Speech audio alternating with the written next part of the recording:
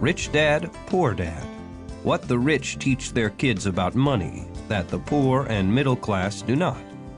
By Robert T. Kiyosaki. To parents everywhere, a child's first and most important teachers, and to all those who educate, influence, and lead by example.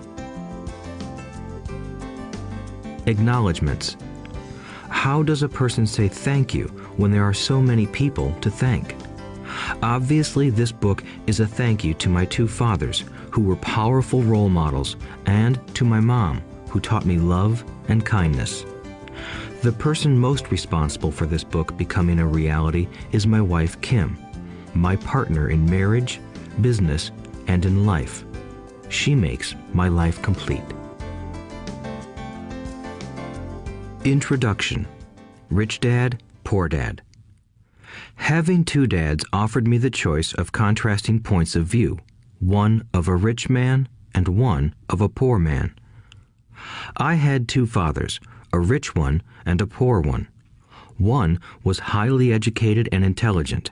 He had a PhD and completed 4 years of undergraduate work in less than 2 years. He then went on to Stanford University, the University of Chicago, and Northwestern University to do his advanced studies, all on full financial scholarships. The other father never finished the 8th grade. Both men were successful in their careers, working hard all their lives. Both earned substantial incomes, yet one always struggled financially. The other would become one of the richest men in Hawaii. One died, leaving tens of millions of dollars to his family, charities, and his church.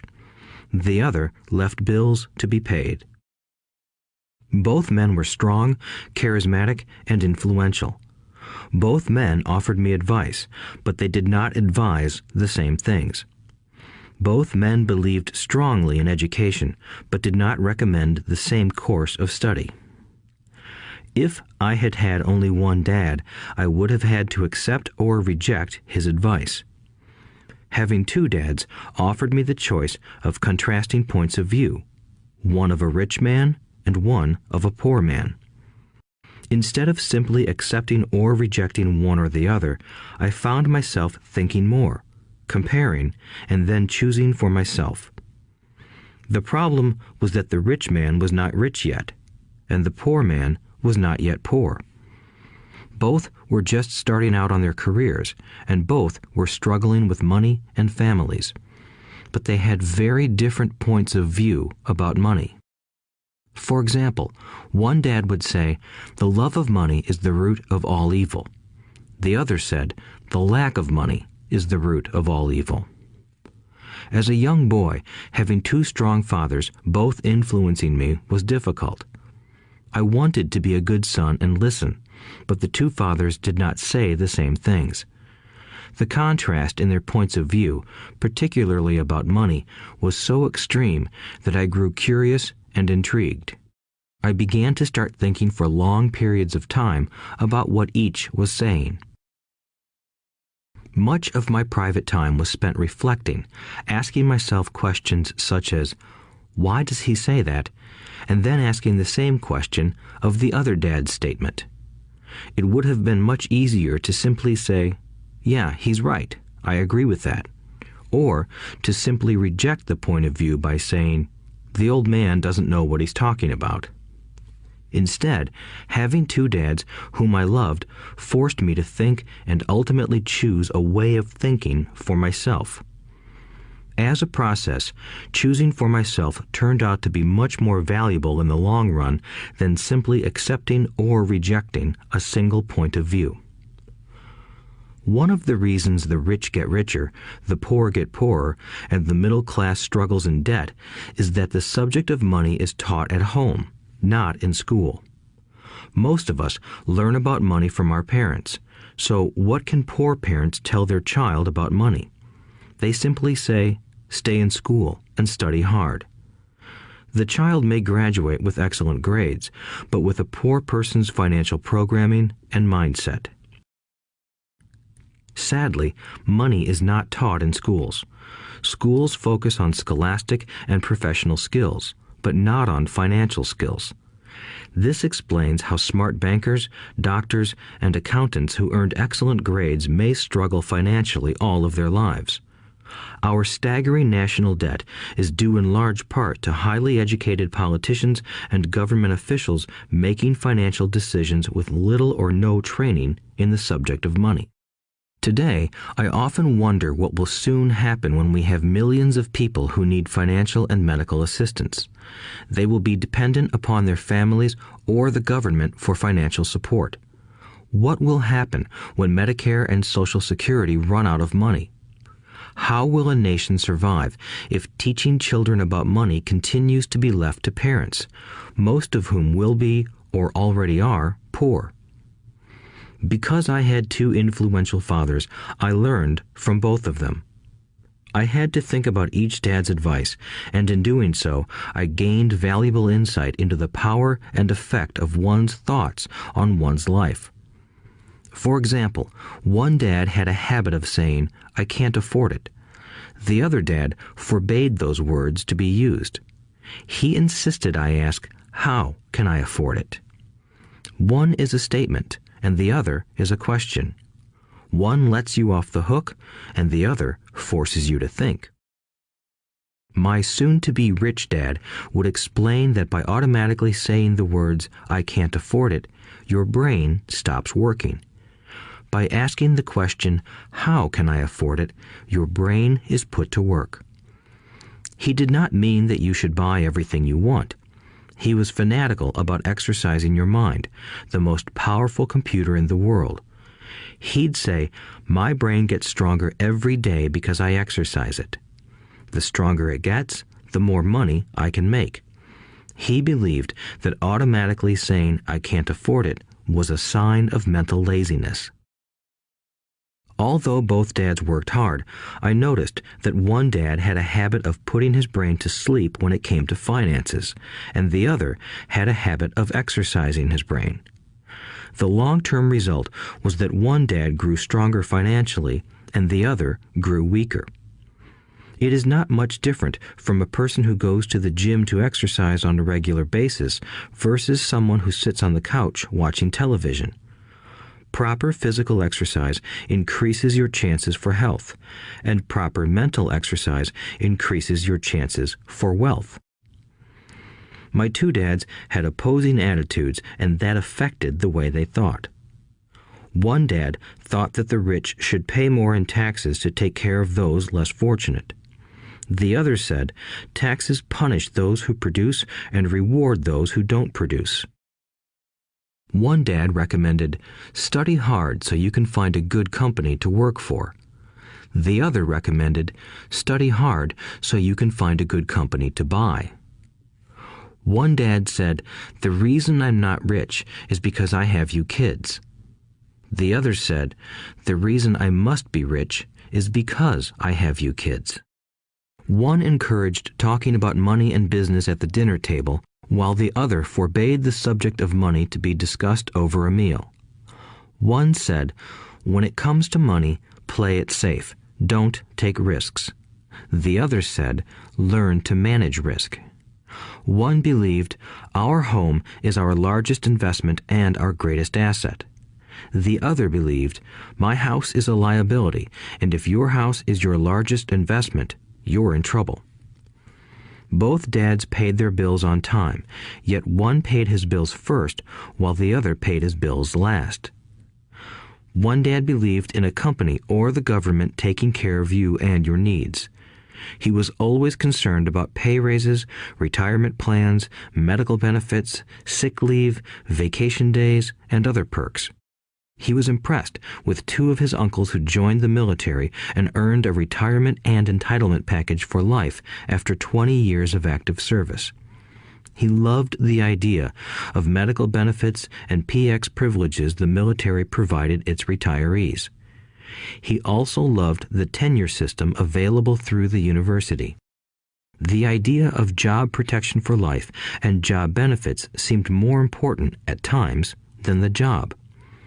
He would often say, I've worked hard for the government and I'm entitled to these benefits. The other believed in total financial self-reliance. He spoke out against the entitlement mentality and how it created weak and financially needy people. He was emphatic about being financially competent. One dad struggled to save a few dollars. The other created investments. One dad taught me how to write an impressive resume so I could find a good job. The other taught me how to write strong business and financial plans so I could create jobs. Being a product of two strong dads allowed me the luxury of observing the effects different thoughts have on one's life. I noticed that people really do shape their lives through their thoughts. For example, my poor dad always said, "I'll never be rich," and that prophecy became reality. My rich dad, on the other hand, always referred to himself as rich. He would say things like, "I'm a rich man and rich people don't do this." Even when he was flat broke after a major financial setback, he continued to refer to himself as a rich man.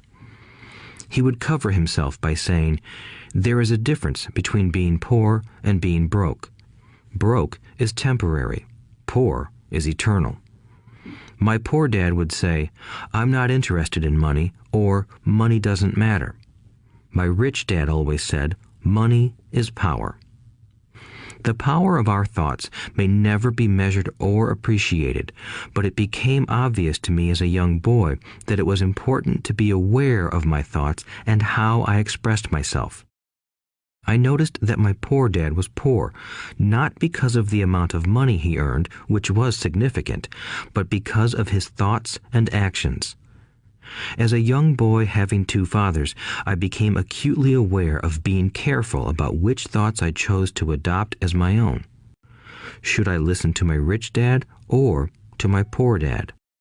Although both men had tremendous respect for education and learning, they disagreed about what they thought was important to learn. One wanted me to study hard, earn a degree, and get a good job to earn money. He wanted me to study to become a professional, an attorney or an accountant, and to go to business school for my MBA. The other encouraged me to study to be rich, to understand how money works, and to learn how to have it work for me. "I don't work for money" were words he would repeat over and over. "Money works for me." At the age of 9, I decided to listen to and learn from my rich dad about money.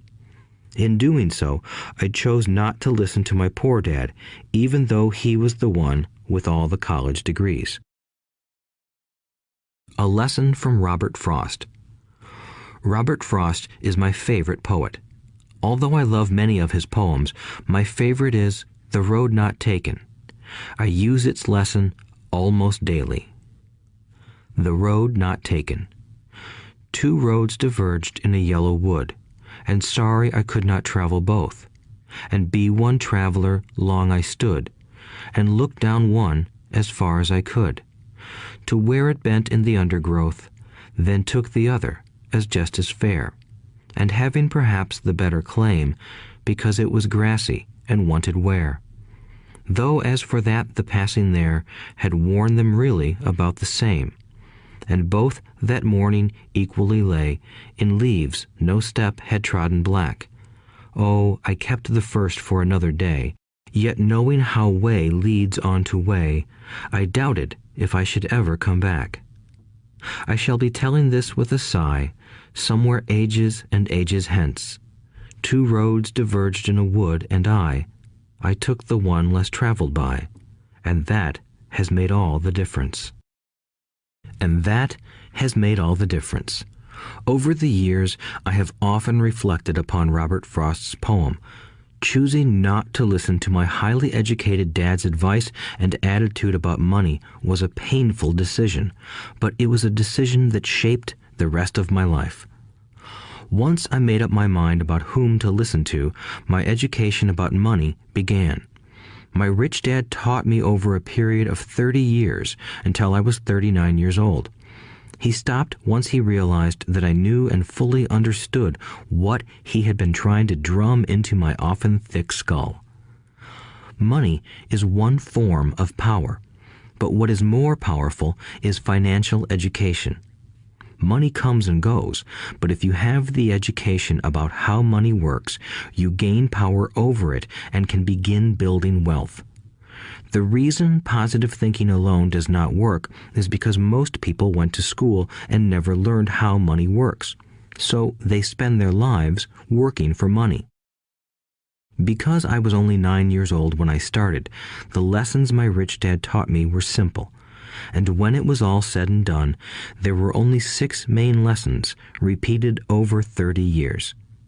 This audiobook is about those 6 lessons, put as simply as possible, just as simply as my rich dad put forth those lessons to me. The lessons are meant not to be answers, but guideposts that will assist you and your children to grow wealthier no matter what happens in a world of increasing change and uncertainty. Chapter 1. Lesson 1. The rich don't work for money. The poor and the middle class work for money. The rich have money work for them. Dad, can you tell me how to get rich? My dad put down the evening paper. Why do you want to get rich, son? Because today Jimmy's mom drove up in their new Cadillac and they were going to their beach house for the weekend. He took 3 of his friends, but Mike and I weren't invited. They told us we weren't invited because we were poor kids. They did? My dad asked incredulously. Yeah, they did, I replied in a hurt tone. My dad silently shook his head, pushed his glasses up the bridge of his nose, and went back to reading the paper. I stood waiting for an answer. The year was 1956. I was 9 years old. By some twist of fate, I attended the same public school where the rich people sent their kids. We were primarily a sugar plantation town. The managers of the plantation and the other affluent people, such as doctors, business owners, and bankers, sent their children to this elementary school. After grade 6, their children were generally sent off to private schools. Because my family lived on one side of the street, I went to this school. Had I lived on the other side of the street, I would have gone to a different school with kids from families more like mine. After grade 6, these kids and I would go on to the public intermediate and high school. There was no private school for them or for me. My dad finally put down the paper. I could tell he was thinking. Well, son, he began slowly, if you want to be rich, you have to learn to make money. How do I make money? I asked. Well, use your head, son, he said, smiling. Even then, I knew that really meant, that's all I'm going to tell you, or, I don't know the answer, so don't embarrass me. A partnership is formed. The next morning, I told my best friend, Mike, what my dad had said. As best as I could tell, Mike and I were the only poor kids in this school. Mike was also in this school by a twist of fate. Someone had drawn a jog in the line for the school district, and we wound up in school with the rich kids. We weren't really poor, but we felt as if we were because all the other boys had new baseball gloves, new bicycles, new everything. Mom and Dad provided us with the basics, like food and shelter and clothes, but that was about it. My dad used to say, if you want something, work for it. We wanted things, but there was not much work available for 9-year-old boys. So what do we do to make money? Mike asked. I don't know, I said, but do you want to be my partner? He agreed, and so on that Saturday morning, Mike became my first business partner. We spent all morning coming up with ideas on how to make money. Occasionally, we talked about all the cool guys at Jimmy's beach house having fun. It hurt a little, but that hurt was good, because it inspired us to keep thinking of a way to make money. Finally, that afternoon, a bolt of lightning struck. It was an idea Mike got from a science book he had read. Excitedly, we shook hands, and the partnership now had a business. For the next several weeks, Mike and I ran around our neighborhood, knocking on doors and asking our neighbors if they would save their toothpaste tubes for us. With puzzled looks, most adults consented with a smile. Some asked us what we were doing, to which we replied, "We can't tell you. It's a business secret." My mom grew distressed as the weeks wore on. We had selected a site next to her washing machine as the place we would stockpile our raw materials. In a brown cardboard box that at one time held ketchup bottles, our little pile of used toothpaste tubes began to grow. Finally, my mom put her foot down. The sight of her neighbor's messy, crumpled used toothpaste tubes had gotten to her. "What are you boys doing?" she asked, "and I don't want to hear again that it's a business secret. Do something with this mess or I'm going to throw it out." Mike and I pleaded and begged, explaining that we would soon have enough and then we would begin production.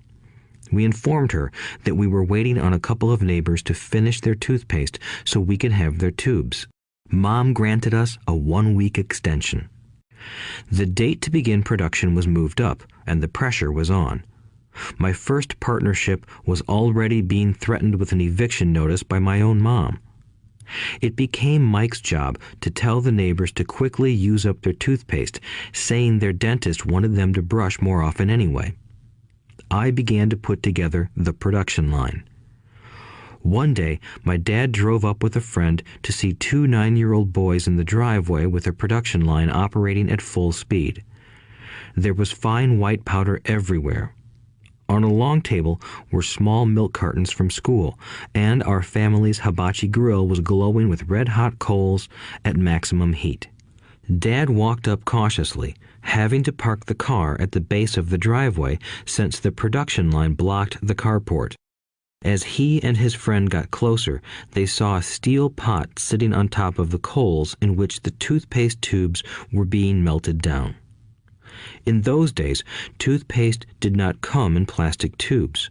The tubes were made of lead, so once the paint was burned off, the tubes were dropped in the small steel pot.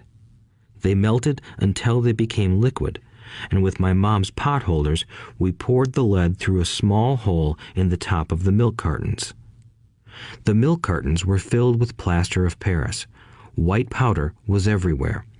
In my haste, I had knocked the bag over, and the entire area looked like it had been hit by a snowstorm.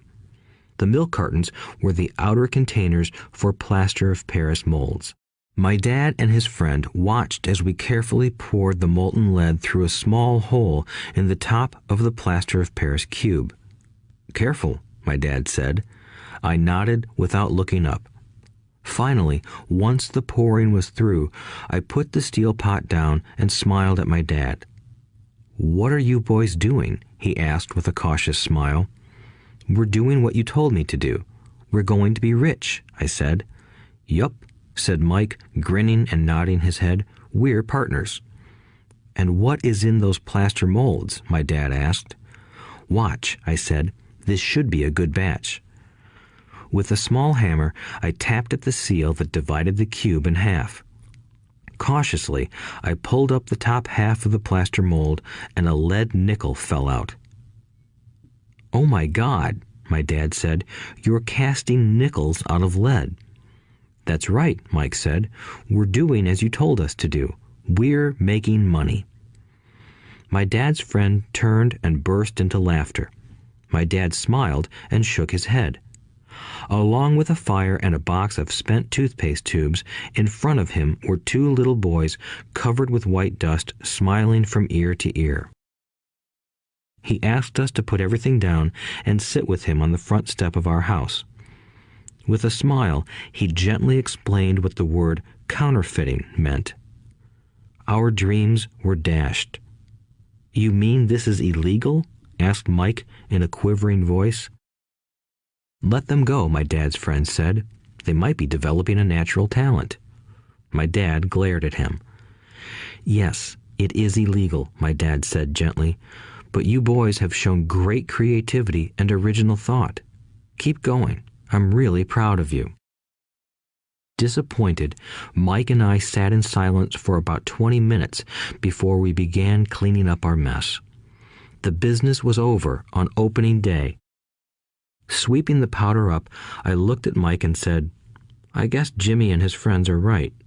We are poor." My father was just leaving as I said that. "Boys," he said, "you're only poor if you give up. The most important thing is that you did something. Most people only talk and dream of getting rich. You've done something. I'm very proud of the two of you. I will say it again. Keep going. Don't quit." Mike and I stood there in silence. They were nice words, but we still did not know what to do. "So how come you're not rich, Dad?" I asked. "Because I chose to be a school teacher. School teachers really don't think about being rich. We just like to teach. I wish I could help you, but I really don't know how to make money." Mike and I turned and continued our cleanup. "I know," said my dad. "If you boys want to learn how to be rich, don't ask me. Talk to your dad, Mike." "My dad?" asked Mike with a scrunched-up face. "Yeah, your dad," repeated my dad with a smile. "Your dad and I have the same banker, and he raves about your father. He's told me several times that your father is brilliant when it comes to making money." "My dad?" Mike asked again in disbelief. "Then how come we don't have a nice car and a nice house like the rich kids at school?" "A nice car and a nice house don't necessarily mean you're rich or you know how to make money," my dad replied. "Jimmy's dad works for the sugar plantation. He's not much different from me. He works for a company and I work for the government. The company buys the car for him. The sugar company is in financial trouble, and Jimmy's dad may soon have nothing. Your dad is different, Mike. He seems to be building an empire, and I suspect in a few years he will be a very rich man." With that, Mike and I got excited again. With new vigor, we began cleaning up the mess caused by our now defunct first business. As we were cleaning, we made plans for how and when to talk to Mike's dad. The problem was that Mike's dad worked long hours and often did not come home until late. His father owned warehouses, a construction company, a chain of stores, and 3 restaurants. It was the restaurants that kept him out late. Mike caught the bus home after we had finished cleaning up. He was going to talk to his dad when he got home that night and ask him if he would teach us how to become rich. Mike promised to call as soon as he had talked to his dad, even if it was late. The phone rang at 8:30 p.m. "Okay," I said, "next Saturday." I put the phone down. Mike's dad had agreed to meet with us. On Saturday, I caught the 7:30 a.m. bus to the poor side of town. The lessons begin. Mike and I met with his dad that morning at 8 o'clock. He was already busy, having been at work for more than an hour. His construction supervisor was just leaving in his pickup truck as I walked up to his simple, small, and tidy home.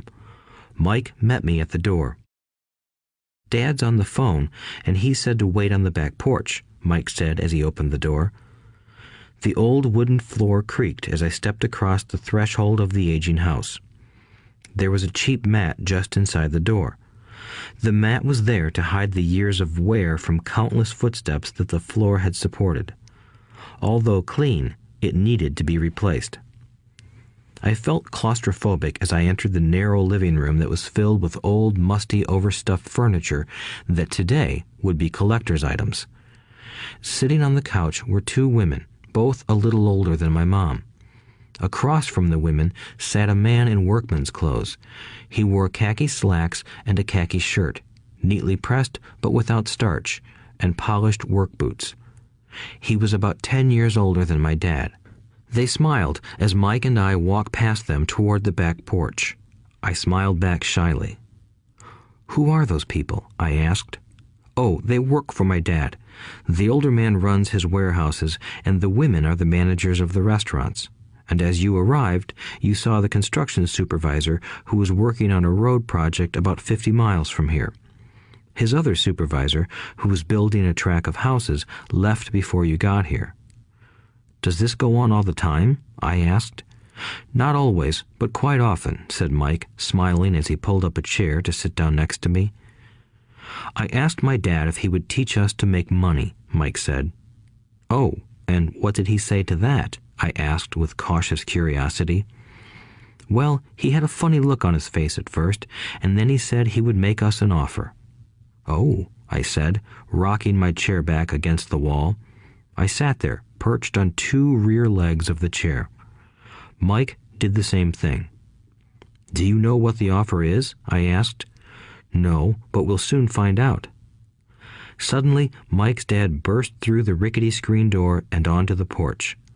Mike and I jumped to our feet, not out of respect, but because we were startled. "Ready, boys?" he asked as he pulled up a chair to sit down with us. We nodded our heads as we pulled our chairs away from the wall to sit in front of him. He was a big man, about 6 feet tall and 200 pounds. My dad was taller, about the same weight, and 5 years older than Mike's dad. They sort of looked alike, though not of the same ethnic makeup. Maybe their energy was similar. "Mike says you want to learn to make money. Is that correct, Robert?" I nodded my head quickly, but with a little trepidation. He had a lot of power behind his words and smile. "Okay, here's my offer. I'll teach you, but I won't do it classroom style. You work for me, I'll teach you. You don't work for me, I won't teach you. I can teach you faster if you work, and I'm wasting my time if you just want to sit and listen like you do in school. That's my offer. Take it or leave it." May I ask a question first?" I asked. "No. Take it or leave it. I've got too much work to do to waste my time. If you can't make up your mind decisively, then you'll never learn to make money anyway. Opportunities come and go. Being able to know when to make quick decisions is an important skill. You have the opportunity that you asked for. School is beginning, or it's over, in 10 seconds, Mike's dad said with a teasing smile. "Take it," I said. "Take it," said Mike. "Good," said Mike's dad. "Mrs. Martin will be by in 10 minutes. After I'm through with her, you'll ride with her to my superette and you can begin working. I'll pay you 10 cents an hour and you'll work 3 hours every Saturday." "But I have a softball game today," I said. Mike's dad lowered his voice to a stern tone. "Take it or leave it," he said. "I'll take it," I replied, choosing to work and learn instead of playing. 30 cents later. By 9 a.m. that day, Mike and I were working for Mrs. Martin. She was a kind and patient woman. She always said that Mike and I reminded her of her 2 grown sons. Although kind, she believed in hard work and kept us moving. We spent 3 hours taking canned goods off the shelves, brushing each can with a feather duster to get the dust off, and then restacking them neatly. It was excruciatingly boring work. Mike's dad, whom I called my rich dad, owned 9 of these little superettes, each with a large parking lot. They were the early version of the 7-Eleven convenience stores, little neighborhood grocery stores where people bought items such as milk, bread, butter, and cigarettes. The problem was that this was Hawaii before air conditioning was widely used, and the stores could not close their doors because of the heat. On 2 sides of the store, the doors had to be wide open to the road and parking lot. Every time a car drove by or pulled into the parking lot, dust would swirl and settle in the store. We knew we had a job as long as there was no air conditioning. For 3 weeks, Mike and I reported to Mrs. Martin and worked our 3 hours. By noon, our work was over, and she dropped 3 little dimes in each of our hands. Now, even at the age of 9 in the mid-1950s, 30 cents was not too exciting. Comic books cost 10 cents back then, so I usually spent my money on comic books and went home. By Wednesday of the 4th week, I was ready to quit. I had agreed to work only because I wanted to learn to make money from Mike's dad, and now I was a slave for 10 cents an hour. On top of that, I had not seen Mike's dad since that first Saturday. "I'm quitting," I told Mike at lunchtime. School was boring, and now I did not even have my Saturdays to look forward to. But it was the 30 cents that really got to me. This time, Mike smiled. "What are you laughing at?" I asked with anger and frustration. "Dad said this would happen. He said to meet with him when you were ready to quit." "What?" I said indignantly. "He's been waiting for me to get fed up?" Sort of, Mike said. Dad's kind of different. He doesn't teach like your dad. Your mom and dad lecture a lot. My dad is quiet and a man of few words. You just wait till this Saturday. I'll tell him you're ready. You mean I've been set up? No, not really. But maybe. Dad will explain on Saturday. Waiting in line on Saturday. I was ready to face Mike's dad. Even my real dad was angry with him. My real dad, the one I called the poor one, thought that my rich dad was violating child labor laws and should be investigated. My educated poor dad told me to demand what I deserve, at least 25 cents an hour. My poor dad told me that if I did not get a raise, I was to quit immediately. You don't need that damn job anyway, said my poor dad with indignation. At 8 o'clock Saturday morning, I walked through the door of Mike's house when Mike's dad opened it. Take a seat and wait in line, he said as I entered. He turned and disappeared into his little office next to a bedroom. I looked around the room and didn't see Mike anywhere. Feeling awkward, I cautiously sat down next to the same two women who were there 4 weeks earlier. They smiled and slid down the couch to make room for me. 45 minutes went by, and I was steaming. The two women had met with him and left 30 minutes earlier. An older gentleman was in there for 20 minutes and was also gone. The house was empty, and here I sat in a musty, dark living room on a beautiful, sunny Hawaiian day, waiting to talk to a cheapskate who exploited children. I could hear him rustling around the office, talking on the phone, and ignoring me. I was ready to walk out, but for some reason I stayed. Finally, 15 minutes later, at exactly 9 o'clock, Rich Dad walked out of his office, said nothing, and signaled with his hand for me to enter. I understand you want a raise or you're going to quit, Rich Dad said as he swiveled in his office chair. Well, you're not keeping your end of the bargain, I blurted out, nearly in tears. It was really frightening for me to confront a grown-up. You said that you would teach me if I worked for you. Well, I've worked for you. I've worked hard. I've given up my baseball games to work for you, but you haven't kept your word, and you haven't taught me anything. You are a crook like everyone in town thinks you are. You're greedy. You want all the money and don't take care of your employees. You made me wait and don't show me any respect. I'm only a little boy, but I deserve to be treated better.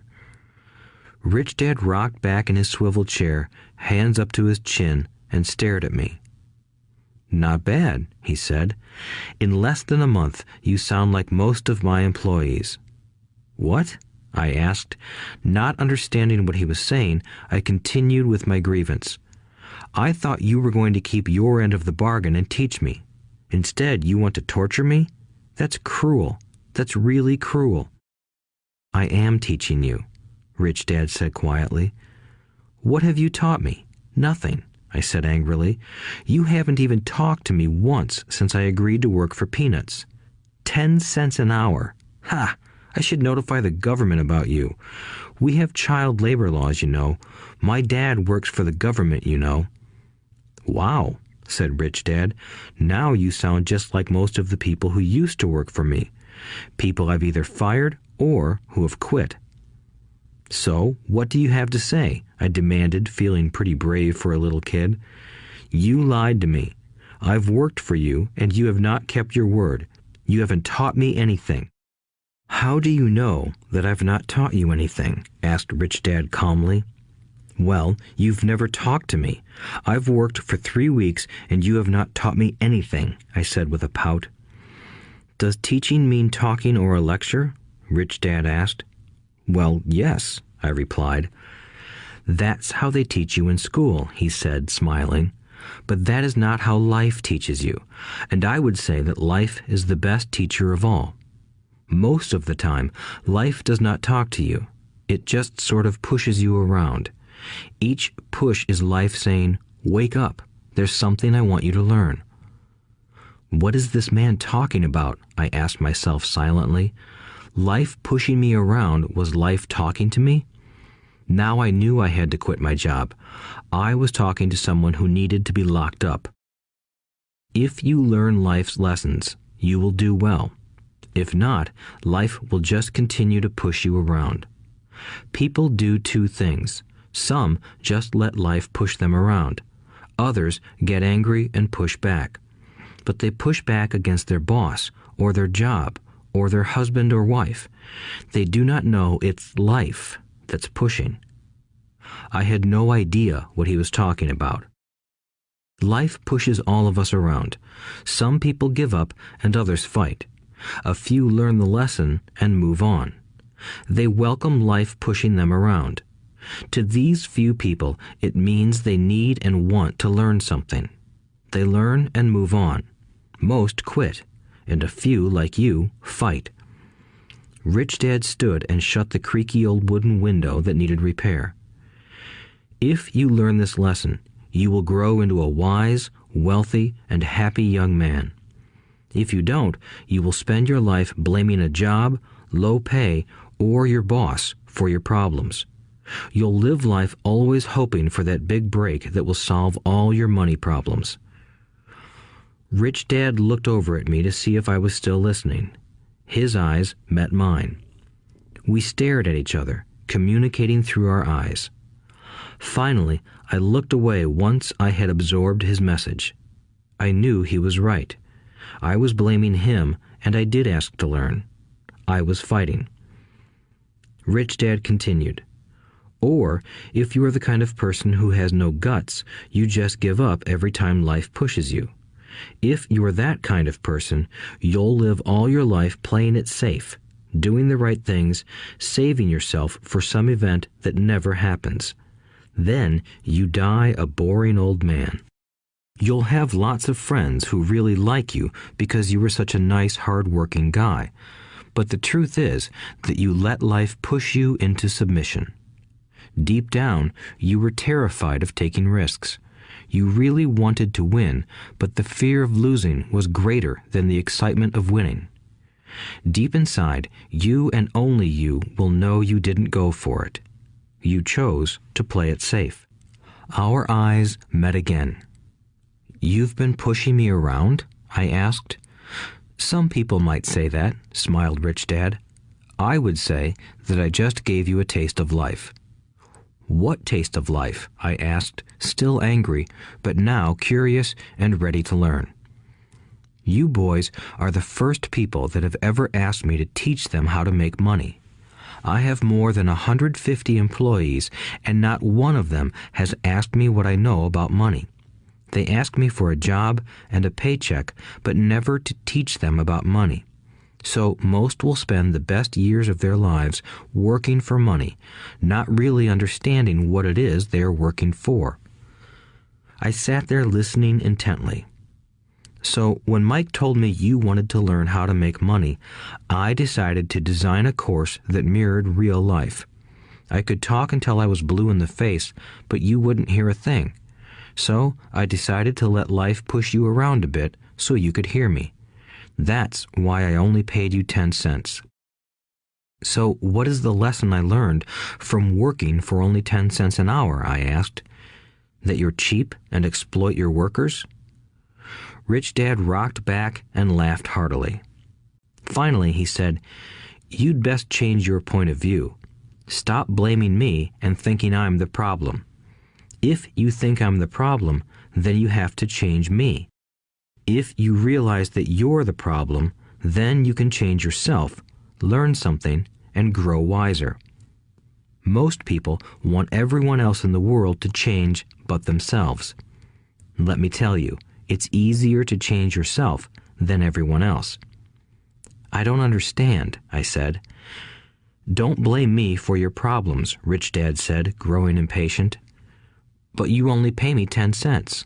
"So what are you learning?" Rich Dad asked, smiling. "That you're cheap," I said with a sly grin. "See, you think I'm the problem," said Rich Dad. "But you are. Well, keep that attitude and you'll learn nothing. Keep the attitude that I'm the problem, and what choices do you have?" "Well, if you don't pay me more or show me more respect and teach me, I'll quit." "Well put," Rich Dad said, "and that's exactly what most people do. They quit and go looking for another job, a better opportunity and higher pay, actually thinking that this will solve the problem. In most cases, it won't. So what should I do? I asked. Just take this measly 10 cents an hour and smile? Rich Dad smiled. That's what the other people do. But that's all they do, waiting for a raise, thinking that more money will solve their problems. Most just accept it, and some take a second job working harder, but again, accepting a small paycheck. I sat staring at the floor, beginning to understand the lesson Rich Dad was presenting. I could sense it was a taste of life. Finally, I looked up and asked, "So what will solve the problem?" "This," he said, leaning forward in his chair and tapping me gently on the head. "This stuff between your ears." It was at that moment that Rich Dad shared the pivotal point of view that separated him from his employees and my poor dad, and led him to eventually become one of the richest men in Hawaii, while my highly educated but poor dad struggled financially all his life. It was a singular point of view that made all the difference over a lifetime. Rich Dad said this point of view over and over, which I call lesson number 1. The poor and the middle class work for money. The rich have money work for them. On that bright Saturday morning, I learned a completely different point of view from what I had been taught by my poor dad. At the age of 9, I understood that both dads wanted me to learn. Both dads encouraged me to study, but not the same things. My highly educated dad recommended that I do what he did. "Son, I want you to study hard, get good grades so you can find a safe, secure job with a big company, and make sure it has excellent benefits." My rich dad wanted me to learn how money works so I could make it work for me. These lessons I would learn through life with his guidance, not because of a classroom. My rich dad continued my first lesson. "I'm glad you got angry about working for 10 cents an hour. If you hadn't got angry and had simply accepted it, I would have to tell you that I could not teach you. You see, true learning takes energy, passion, and a burning desire. Anger is a big part of that formula, for passion is anger and love combined.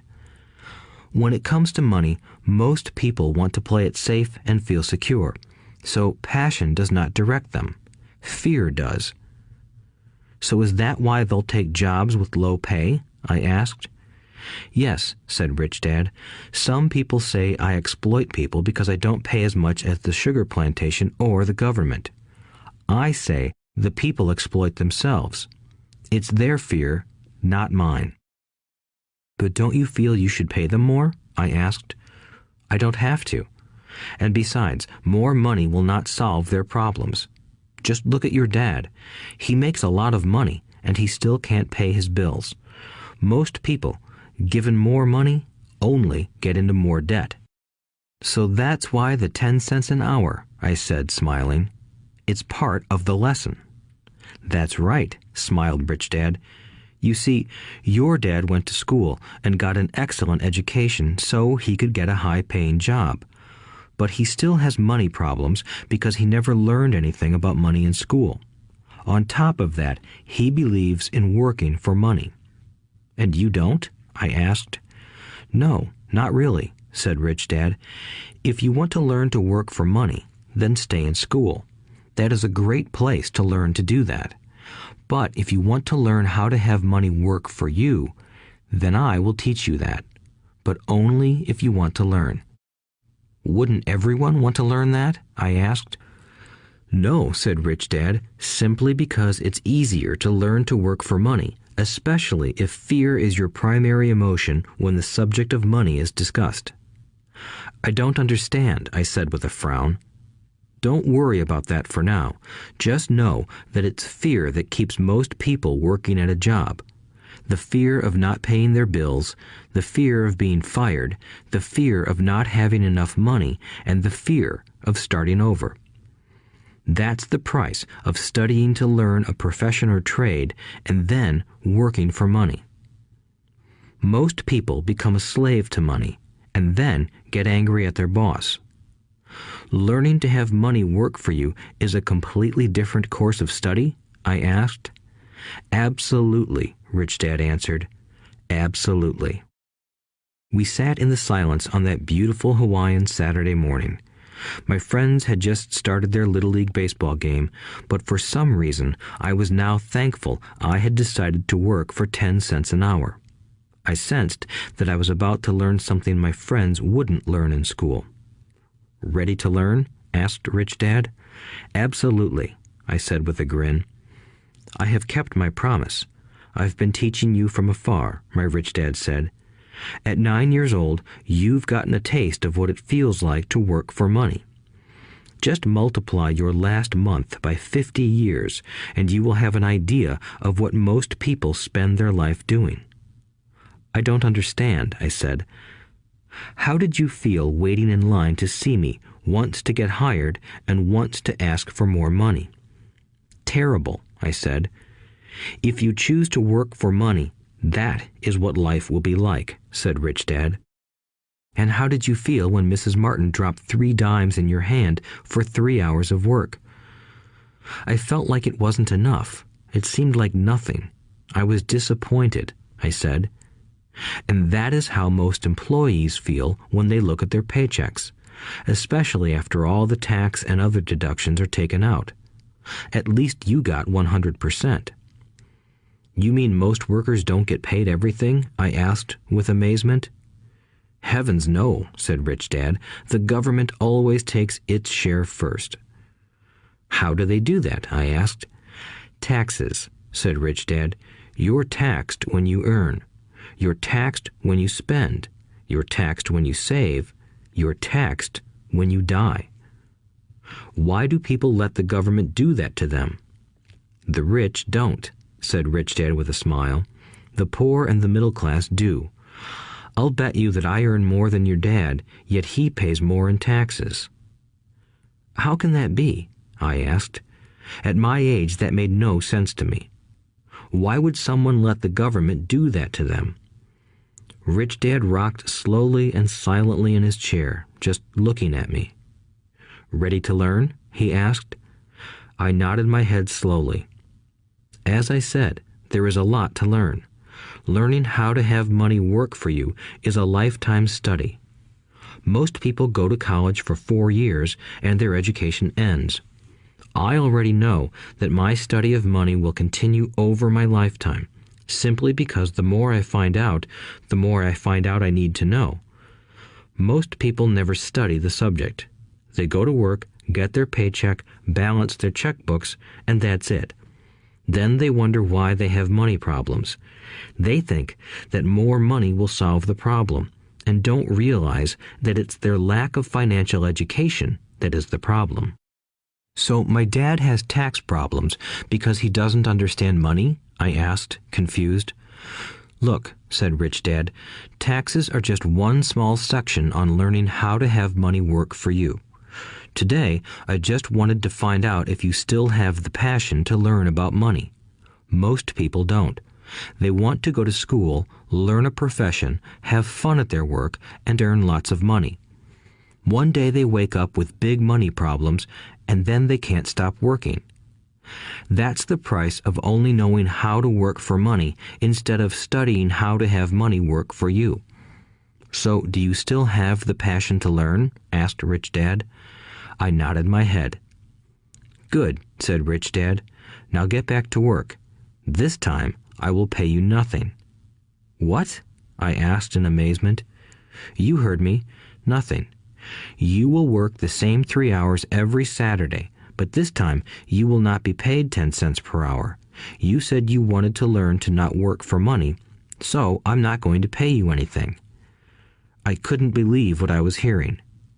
I've already had this conversation with Mike, and he's already working, dusting and stacking canned goods for free. You better hurry and get back there. That's not fair, I shouted. You've got to pay something. You said you wanted to learn. If you don't learn this now, you'll grow up to be like the two women and the older man sitting in my living room, working for money and hoping I don't fire them. Or, like your dad, earning lots of money only to be in debt up to his eyeballs, hoping more money will solve the problem.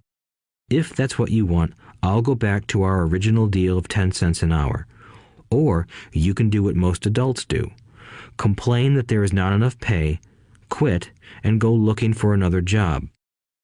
But what do I do? I asked. Rich Dad tapped me on the head. Use this, he said.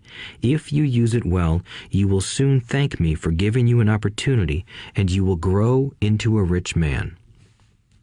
I stood there, still not believing what a raw deal I was handed. I came to ask for a raise, and somehow I was instead working for nothing. Rich Dad tapped me on the head again and said, "Use this. Now, get out of here and get back to work." Lesson number 1. The rich don't work for money. I didn't tell my poor dad I wasn't being paid. He wouldn't have understood, and I didn't want to try to explain something I didn't understand myself. For 3 more weeks, Mike and I worked 3 hours every Saturday for nothing.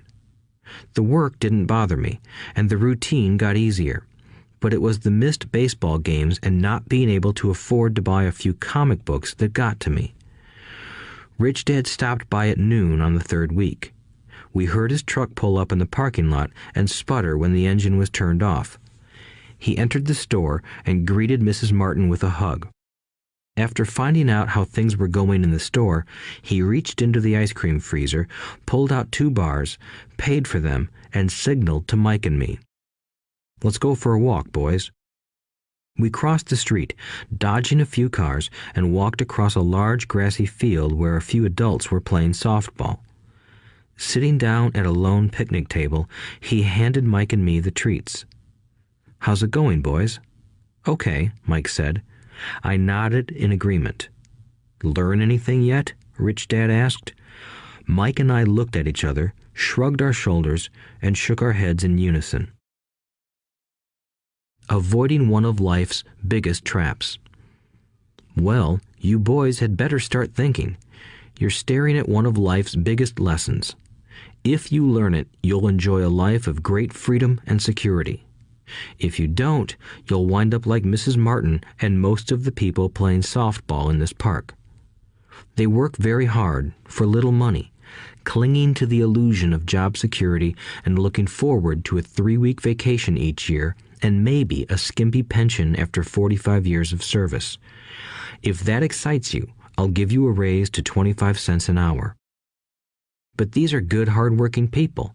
Are you making fun of them? I demanded. A smile came over Rich Dad's face. Mrs. Martin is like a mother to me. I would never be that cruel. I may sound unkind because I'm doing my best to point something out to the two of you. I want to expand your point of view so you can see something most people never have the benefit of seeing because their vision is too narrow. Most people never see the trap they are in. Mike and I sat there, uncertain of his message. He sounded cruel, yet we could sense he was trying to drive home a point. With a smile, Rich Dad said, "Doesn't that 25 cents an hour sound good? Doesn't it make your heart beat a little faster?" I shook my head no, but it really did. 25 cents an hour would be big bucks to me. "Okay, I'll pay you $1 an hour," Rich Dad said, with a sly grin. Now my heart started to race. My brain was screaming, "Take it, take it." I could not believe what I was hearing. Still, I said nothing. "Okay, $2 an hour." My little brain and heart nearly exploded. After all, it was 1956, and being paid $2 an hour would have made me the richest kid in the world. I couldn't imagine earning that kind of money. I wanted to say yes. I wanted the deal. I could picture a new bicycle, new baseball glove, and the adoration of my friends when I flashed some cash. On top of that, Jimmy and his rich friends could never call me poor again. But somehow, my mouth stayed shut. The ice cream had melted and was running down my hand. Rich Dad was looking at two boys staring back at him, eyes wide open and brains empty. He was testing us, and he knew there was a part of our emotions that wanted to take the deal. He understood that every person has a weak and needy part of their soul that can be bought, and he knew that every individual also had a part of their soul that was resilient and could never be bought. It was only a question of which one was stronger. Okay, $5 an hour. Suddenly, I was silent. Something had changed. The offer was too big and ridiculous. Not many grown-ups in 1956 made more than that, but quickly my temptation disappeared and calm set in. Slowly, I turned to my left to look at Mike. He looked back at me. The part of my soul that was weak and needy was silenced. The part of me that had no price took over. I knew Mike had gotten to that point too. "Good," said Rich Dad softly. "Most people have a price, and they have a price because of human emotions named fear and greed. First, the fear of being without money motivates us to work hard, and then, once we get that paycheck, greed or desire starts us thinking about all the wonderful things money can buy. The pattern is then set." "What pattern?" I asked. "The pattern of get up, go to work, pay bills, get up, go to work, pay bills." People's lives are forever controlled by two emotions, fear and greed. Offer them more money, and they continue the cycle by increasing their spending. This is what I call the rat race. "There is another way?" Mike asked. "Yes," said Rich Dad slowly, "but only a few people find it." "And what is that way?" Mike asked. "That's what I hope you boys will learn as you work and study with me. That is why I took away all forms of pay." "Any hints?" Mike asked. "We're kind of tired of working hard, especially for nothing." "Well, the first step is telling the truth," said Rich Dad. "We haven't been lying," I said. "I did not say you were lying. I said to tell the truth," Rich Dad retorted. "The truth about what?" I asked. "How you're feeling," Rich Dad said. "You don't have to say it to anyone else. Just admit it to yourself." "You mean the people in this park, the people who work for you, Mrs. Martin, they don't do that?" I asked. "I doubt it," said Rich Dad. "Instead, they feel the fear of not having money. They don't confront it logically. They react emotionally instead of using their heads," Rich Dad said. "Then they get a few bucks in their hands, and again, the emotions of joy, desire, and greed take over. And again they react instead of think." "So their emotions control their brain," Mike said. "That's correct," said Rich Dad. "Instead of admitting the truth about how they feel, they react to their feelings and fail to think. They feel the fear, so they go to work, hoping that money will soothe the fear, but it doesn't. It continues to haunt them, and they return to work, hoping again that money will calm their fears, and again it doesn't. Fear keeps them in this trap of working, earning money, hoping the fear will go away. But every day they get up, and that old fear wakes up with them. For millions of people, that old fear keeps them awake all night, causing a night of turmoil and worry. So they get up and go to work, hoping that a paycheck will kill that fear gnawing at their souls. Money is running their lives, and they refuse to tell the truth about that. Money is in control of their emotions and their souls." Rich Dad sat quietly, letting his words sink in. Mike and I had heard what he said, but didn't understand fully what he was talking about. I just knew that I often wondered why grown-ups hurried off to work. It did not seem like much fun, and they never looked that happy, but something kept them going. Realizing we had absorbed as much as possible of what he was talking about, Rich Dad said, "I want you boys to avoid that trap. That is really what I want to teach you. Not just to be rich, because being rich does not solve the problem." "It doesn't?" I asked, surprised. No, it doesn't. Let me explain the other emotion, desire. Some call it greed, but I prefer desire. It's perfectly normal to desire something better, prettier, more fun, or exciting. So people also work for money because of desire. They desire money for the joy they think it can buy. But the joy that money brings is often short-lived, and they soon need more money for more joy, more pleasure, more comfort, and more security. So they keep working, thinking money will soothe their souls that are troubled by fear and desire. But money can't do that. Even rich people do this? Mike asked. Rich people included, said Rich Dad. In fact, the reason many rich people are rich isn't because of desire, but because of fear. They believe that money can eliminate the fear of being poor, so they amass tons of it, only to find the fear gets worse. Now they fear losing the money. I have friends who keep working even though they have plenty. I know people who have millions who are more afraid now than when they were poor. They're terrified of losing it all. The fears that drove them to get rich got worse. That weak and needy part of their soul is actually screaming louder. They don't want to lose the big houses, the cars, and the high life money has bought them. They worry about what their friends would say if they lost all their money. Many are emotionally desperate and neurotic, although they look rich and have more money. So, is a poor man happier? I asked. No, I don't think so, replied Rich Dad. The avoidance of money is just as psychotic as being attached to money. As if on cue, the town derelict went past our table, stopping by the large rubbish can and rummaging around in it. The three of us watched him with great interest, when before we probably would have just ignored him. Rich Dad pulled $1 out of his wallet and gestured to the older man. Seeing the money, the derelict came over immediately, took the bill, thanked Rich Dad profusely, and hurried off, ecstatic with his good fortune. He's not much different from most of my employees, said Rich Dad. I've met so many people who say, "Oh, I'm not interested in money," yet they'll work at a job for 8 hours a day. That's a denial of truth. If they weren't interested in money, then why are they working? That kind of thinking is probably more psychotic than a person who hoards money.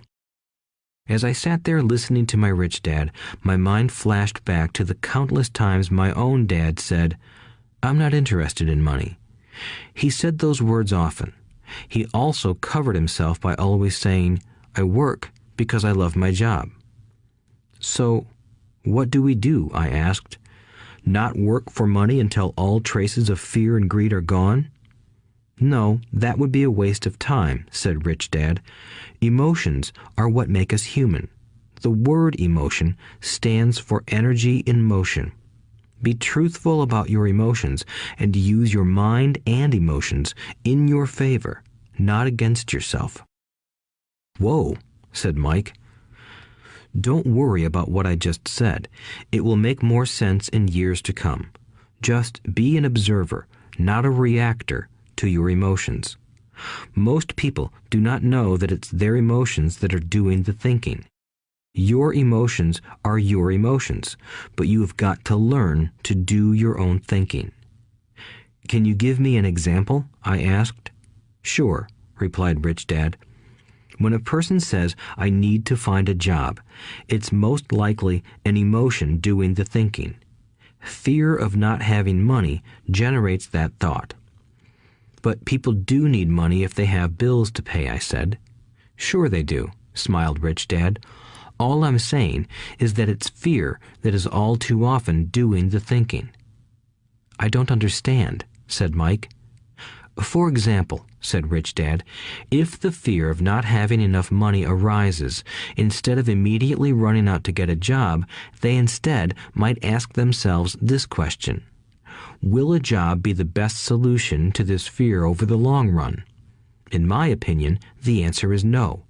A job is really a short-term solution to a long-term problem. But my dad is always saying, stay in school and get good grades so you can find a safe, secure job, I interjected, somewhat confused. Yes, I understand he says that, said Rich Dad, smiling. Most people recommend that, and it's a good path for most people. But people make that recommendation primarily out of fear. You mean my dad says that because he's afraid? Yes, said Rich Dad. He's terrified that you won't earn enough money and won't fit into society. Don't get me wrong. He loves you and wants the best for you.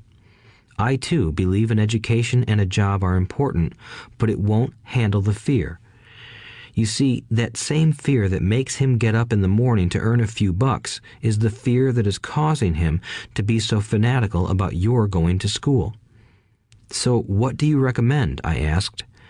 I want to teach you to master the power of money instead of being afraid of it. They don't teach that in school, and if you don't learn it, you become a slave to money. It was finally making sense. He wanted us to widen our views and to see what the Mrs. Martins of this world couldn't see. He used examples that sounded cruel at the time, but I've never forgotten them. My vision widened that day, and I began to see the trap that lay ahead for most people. You see, we're all employees ultimately. We just work at different levels, said Rich Dad. I just want you boys to have a chance to avoid the trap caused by those two emotions, fear and desire. Use them in your favor, not against you. That's what I want to teach you. I'm not interested in just teaching you to make a pile of money. That won't handle the fear or desire. If you don't first handle fear and desire, and you get rich, you'll only be a highly paid slave. So how do we avoid the trap? I asked. The main cause of poverty or financial struggle is fear and ignorance, not the economy or the government or the rich. It's self-inflicted fear and ignorance that keep people trapped. So you boys go to school and get your college degrees, and I'll teach you how to stay out of the trap. The pieces of the puzzle were appearing. My highly educated dad had a great education and a great career, but school never told him how to handle money or his fear of it. It became clear that I could learn different and important things from two fathers. So you've been talking about the fear of not having money. How does the desire for money affect our thinking? Mike asked. How did you feel when I tempted you with a pay raise? Did you notice your desires rising?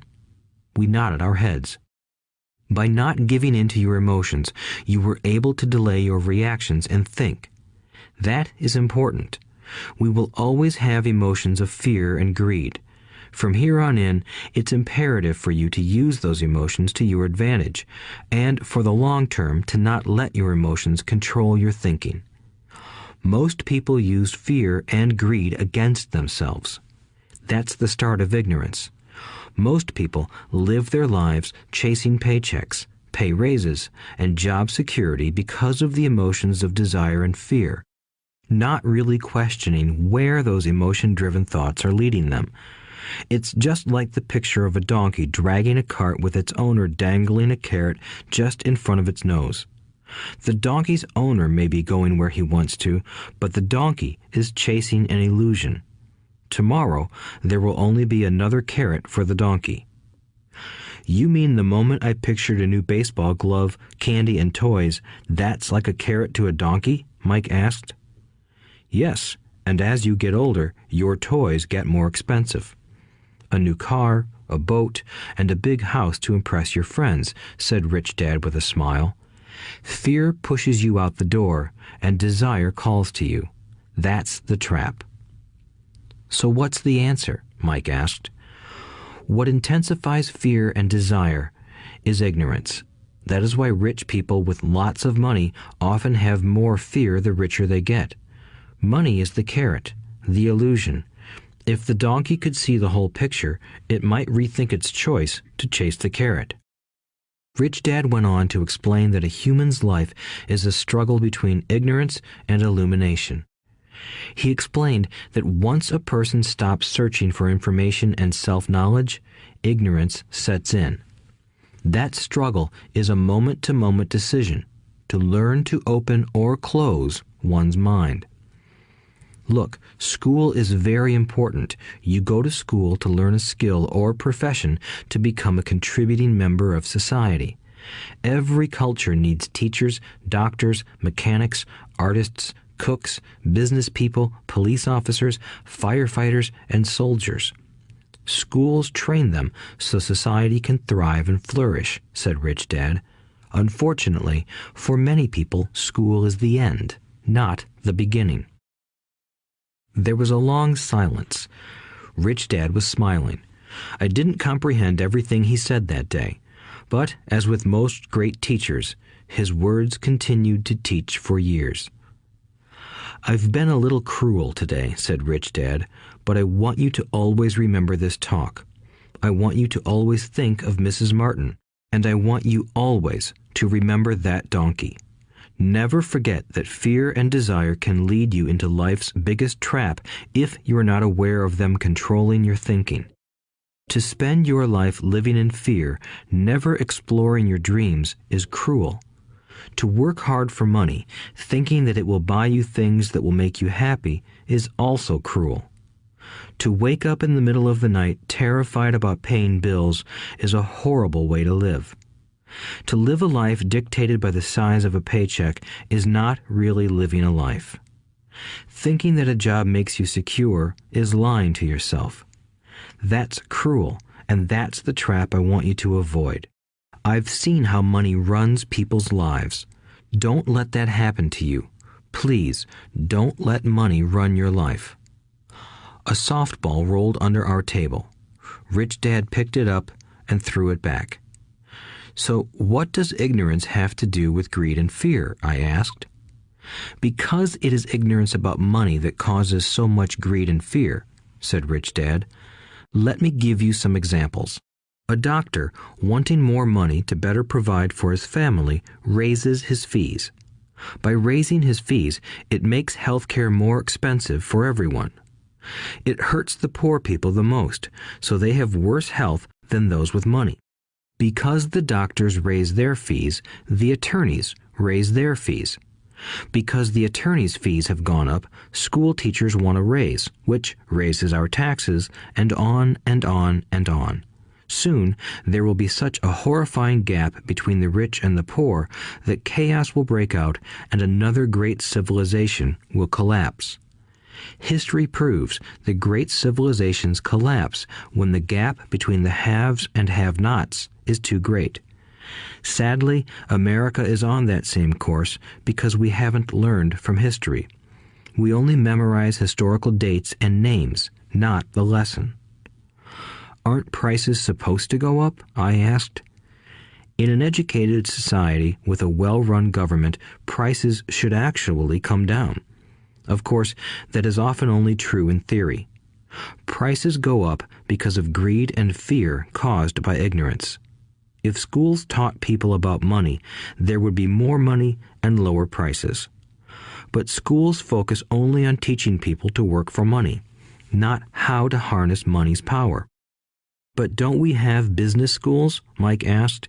"And haven't you encouraged me to go for my MBA?" "Yes," said Rich Dad, "but all too often business schools train employees to become sophisticated bean counters. Heaven forbid a bean counter takes over a business.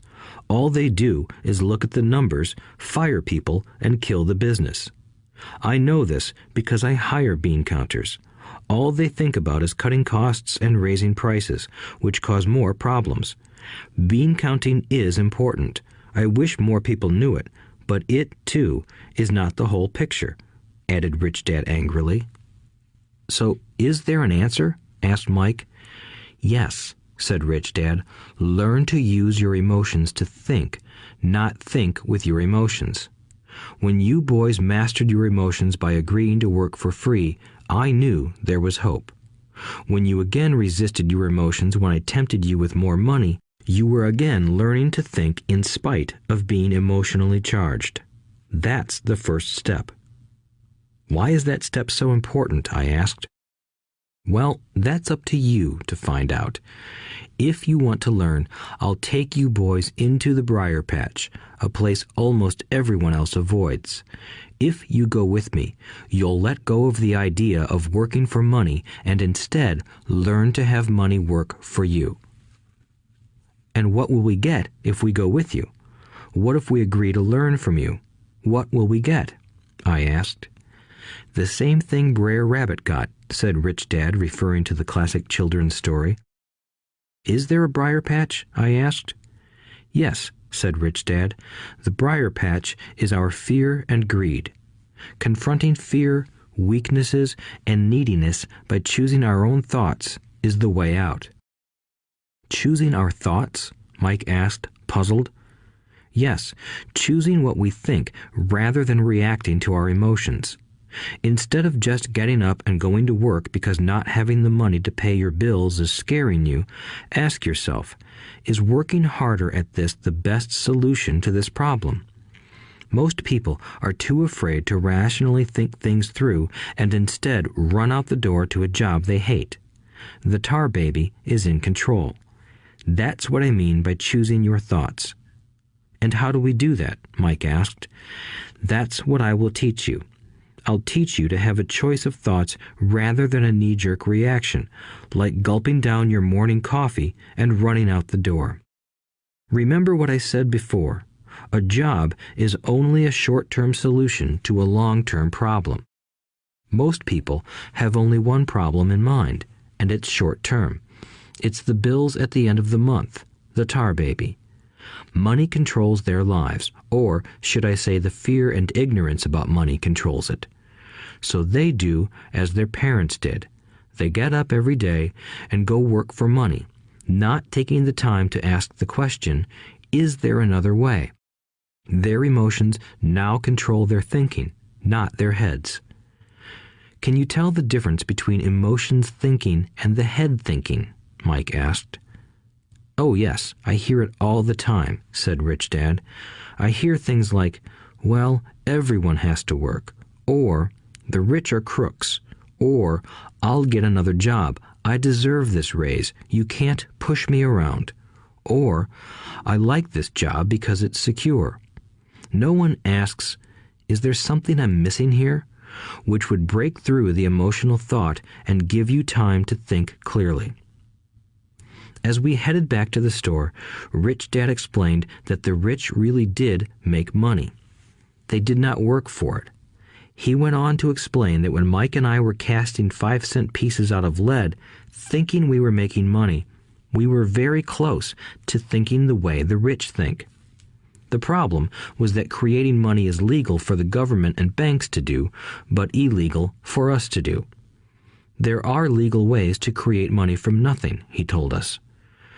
Rich Dad went on to explain that the rich know that money is an illusion, truly like the carrot for the donkey.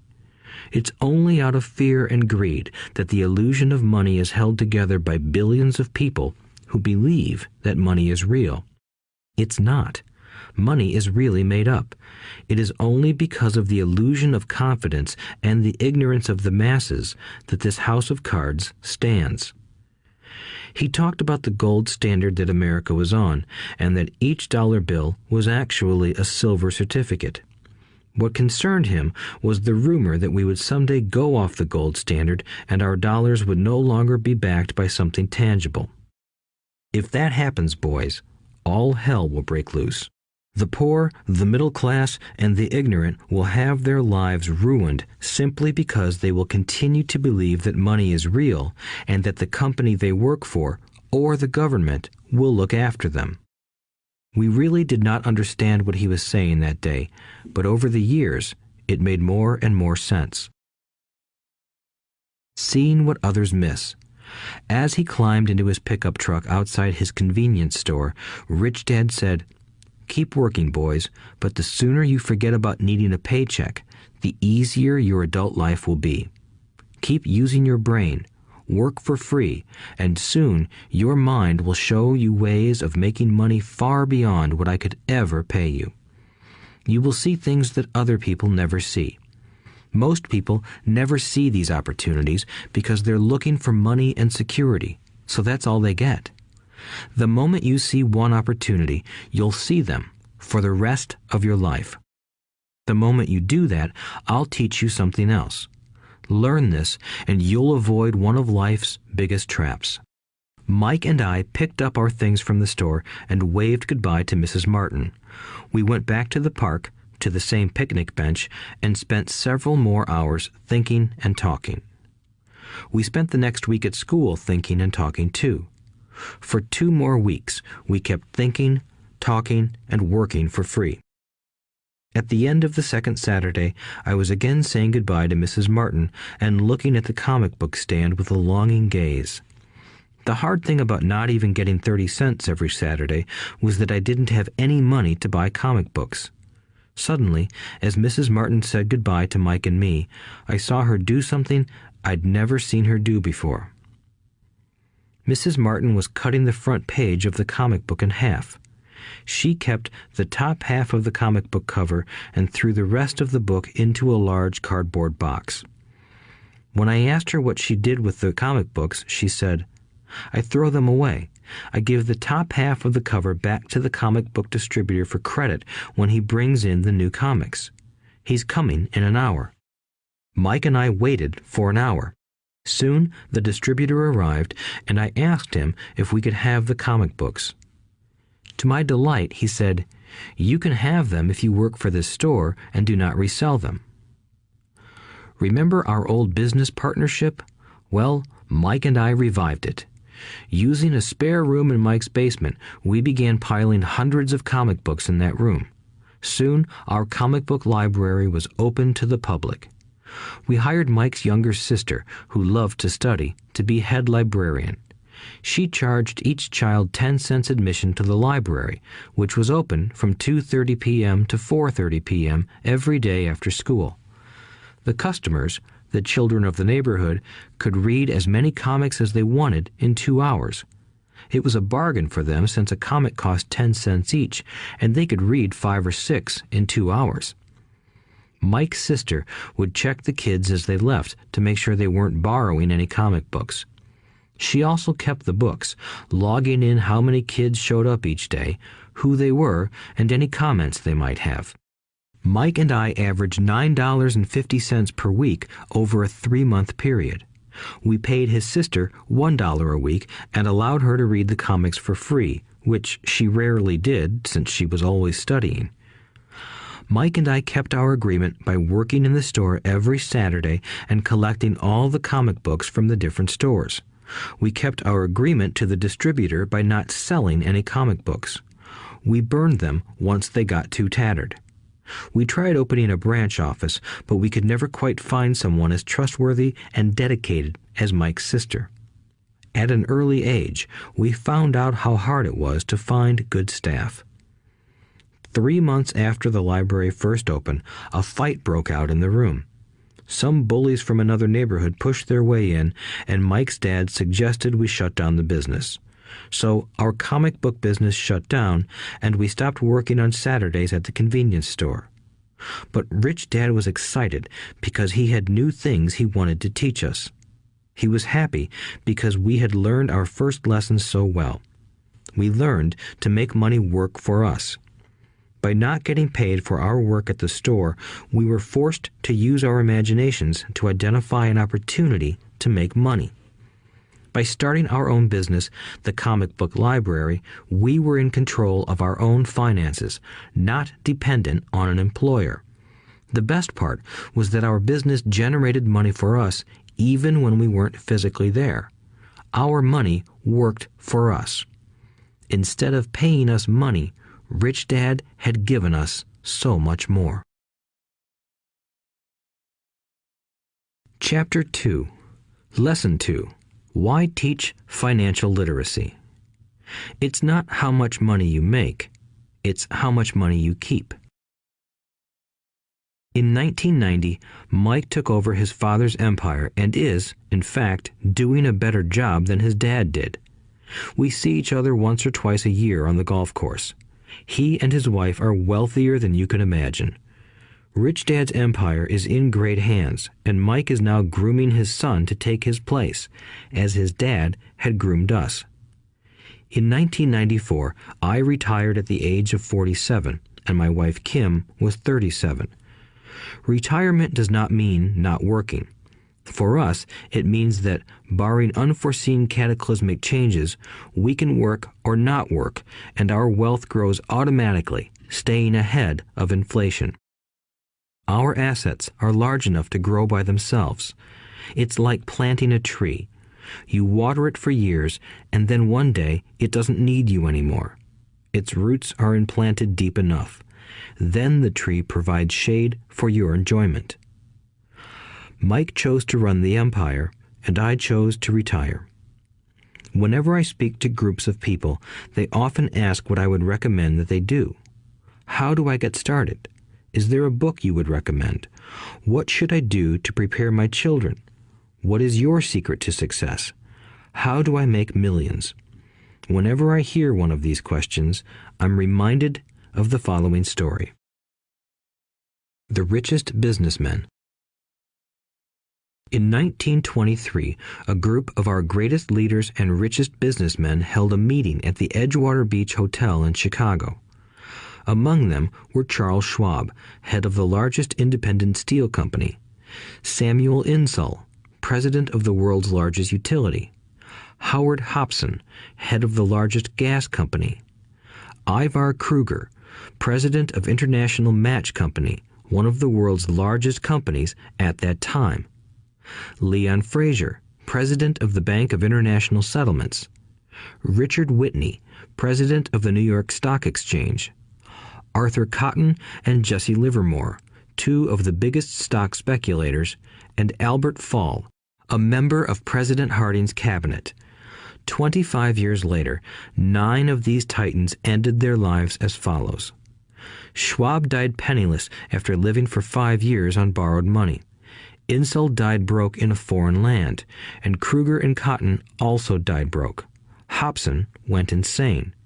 Whitney and Albert Fall were released from prison, and Fraser and Livermore committed suicide.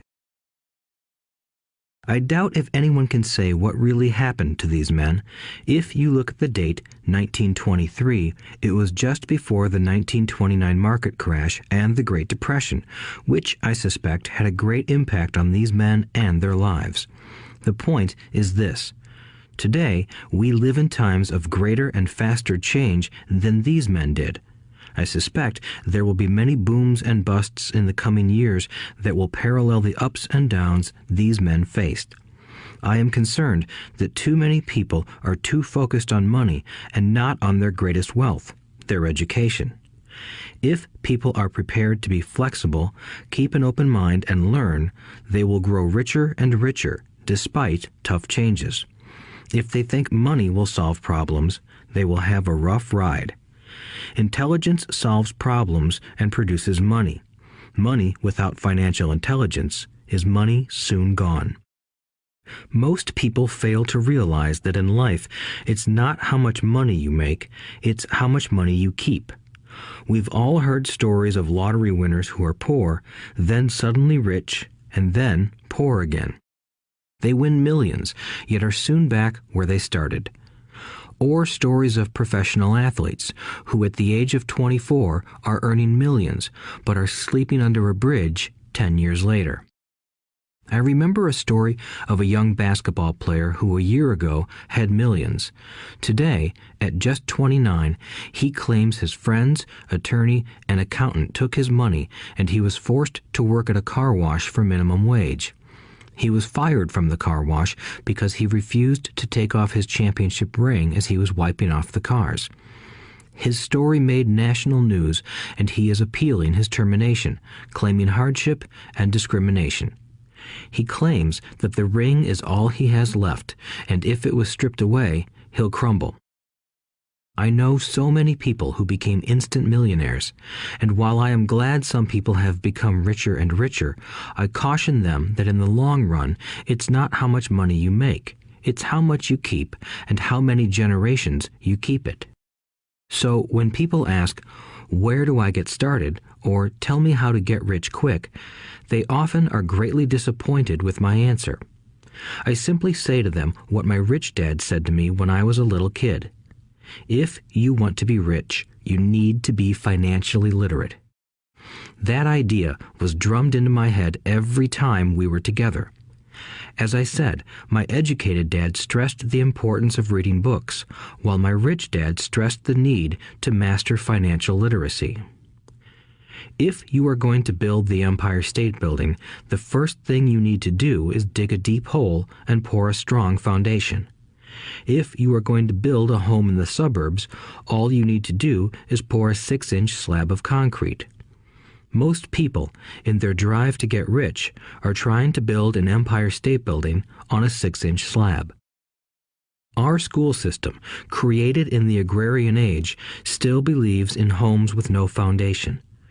Dirt floors are still the rage, so kids graduate from school with virtually no financial foundation. One day, sleepless and deep in debt in suburbia, living the American dream, they decide that the answer to their financial problems is to find a way to get rich quick. Construction on the skyscraper begins. It goes up quickly, and soon, instead of the Empire State Building, we have the Leaning Tower of suburbia. The sleepless nights return. As for Mike and me in our adult years, both of our choices were possible because we were taught to pour a strong financial foundation when we were just kids. Accounting is possibly the most confusing, boring subject in the world, but if you want to be rich long term, it could be the most important subject. For Rich Dad, the question was how to take a boring and confusing subject and teach it to kids. The answer he found was to make it simple by teaching it in pictures. My rich dad poured a strong financial foundation for Mike and me. Since we were just kids, he created a simple way to teach us. For years, he only drew pictures and used few words. Mike and I understood the simple drawings, the jargon, the movement of money, and then in later years, Rich Dad began adding numbers. Today, Mike has gone on to master much more complex and sophisticated accounting analysis because he had to in order to run his empire. I am not as sophisticated because my empire is smaller, yet we come from the same simple foundation. Over the following pages, we will discuss those same simple line drawings Mike's dad created for us. Though basic, those drawings helped guide two little boys in building great sums of wealth on a solid and deep foundation. Rule number 1. You must know the difference between an asset and a liability, and buy assets. If you want to be rich, this is all you need to know. It is rule number 1. It is the only rule. This may sound absurdly simple, but most people have no idea how profound this rule is. Most people struggle financially because they do not know the difference between an asset and a liability. Rich people acquire assets. The poor and middle class acquire liabilities that they think are assets, said Rich Dad. When Rich Dad explained this to Mike and me, we thought he was kidding. Here we were, nearly teenagers, and waiting for the secret to getting rich. And this was his answer.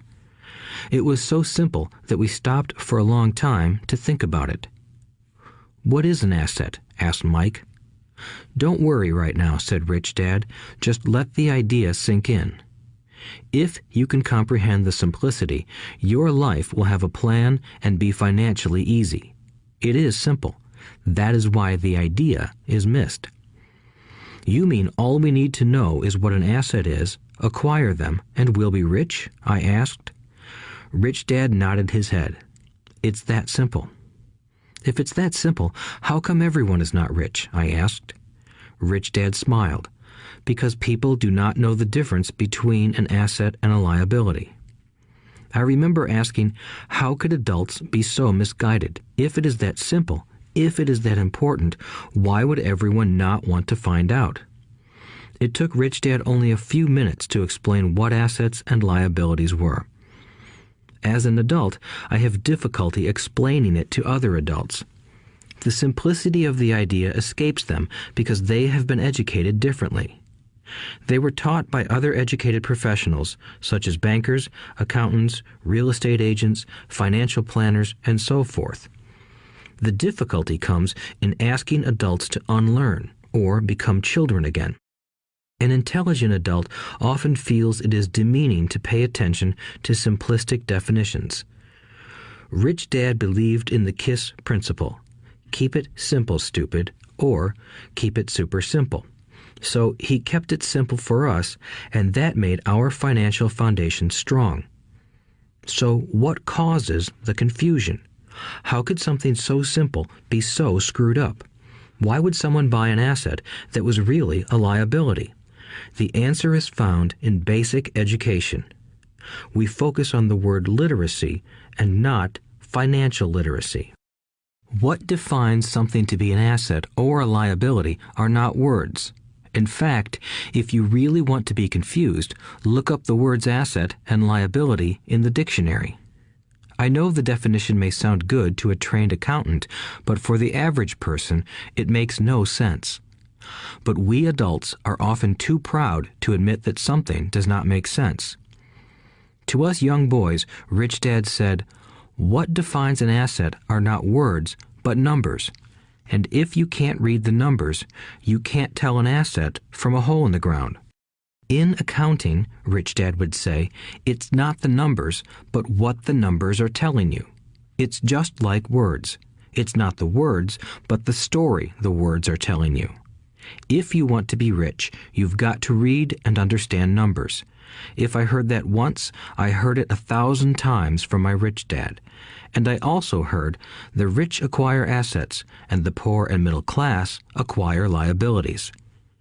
Here is how to tell the difference between an asset and a liability. Most accountants and financial professionals do not agree with the definitions, but these simple drawings were the start of strong financial foundations for two young boys. An asset is something that puts money in my pocket. A liability is something that takes money out of my pocket. This is really all you need to know. If you want to be rich, simply spend your life buying assets. If you want to be poor or middle class, spend your life buying liabilities. Illiteracy, both in words and numbers, is the foundation of financial struggle. If people are having difficulties financially, there is something that they don't understand, either in words or numbers. The rich are rich because they are more literate in different areas than people who struggle financially. So if you want to be rich and maintain your wealth, it's important to be financially literate in words as well as numbers.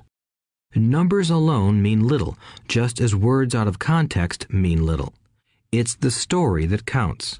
In financial reporting, reading numbers is looking for the plot, the story of where the cash is flowing.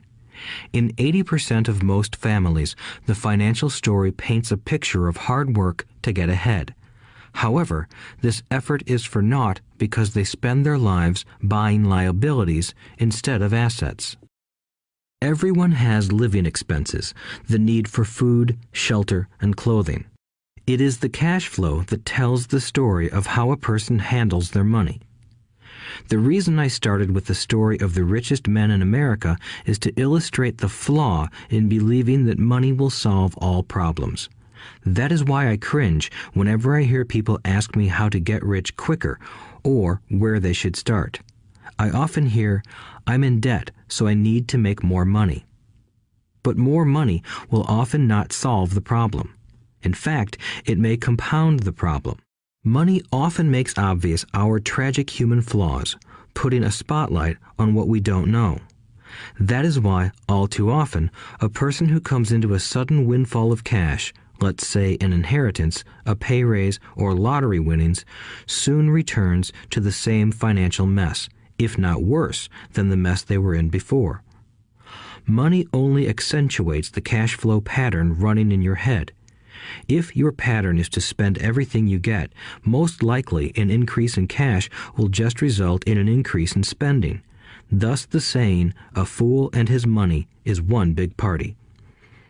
I have said many times that we go to school to gain scholastic and professional skills, both of which are important. We learn to make money with our professional skills.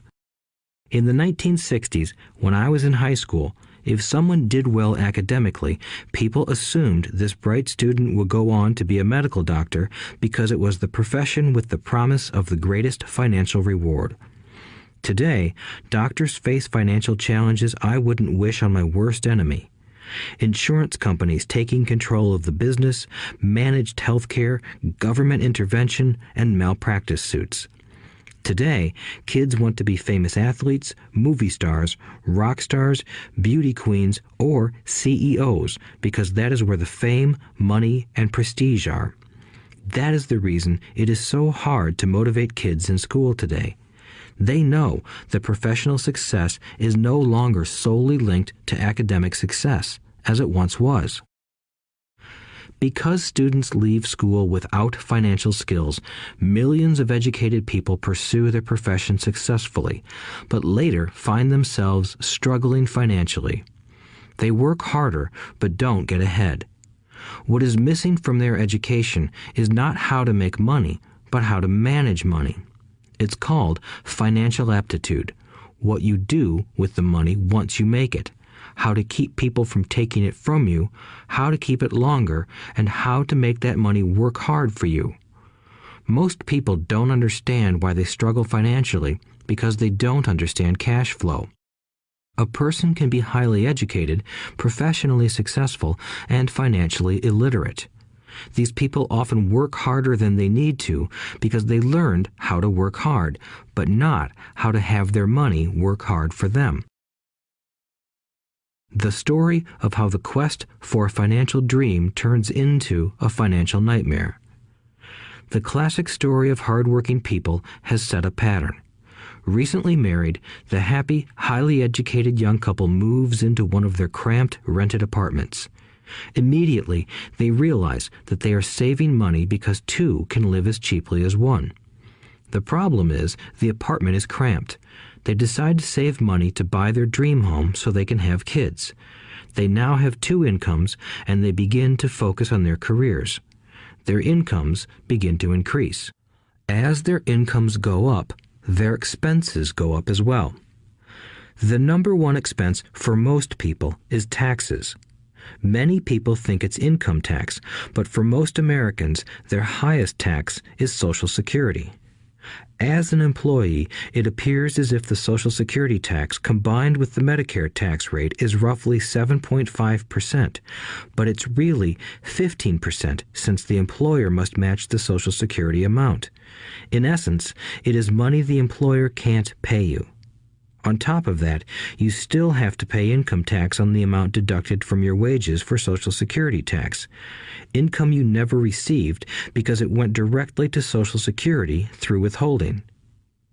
Going back to the young couple, as a result of their incomes increasing, they decide to buy the house of their dreams. Once in their house, they have a new tax called property tax.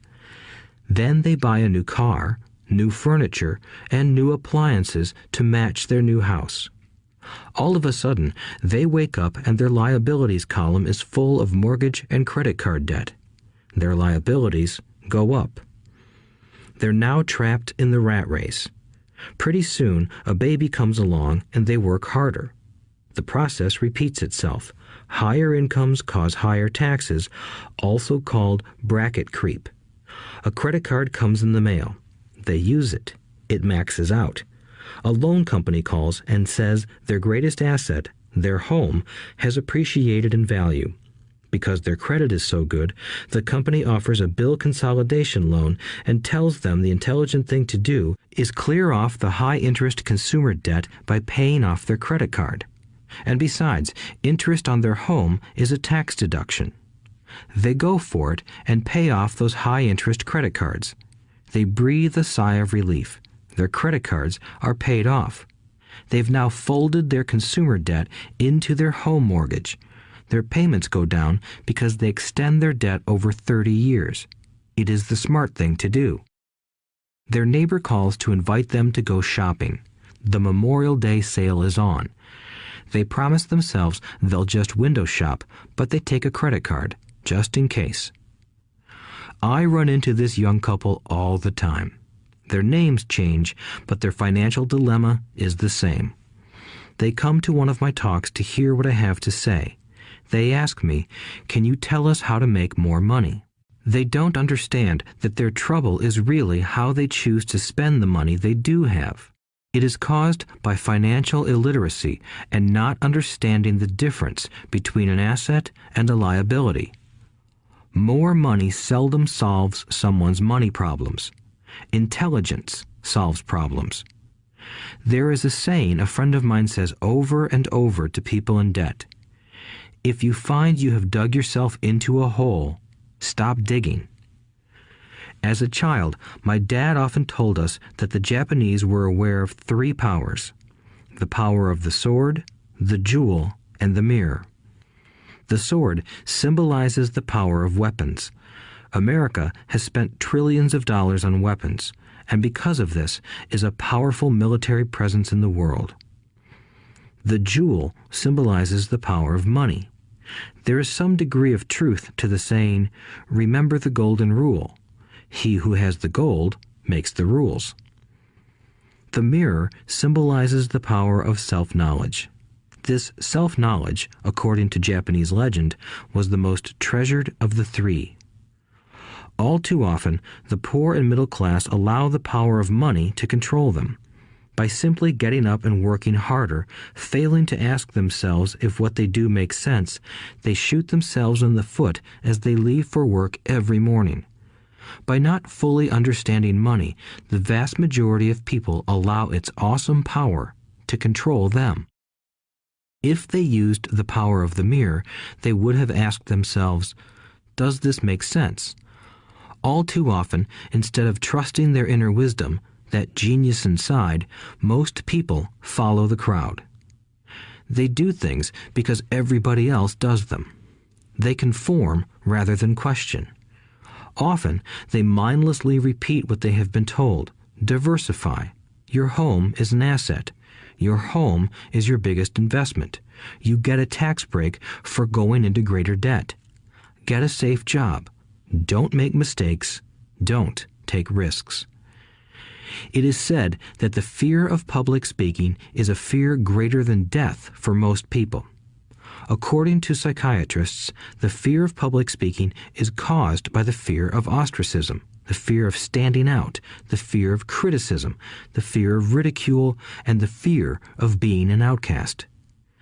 The fear of being different prevents most people from seeking new ways to solve their problems. That is why my educated dad said the Japanese valued the power of the mirror the most, for it is only when we look into it that we find truth. Fear is the main reason that people say, "Play it safe."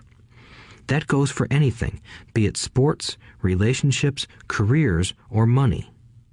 It is that same fear, the fear of ostracism, that causes people to conform to, and not question, commonly accepted opinions or popular trends.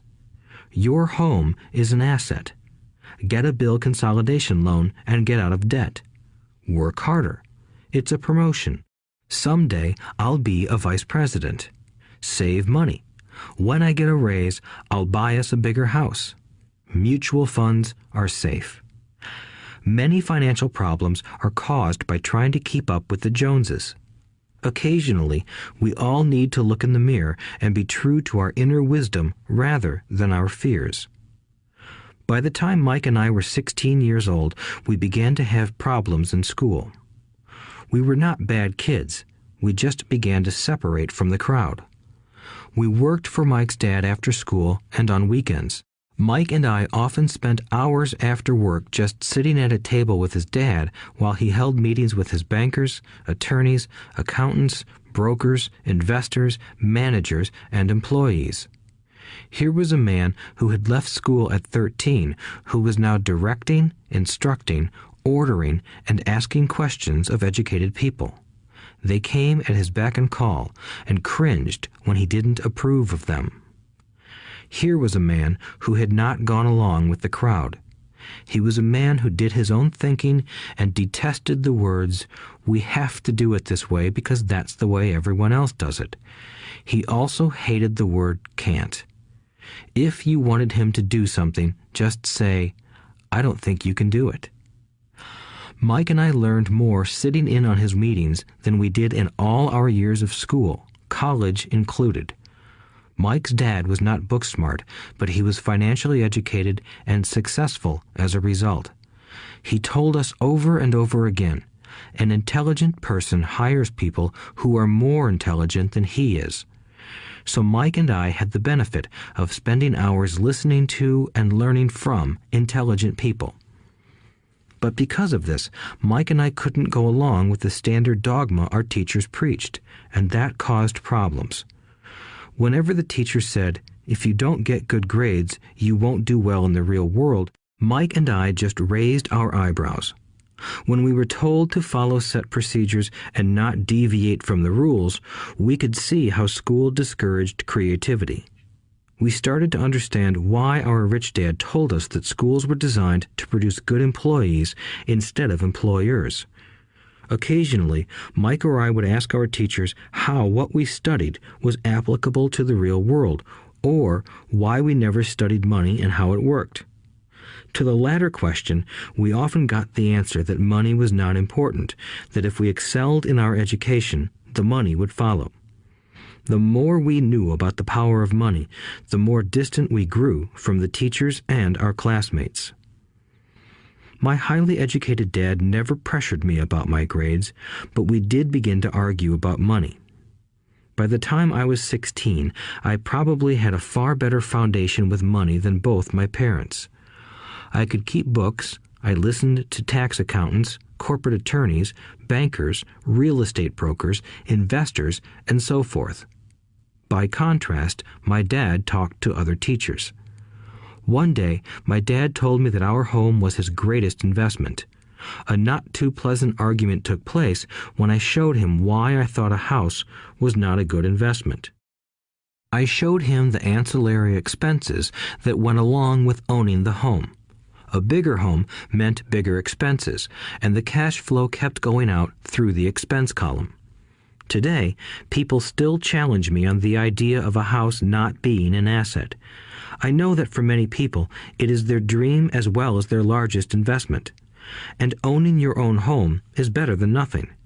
I simply offer an alternative way of looking at this popular dogma. If my wife and I were to buy a bigger, flashier house, we realize it wouldn't be an asset. It would be a liability since it would take money out of our pocket.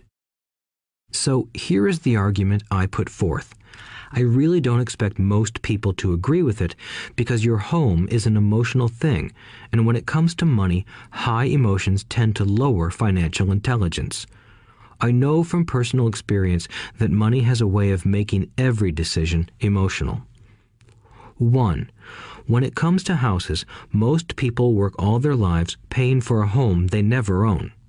In other words, most people buy a new house every few years, each time incurring a new 30-year loan to pay off the previous one.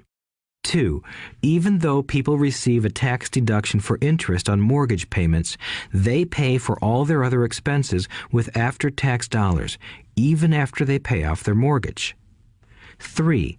My wife's parents were shocked when the property taxes on their home increased to $1,000 a month. This was after they had retired, so the increase put a strain on their retirement budget and they felt forced to move. 4. Houses do not always go up in value. I have friends who owe $1 million for a home that today would sell for far less. 5. The greatest losses of all are those from missed opportunities. If all your money is tied up in your house, you may be forced to work harder because your money continues blowing out of the expense column instead of adding to the asset column, the classic middle-class cash flow pattern. If a young couple would put more money into their asset column early on, their later years would be easier. Their assets would have grown and would be available to help cover expenses. All too often, a house only serves as a vehicle for incurring a home equity loan to pay for mounting expenses. In summary, the end result in making a decision to own a house that is too expensive in lieu of starting an investment portfolio impacts an individual in at least the following 3 ways.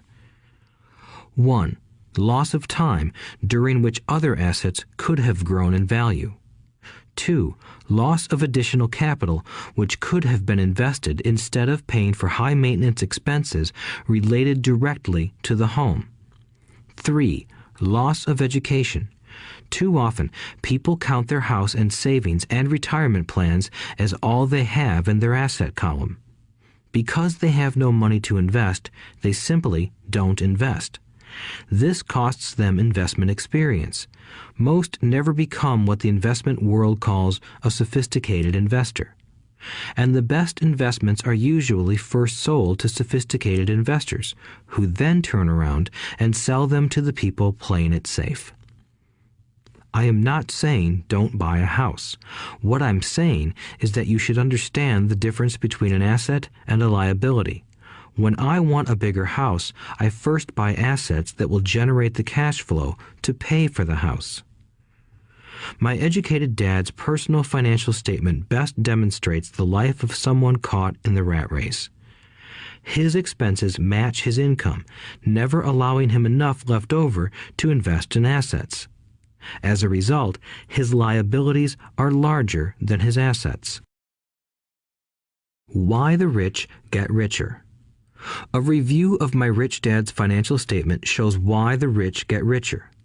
The asset column generates more than enough income to cover expenses, with the balance reinvested into the asset column. The asset column continues to grow, and therefore the income it produces grows with it. The result is that the rich get richer. Why the middle class struggle. The middle class finds itself in a constant state of financial struggle. Their primary income is through their salary. As their wages increase, so do their taxes. Their expenses tend to increase in proportion to their salary increase, hence the phrase, the rat race. They treat their home as their primary asset instead of investing in income-producing assets. This pattern of treating your home as an investment and the philosophy that a pay raise means you can buy a larger home or spend more is the foundation of today's debt-ridden society. Increased spending throws families into greater debt and into more financial uncertainty, even though they may be advancing in their jobs and receiving raises on a regular basis. This is high-risk living caused by weak financial education. The massive loss of jobs in recent times proves how shaky the middle class really is financially. Company pension plans are being replaced by 401k plans. Social Security is obviously in trouble and can't be relied upon as a source for retirement. Panic has set in for the middle class. Today, mutual funds are popular because they supposedly represent safety. Average mutual fund buyers are too busy working to pay taxes and mortgages, save for their children's college, and pay off credit cards. They do not have time to study investing, so they rely on the expertise of the manager of a mutual fund. Also, because the mutual fund includes many different types of investments, they feel their money is safer because it is diversified. This educated middle class subscribes to the dogma put out by mutual fund brokers and financial planners. Play it safe, avoid risk. The real tragedy is that the lack of early financial education is what creates the risk faced by average middle class people. The reason they have to play it safe is because their financial positions are tenuous at best. Their balance sheets are not balanced. Instead, they are loaded with liabilities and have no real assets that generate income. Typically, their only source of income is their paycheck. Their livelihood becomes entirely dependent on their employer. So when genuine deals of a lifetime come along, these people can't take advantage of them because they are working so hard, are taxed to the max, and are loaded with debt. As I said at the start of this section, the most important rule is to know the difference between an asset and a liability. Once you understand the difference, concentrate your efforts on buying income-generating assets. That's the best way to get started on a path to becoming rich. Keep doing that and your asset column will grow.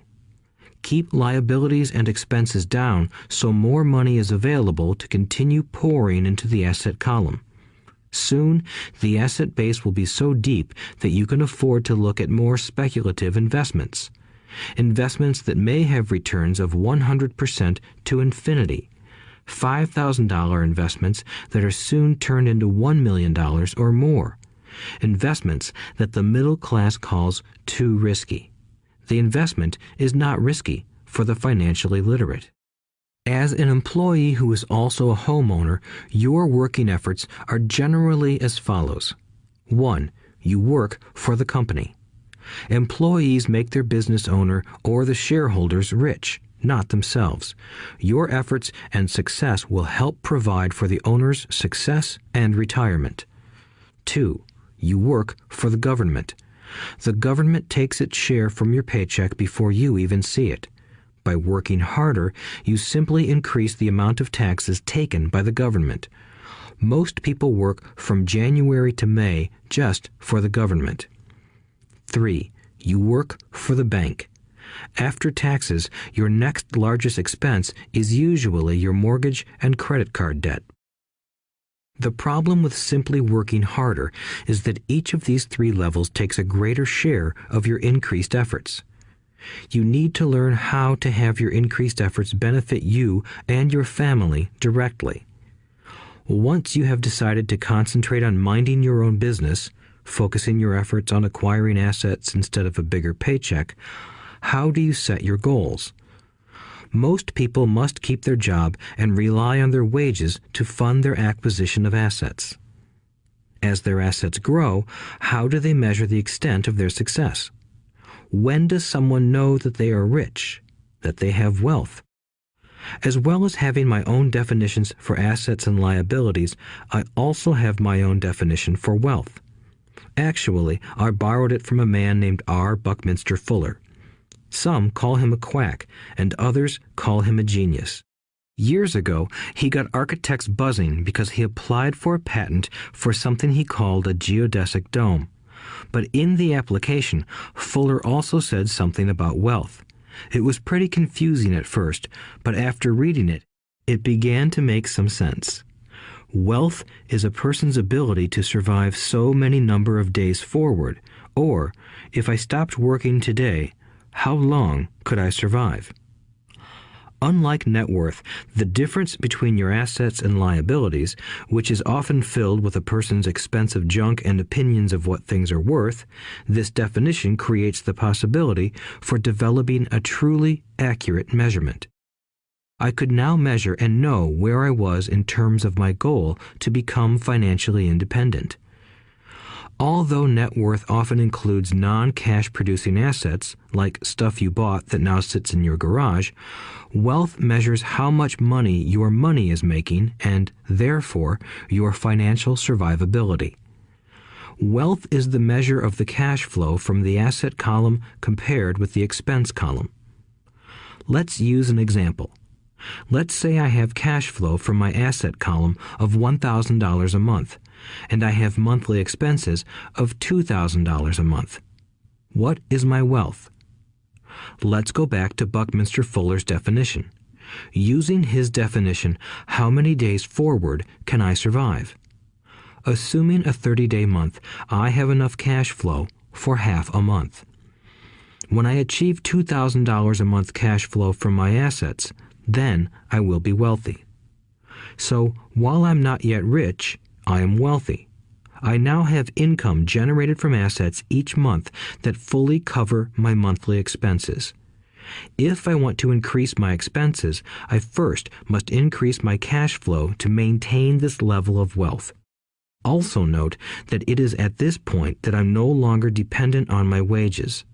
I have focused on and been successful in building an asset column that has made me financially independent. If I quit my job today, I would be able to cover my monthly expenses with the cash flow from my assets. My next goal would be to have the excess cash flow from my assets reinvested into the asset column. The more money that goes into my asset column, the more my asset column grows. The more my assets grow, the more my cash flow grows. And as long as I keep my expenses less than the cash flow from these assets, I grow richer with more and more income from sources other than my physical labor. As this reinvestment process continues, I am well on my way to becoming rich. Just remember this simple observation. The rich buy assets. The poor only have expenses. The middle class buy liabilities they think are assets. So how do I start minding my own business? What is the answer? Listen to the founder of McDonald's in the next chapter. Chapter 3. Lesson 3. Mind your own business. The rich focus on their asset columns while everyone else focuses on their income statements.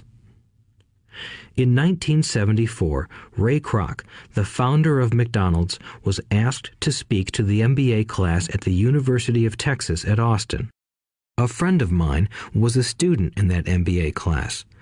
After a powerful and inspiring talk, the class adjourned and the students asked Ray if he would join them at their favorite hangout to have a few beers. Ray graciously accepted. "What business am I in?" Ray asked once the group had all their beers in hand. Everyone laughed, my friend said.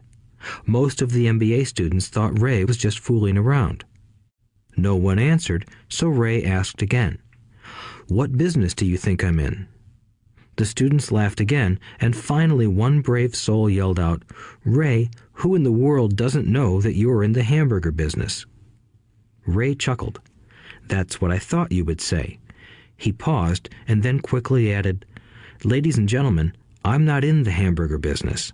My business is real estate." As my friend tells the story, Ray spent a good amount of time explaining his viewpoint. In his business plan, Ray knew that the primary business focus was to sell hamburger franchises, but what he never lost sight of was the location of each franchise. He knew that the land and its location were the most significant factors in the success of each franchise. Basically, the person who bought the franchise was also buying the real estate under the franchise for Ray Kroc's organization. Today, McDonald's is the largest single owner of real estate in the world, owning even more than the Catholic Church.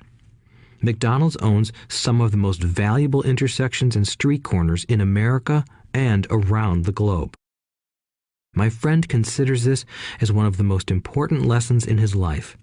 Today, he owns car washes, but his business is the real estate under those car washes. The previous chapter presented that most people work for everyone but themselves.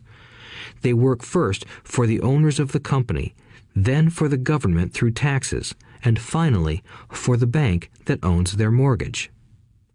When I was a young boy, we did not have a McDonald's nearby. Yet my rich dad was responsible for teaching Mike and me the same lesson that Ray Kroc talked about at the University of Texas. It is secret number 3 of the rich. The secret is mind your own business. Financial struggle is often directly the result of people working all their lives for someone else. Many people will simply have nothing at the end of their working days to show for their efforts. Our current educational system focuses on preparing today's youth to get good jobs by developing scholastic skills. Their lives will revolve around their wages or, as described earlier, their income column. Many will study further to become engineers, scientists, cooks, police officers, artists, writers, and so on.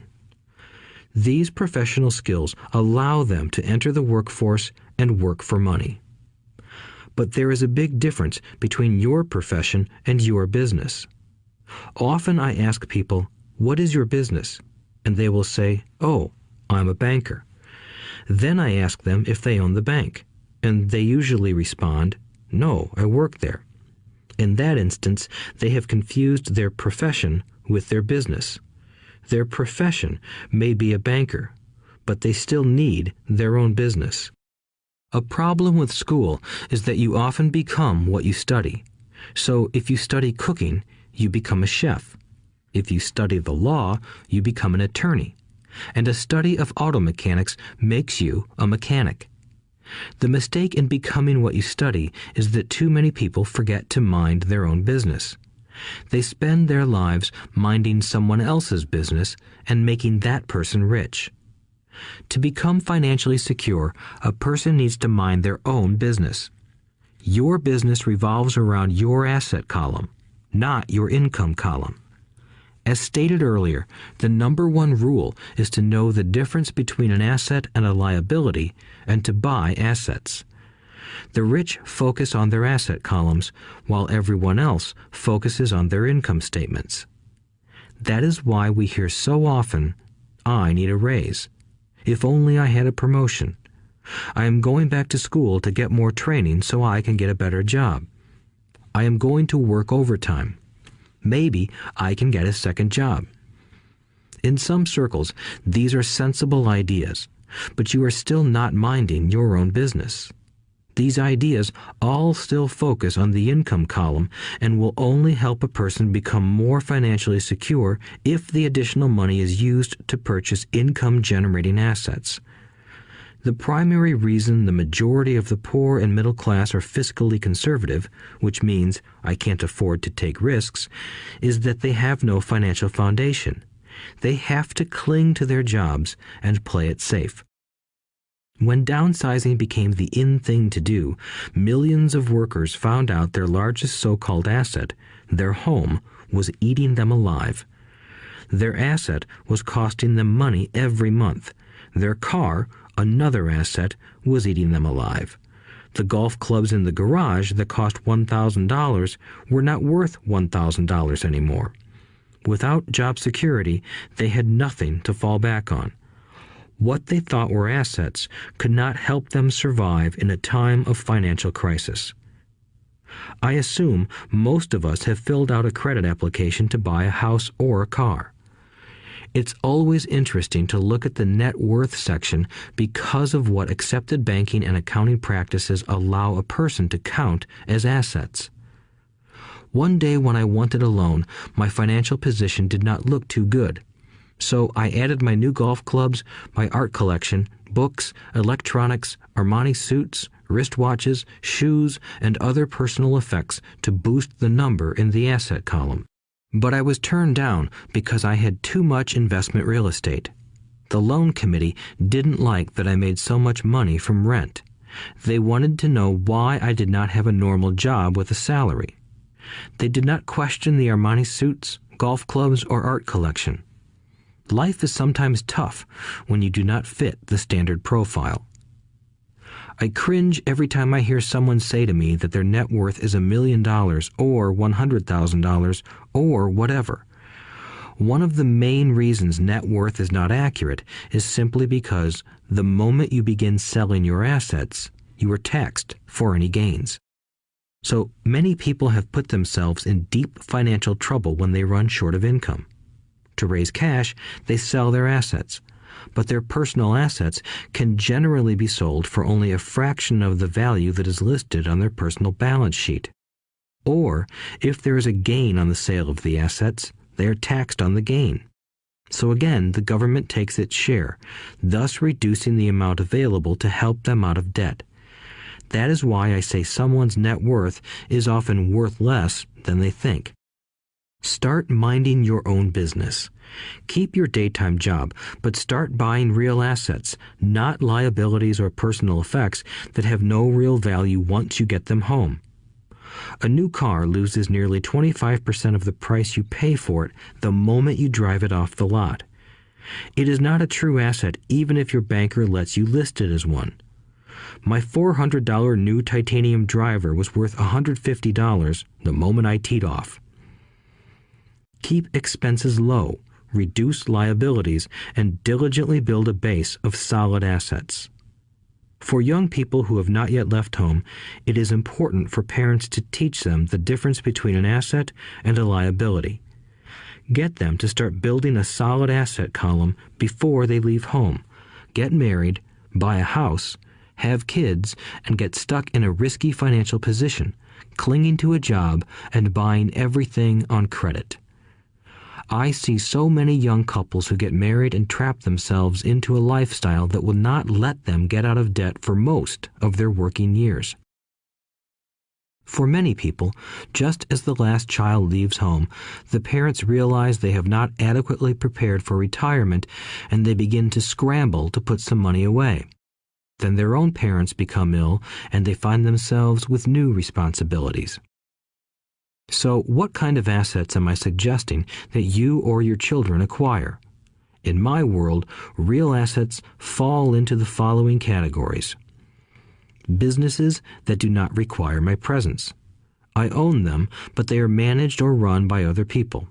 If I have to work there, it's not a business. It becomes my job. Stocks, bonds, income-generating real estate, notes, IOUs, royalties from intellectual property such as music, scripts, and patents.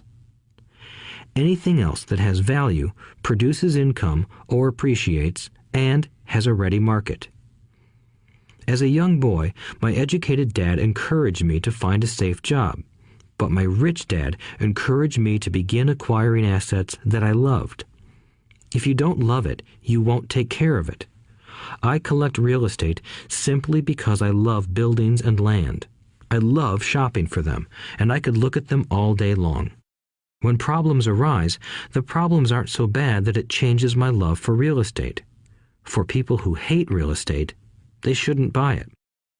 I also love stocks of small companies, especially startups, because I am an entrepreneur, not a corporate person. In my early years, I worked in large organizations such as Standard Oil of California, the U.S. Marine Corps, and Xerox Corporation. I enjoyed my time with those organizations and have fond memories, but I know deep down I am not a company man. I like starting companies, not running them. So my stock buys are usually of small companies. Sometimes I even start the company and take it public. Fortunes are made in new stock issues, and I love the game. Many people are afraid of small cap companies and call them risky, and they are. But that risk is diminished if you love what the investment is, understand it, and know the game. With small companies, my investment strategy is to be out of the stock in a year. On the other hand, my real estate strategy is to start small and keep trading up for bigger properties, and, therefore, delay paying taxes on the gain. This allows the value to increase dramatically. I generally hold real estate less than 7 years. For years, even while I was with the Marine Corps and Xerox, I did what my rich dad recommended. I kept my day job, but I still minded my own business. I was active in my asset column trading real estate and small stocks. Rich Dad always stressed the importance of financial literacy. The better I was at understanding the accounting and cash management, the better I would be at analyzing investments and eventually starting and building my own company. I don't encourage anyone to start a company unless they really want to. Knowing what I know about running a company, I wouldn't wish that task on anyone. There are times when people can't find employment and starting a company seems like the best solution. But the odds are against success. 9 out of 10 companies fail in 5 years. Of those that survive the first 5 years, 9 out of every 10 of those eventually fail as well. So only if you really have the desire to own your own company do I recommend it. Otherwise, keep your day job and mind your own business. When I say mind your own business, I mean to build and keep your asset column strong. Once a dollar goes into it, never let it come out. Think of it this way. Once a dollar goes into your asset column, it becomes your employee. The best thing about money is that it works 24 hours a day and can work for generations. Keep your day job, be a great hard-working employee, but keep building that asset column. As your cash flow grows, you can indulge in some luxuries. An important distinction is that rich people buy luxuries last, while the poor and middle class tend to buy luxuries first. The poor and the middle class often buy luxury items like big houses, diamonds, furs, jewelry, or boats because they want to look rich. They look rich, but in reality they just get deeper in debt on credit. The old money people, the long-term rich, build their asset column first. Then the income generated from the asset column buys their luxuries. The poor and middle class buy luxuries with their own sweat, blood, and children's inheritance. A true luxury is a reward for investing in and developing a real asset. For example, when my wife Kim and I had extra money coming from our apartment houses, she went out and bought her Mercedes. It didn't take any extra work or risk on her part because the apartment house bought the car. She did, however, have to wait 4 years while the real estate investment portfolio grew and began generating enough extra cash flow to pay for the car. But the luxury, the Mercedes, was a true reward because she proved she knew how to grow her asset column. That car now means a lot more to her than simply another pretty car. It means she used her financial intelligence to afford it. Instead, most people impulsively go out and buy a new car or some other luxury on credit. They may feel bored and just want a new toy. Buying a luxury on credit often causes a person to eventually resent that luxury because the debt becomes a financial burden. After you've taken the time and invested in and built your own business, you are now ready to learn the biggest secret of the rich, the secret that puts the rich way ahead of the pack. Chapter 4. Lesson 4. The History of Taxes and the Power of Corporations. My rich dad just played the game smart, and he did it through corporations, the biggest secret of the rich. I remember in school being told the story of Robin Hood and his merry men. My teacher thought it was a wonderful story of a romantic hero who robbed from the rich and gave to the poor. My rich dad did not see Robin Hood as a hero. He called Robin Hood a crook. Robin Hood may be long gone, but his followers live on. I often still hear people say, "Why don't the rich pay for it?" Or, "The rich should pay more in taxes and give it to the poor." It is this Robin Hood fantasy, or taking from the rich to give to the poor, that has caused the most pain for the poor and the middle class. The reason the middle class is so heavily taxed is because of the Robin Hood ideal. The reality is that the rich are not taxed. It's the middle class who pays for the poor, especially the educated, upper-income middle class. Again, to understand fully how things happen, we need to look at the history of taxes. Although my highly educated dad was an expert on the history of education, my rich dad fashioned himself an expert on the history of taxes. Rich Dad explained to Mike and me that originally in England and America, there were no taxes. Occasionally, there were temporary taxes levied in order to pay for wars. The king or the president would put the word out and ask everyone to chip in. Taxes were levied in Britain for the fight against Napoleon from 1799 to 1816, and in America to pay for the Civil War from 1861 to 1865. In 1874, England made income tax a permanent levy on its citizens. In 1913, an income tax became permanent in the United States with the adoption of the 16th Amendment to the U.S. Constitution. At one time, Americans were anti-tax. It had been the tax on tea that led to the famous Tea Party in Boston Harbor, an incident that helped ignite the Revolutionary War. It took approximately 50 years in both England and the United States to sell the idea of a regular income tax. What these historical dates fail to reveal is that both of these taxes were initially levied against only the rich. It was this point that Rich Dad wanted Mike and me to understand.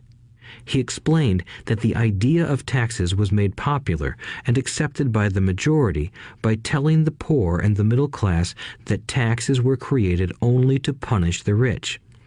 This is how the masses voted for the law, and it became constitutionally legal. Although it was intended to punish the rich, in reality it wound up punishing the very people who voted for it, the poor and middle class. Once government got a taste of money, its appetite grew, said Rich Dad. Your dad and I are exactly opposite. He's a government bureaucrat, and I am a capitalist. We get paid, and our success is measured on opposite behaviors. He gets paid to spend money and hire people. The more he spends and the more people he hires, the larger his organization becomes. In the government, a large organization is a respected organization. On the other hand, within my organization, the fewer people I hire and the less money I spend, the more I am respected by my investors. That's why I don't like government people. They have different objectives than most business people. As the government grows, more and more tax dollars are needed to support it. My educated dad sincerely believed that government should help people. He loved John F. Kennedy and especially the idea of the Peace Corps. He loved the idea so much that both he and my mom worked for the Peace Corps, training volunteers to go to Malaysia, Thailand, and the Philippines. He always strived for additional grants and budget increases so he could hire more people, both in his job with the Education Department and in the Peace Corps. From the time I was about 10 years old, I would hear from my rich dad that government workers were a pack of lazy thieves, and from my poor dad I would hear how the rich were greedy crooks who should be made to pay more taxes. Both sides had valid points. It was difficult to go to work for one of the biggest capitalists in town and come home to a father who was a prominent government leader. It was not easy to know which dad to believe. Yet, when you study the history of taxes, an interesting perspective emerges. As I said, the passage of taxes was only possible because the masses believed in the Robin Hood theory of economics. Take from the rich and give to everyone else. The problem was that the government's appetite for money was so great that taxes soon needed to be levied on the middle class, and from there it kept trickling down. However, the rich saw an opportunity because they don't play by the same set of rules. The rich knew about corporations, which became popular in the days of sailing ships. The rich created the corporation as a vehicle to limit their risk to the assets of each voyage. The rich put their money into a corporation to finance the voyage. The corporation would then hire a crew to sail to the New World to look for treasure. If the ship was lost, the crew lost their lives, but the loss to the rich would be limited only to the money they invested for that particular voyage. It is the knowledge of the legal corporate structure that really gives the rich a vast advantage over the poor and middle class. Having two fathers teaching me, one a socialist and the other a capitalist, I quickly began to realize that the philosophy of the capitalist made more financial sense to me. It seemed to me that the socialists ultimately penalized themselves due to their lack of financial education. No matter what the take from the rich crowd came up with, the rich always found a way to outsmart them. That is how taxes were eventually levied on the middle class. The rich outsmarted the intellectuals solely because they understood the power of money, a subject not taught in schools. How did the rich outsmart the intellectuals?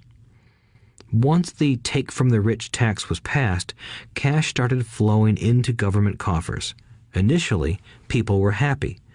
Money was handed out to government workers and the rich. It went to government workers in the form of jobs and pensions, and it went to the rich via their factories receiving government contracts. The government received a large pool of money, but the problem was the fiscal management of that money. The government ideal is to avoid having excess money. If you fail to spend your allotted funds, you risk losing it in the next budget. You would certainly not be recognized for being efficient. Business people, on the other hand, are rewarded for having excess money and are applauded for their efficiency. As this cycle of growing government spending continued, the demand for money increased, and the tax the rich idea was adjusted to include lower income levels down to the very people who voted it in, the poor and the middle class. True capitalists used their financial knowledge to simply find an escape. They headed back to the protection of a corporation. But what many people who have never formed a corporation don't know is that a corporation is not really a thing. A corporation is merely a file folder with some legal documents in it, sitting in some attorney's office and registered with a state government agency. It's not a big building or a factory or a group of people. A corporation is merely a legal document that creates a legal body without a soul. Using it, the wealth of the rich was once again protected. It was popular because the income tax rate of a corporation is less than the individual income tax rates. In addition, certain expenses could be paid by a corporation with pre-tax dollars. This war between the haves and have-nots has raged for hundreds of years. The battle is waged whenever and wherever laws are made, and it will go on forever. The problem is that the people who lose are the uninformed, the ones who get up every day and diligently go to work and pay taxes. If they only understood the way the rich play the game, they could play it too. Then they would be on their way to their own financial independence. This is why I cringe every time I hear a parent advise their children to go to school so they can find a safe, secure job. An employee with a safe, secure job without financial aptitude has no escape. Average Americans today work 5 to 6 months for the government just to cover their taxes. In my opinion, that is simply too long. The harder you work, the more you pay the government. That is why I believe that the idea of take from the rich backfired on the very people who voted it in. Every time people try to punish the rich don't simply comply. They react. They have the money, power, and intent to change things. They don't just sit there and voluntarily pay more taxes. Instead, they search for ways to minimize their tax burden. They hire smart attorneys and accountants and persuade politicians to change laws or create legal loopholes. They use their resources to effect change. The tax code of the United States also allows other ways to reduce taxes. Most of these vehicles are available to anyone, but it is the rich who find them because they are minding their own business. For example, 1031 is jargon for Section 1031 of the Internal Revenue Code, which allows a seller to delay paying taxes on a piece of real estate that is sold for a capital gain through an exchange for a more expensive piece of real estate. Real estate is one investment vehicle that has a great tax advantage. As long as you keep trading up in value, you will not be taxed on the gains until you liquidate. People who don't take advantage of these legal tax savings are missing a great opportunity to build their asset columns.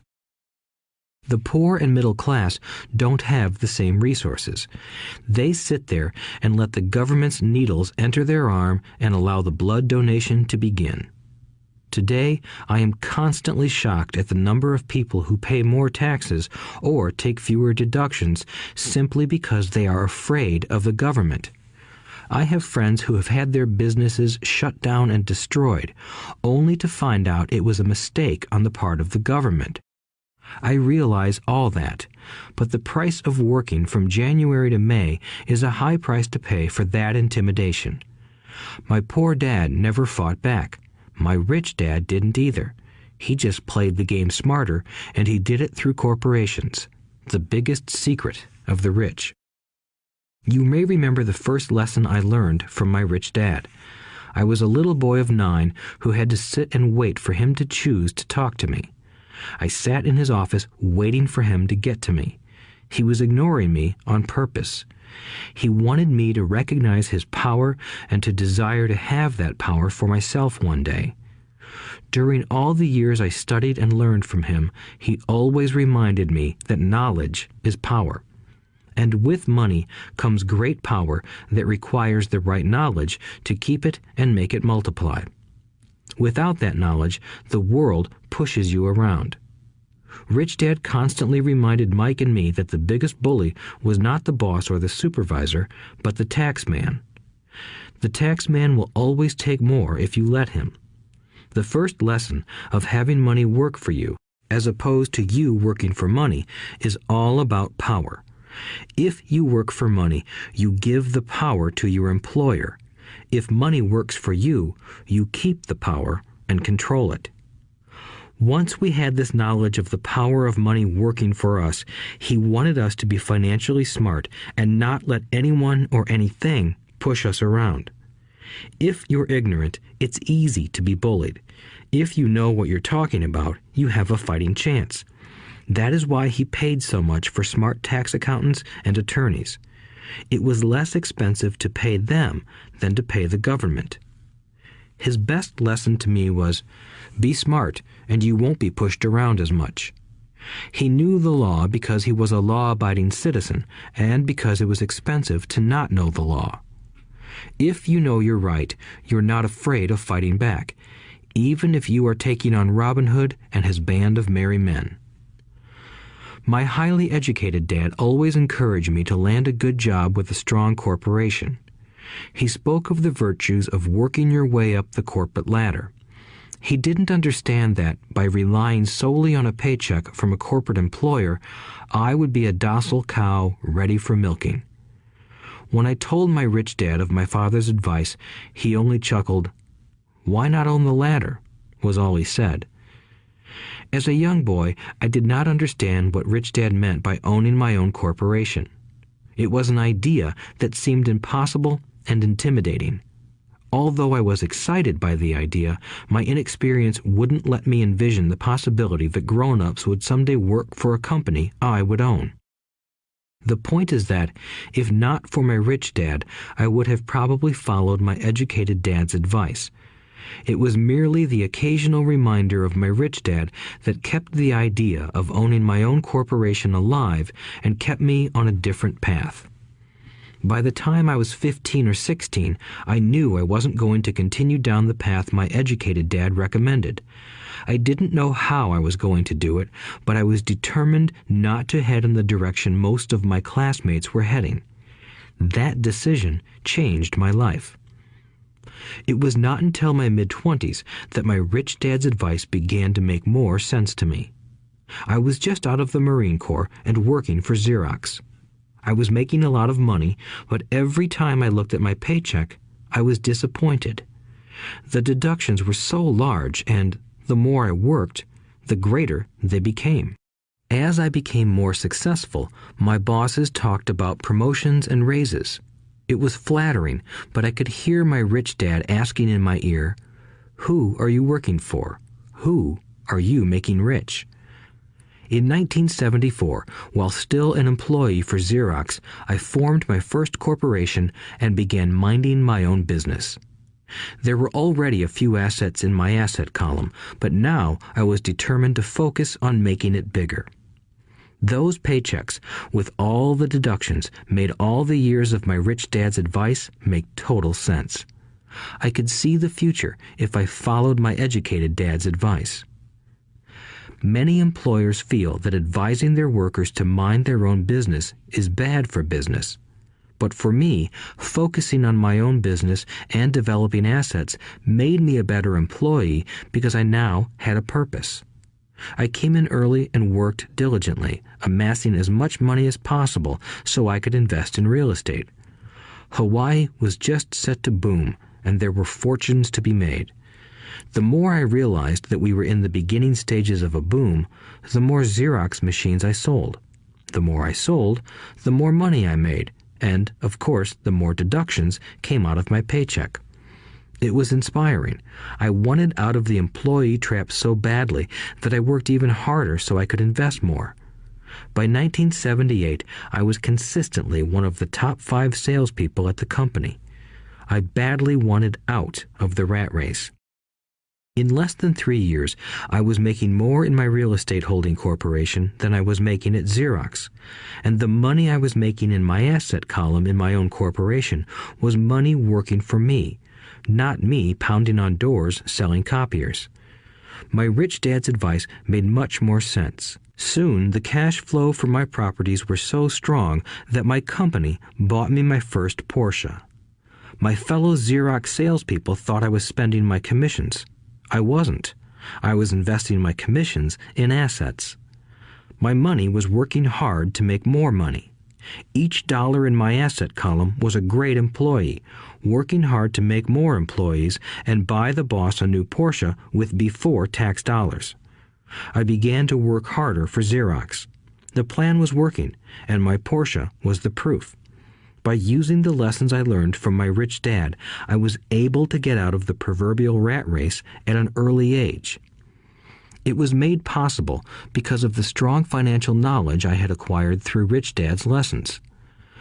Without this financial knowledge, which I call financial intelligence or financial IQ, my road to financial independence would have been much more difficult.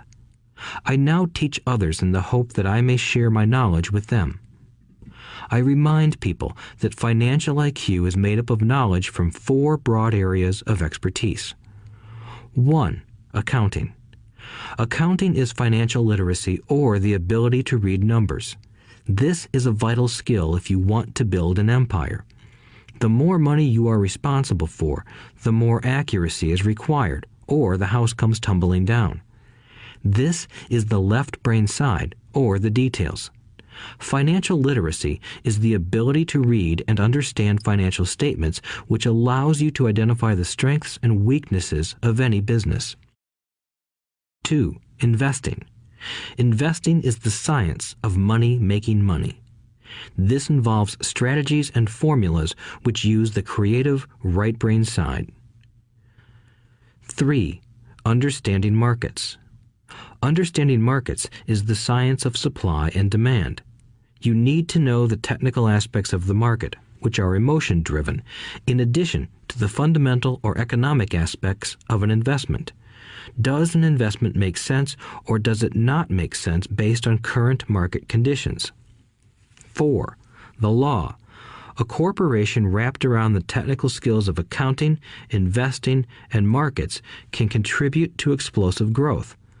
A person who understands the tax advantages and protections provided by a corporation can get rich so much faster than someone who is an employee or a small business sole proprietor. It's like the difference between someone walking and someone flying. The difference is profound when it comes to long-term wealth. Tax advantages. A corporation can do many things that an employee cannot, like pay expenses before paying taxes. That is a whole area of expertise that is very exciting. Employees earn and get taxed, and then try to live on what is left. A corporation earns, spends everything it can, and is taxed on anything that is left. It's one of the biggest legal tax loopholes that the rich use. They're easy to set up and are not expensive if you own investments that are producing good cash flow. For example, by owning your own corporation, your vacations can be board meetings in Hawaii. Car payments, insurance, repairs, and health club memberships are company expenses.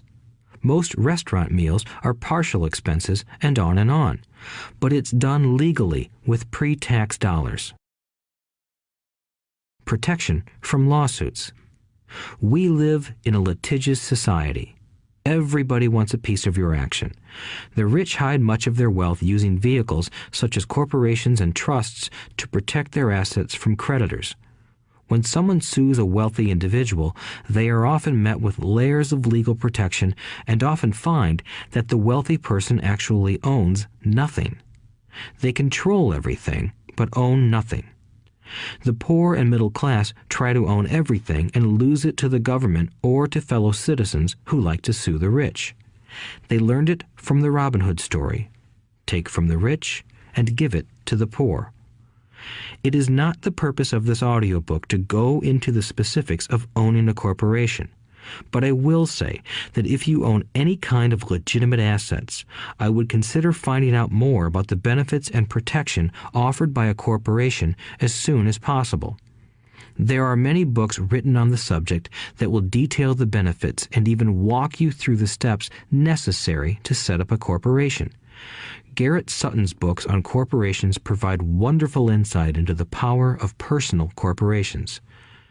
Financial IQ is actually the synergy of many skills and talents. I would say it is the combination of the 4 technical skills listed above that make up basic financial intelligence. If you aspire to great wealth, it is the combination of these skills that will greatly amplify your financial intelligence.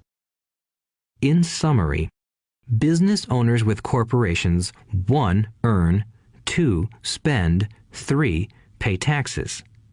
Employees who work for corporations 1. Earn, 2. Pay taxes, 3. Spend. As part of your overall financial strategy, I recommend that you learn about the protection that legal entities can provide for businesses and assets. Chapter 5. Lesson 5. The rich invent money. Often in the real world, it's not the smart who get ahead, but the bold. Last night, I took a break from writing and watched a TV program on the history of a young man named Alexander Graham Bell. Bell had just patented his telephone and was having growing pains because the demand for his new invention was so strong. Needing a bigger company, he then went to the giant at that time, Western Union, and asked them if they would buy his patent and his tiny company. He wanted $100,000 for the whole package. The president of Western Union scoffed at him and turned him down, saying the price was ridiculous. The rest is history. A multi-billion-dollar industry emerged, and AT&T was born. The evening news came on right after the story of Alexander Graham Bell. On the news was a story of another downsizing at a local company. The workers were angry and complained that the company ownership was unfair. A terminated manager of about 45 years of age had his wife and 2 babies at the plant and was begging the guards to let him talk to the owners to ask if they would reconsider his termination. He had just bought a house and was afraid of losing it. The camera focused in on his pleading for all the world to see. Needless to say, it held my attention. I have been teaching professionally since 1984. It has been a great experience and a rewarding one. It is also a disturbing profession, for I have taught thousands of individuals and I see one thing in common in all of us, myself included. We all have tremendous potential, and we all are blessed with gifts. Yet the one thing that holds all of us back is some degree of self-doubt. It is not so much the lack of technical information that holds us back, but more the lack of self-confidence. Some are more affected than others. Once we leave school, most of us know that it is not so much a matter of college degrees or good grades that count. In the real world, outside of academics, something more than just grades is required. I have heard it called many things: guts, chutzpah, balls, audacity, bravado, cunning, daring, tenacity, and brilliance. This factor, whatever it is labeled, ultimately decides one's future much more than school grades do. Inside each of us is one of these brave, brilliant, and daring characters. There is also the flip side of that character, people who could get down on their knees and beg if necessary. After a year in Vietnam as a Marine Corps pilot, I got to know both of those characters inside of me intimately. One is not better than the other. Yet, as a teacher, I recognized that it was excessive fear and self-doubt that were the greatest detractors of personal genius. It broke my heart to see students know the answers, yet lack the courage to act on the answer. Often in the real world, it's not the smart who get ahead, but the bold. In my personal experience, your financial genius requires both technical knowledge as well as courage. If fear is too strong, the genius is suppressed. In my classes, I strongly urge students to learn to take risks, to be bold, and to let their genius convert that fear into power and brilliance. It works for some and just terrifies others. I have come to realize that for most people, when it comes to the subject of money, they would rather play it safe. I have had to field questions such as, why take risks? Why should I bother developing my financial IQ? Why should I become financially literate? And I answer, just to have more options. There are huge changes up ahead. In the coming years, there will be more people just like the young inventor Alexander Graham Bell. There will be 100 people like Bill Gates and hugely successful companies like Microsoft created every year all over the world. And there will also be many more bankruptcies, layoffs, and downsizings. So why bother developing your financial IQ? No one can answer that but you. Yet I can tell you why I myself do it. I do it because it is the most exciting time to be alive. I'd rather be welcoming change than dreading change. I'd rather be excited about making millions than worrying about not getting a raise. This period we are in now is a most exciting time, unprecedented in our world's history. Generations from now, people will look back at this period of time and remark at what an exciting era it must have been. It was the death of the old and birth of the new. It was full of turmoil, and it was exciting. So why bother developing your financial IQ? Because if you do, you will prosper greatly. And if you don't, this period of time will be a frightening one. It will be a time of watching some people move boldly forward while others cling to worn-out life preservers. Land was wealth 300 years ago, so the person who owned the land owned the wealth. Later, wealth was in factories and production, and America rose to dominance. The industrialist owned the wealth. Today, wealth is in information, and the person who has the most timely information owns the wealth. The problem is that information flies around the world at the speed of light. The new wealth cannot be contained by boundaries and borders as land and factories were. The changes will be faster and more dramatic. There will be a dramatic increase in the number of new multimillionaires. There also will be those who are left behind. I find so many people struggling today, often working harder, simply because they cling to old ideas.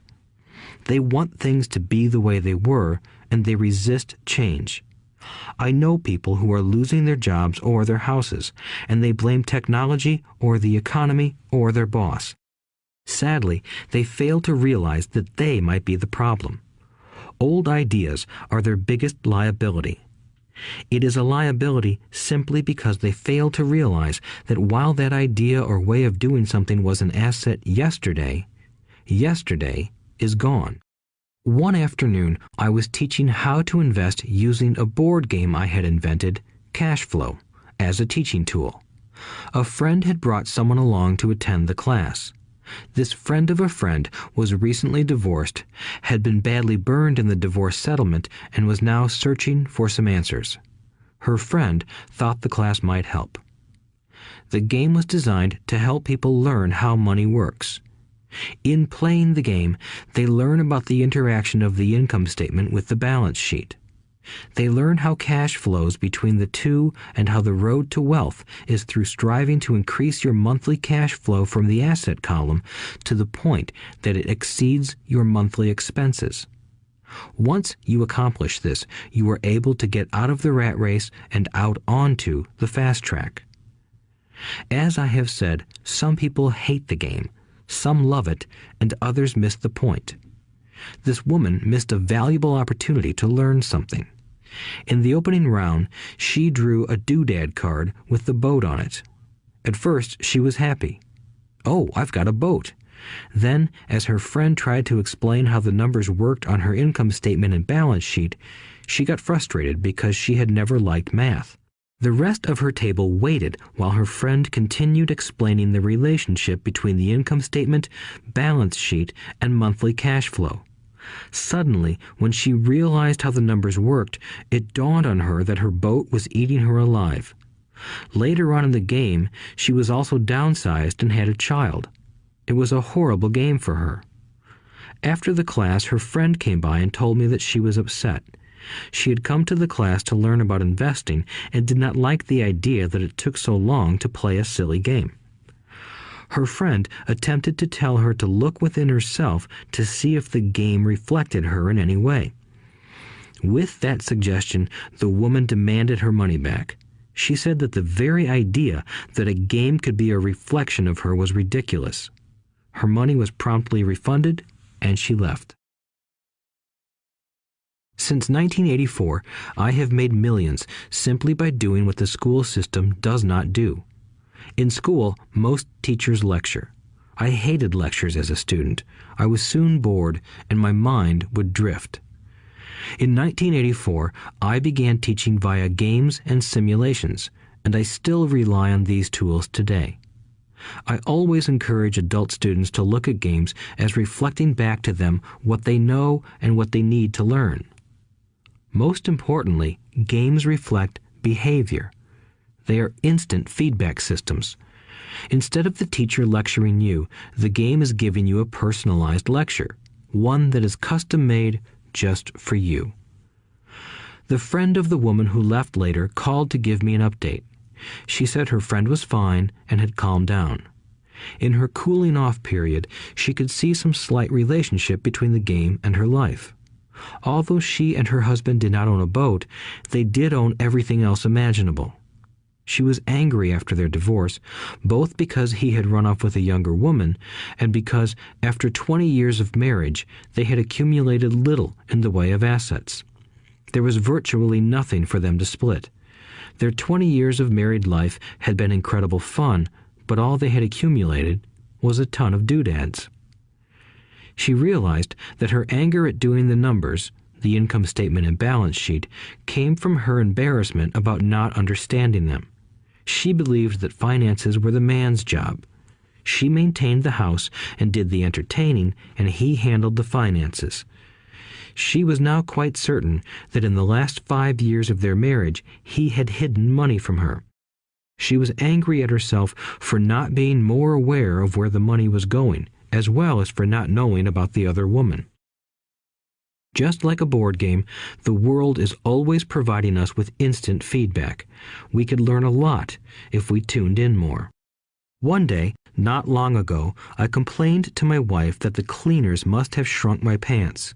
My wife gently smiled and poked me in the stomach to inform me that the pants had not shrunk.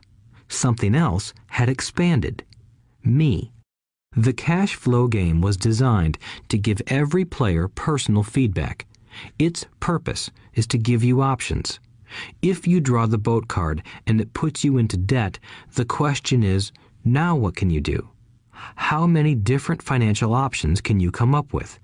That is the purpose of the game, to teach players to think and create new and various financial options. Thousands of people throughout the world have played this game. The players who get out of the rat race the quickest are the people who understand numbers and have creative financial minds. They recognize different financial options. Rich people are often creative and take calculated risks. People who take the longest are people who are not familiar with numbers and often do not understand the power of investing. Some people playing cash flow gain lots of money in the game, but they don't know what to do with it. Even though they have money, everyone else seems to be getting ahead of them. And that is true in real life. There are a lot of people who have a lot of money and do not get ahead financially. Limiting your options is the same as hanging on to old ideas. I have a friend from high school who now works at 3 jobs. Years ago, he was the richest of all my classmates. When the local sugar plantation closed, the company he worked for went down with the plantation. In his mind, he had but one option, and that was the old option: work hard. The problem was that he couldn't find an equivalent job that recognized his seniority from the old company. As a result, he is overqualified for the jobs he currently has. so his salary is lower. He now works 3 jobs to earn enough to survive. I have watched people playing cash flow complain that the right opportunity cards are not coming their way, so they sit there. I know people who do that in real life. They wait for the right opportunity. I have watched people get the right opportunity card and then not have enough money. Then they complain that they would have gotten out of the rat race if they had had more money. So they sit there.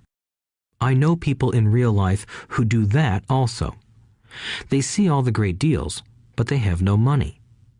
And I have seen people pull a great opportunity card, read it out loud, and have no idea that it is a great opportunity. They have the money, the time is right, they have the card, but they can't see the opportunity staring them in the face. They fail to see how it fits into their financial plan for escaping the rat race. And I know more people like that than all the others combined. Most people have an opportunity of a lifetime flash right in front of them, and they fail to see it. A year later, they find out about it, after everyone else got rich. Financial intelligence is simply having more options. If the opportunities aren't coming your way, what else can you do to improve your financial position?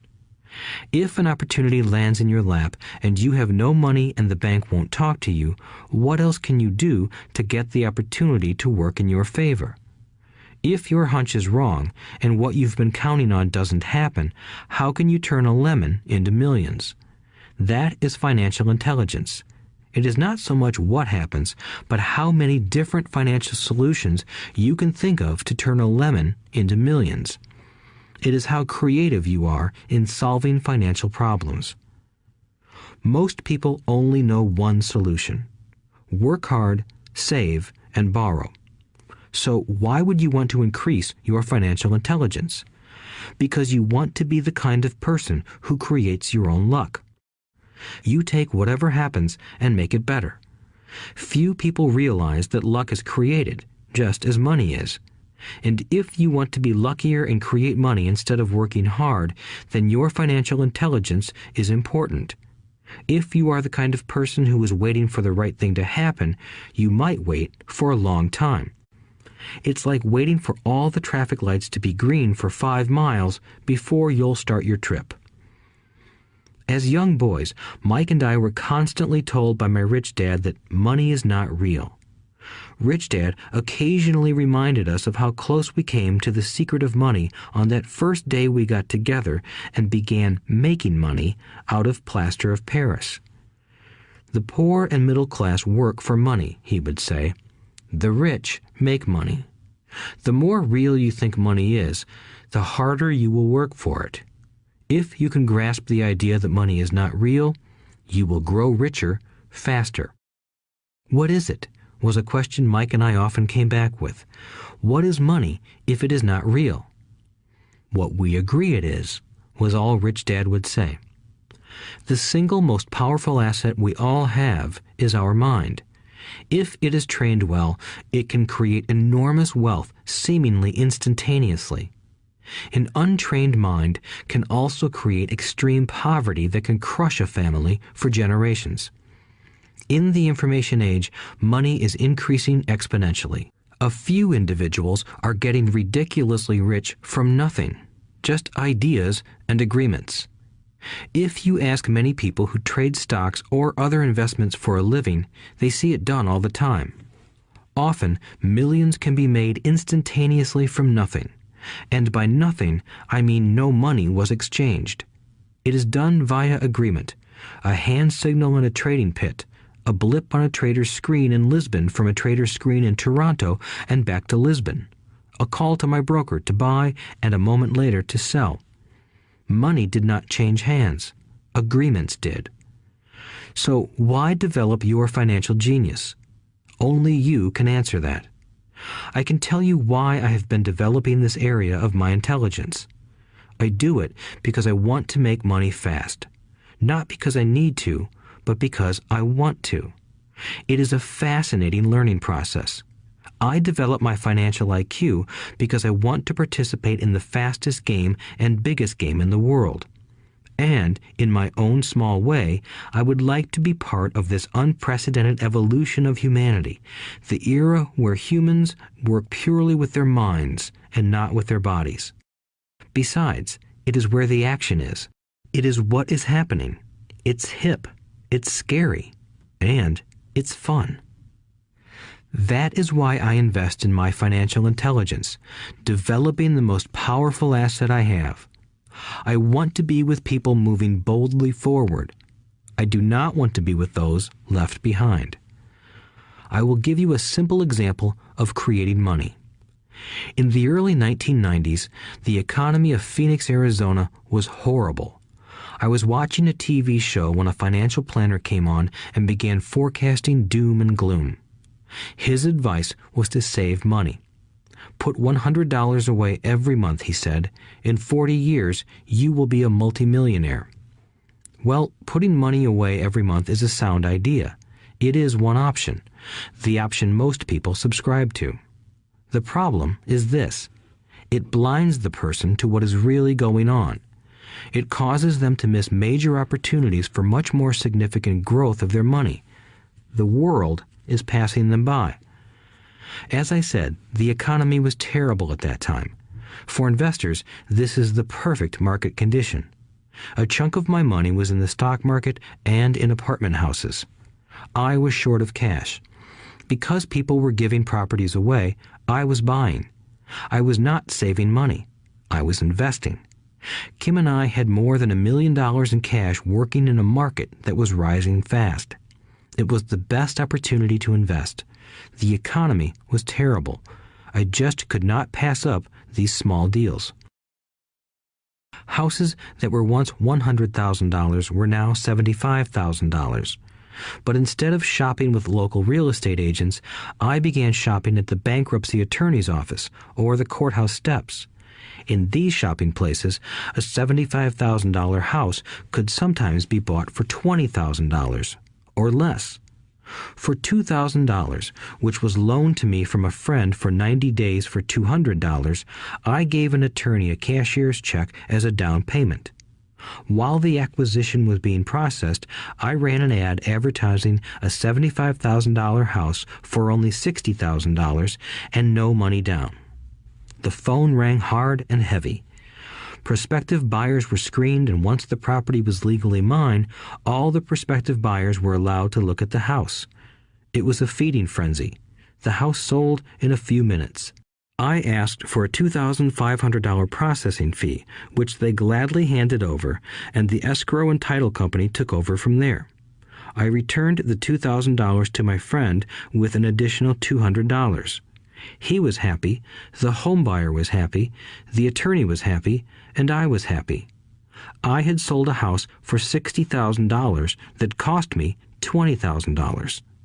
The $40,000 was created from money in my asset column in the form of a promissory note from the buyer. Total working time, 5 hours.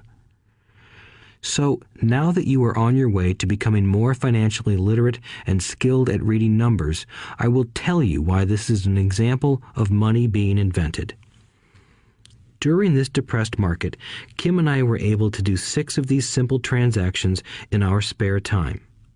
While the bulk of our money was in larger properties and the stock market, we were able to create more than $190,000 in assets, notes at 10% interest, in those 6 buy, create, and sell transactions. That comes to approximately $19,000 a year income, much of it sheltered through our private corporation. Much of that $19,000 a year goes to pay for our company cars, gas, trips, insurance, dinners with clients, and other things. By the time the government gets a chance to tax that income, it's been spent on legally allowed pre-tax expenses. This was a simple example of how money is invented, created, and protected using financial intelligence. Ask yourself, how long would it take to save $190,000? Would the bank pay you 10% interest on your money? And the promissory note is good for 30 years. I hope they never pay me the $190,000.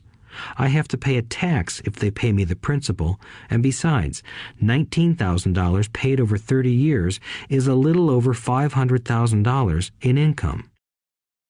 I have people ask what happens if the person doesn't pay. That does happen, and it's good news.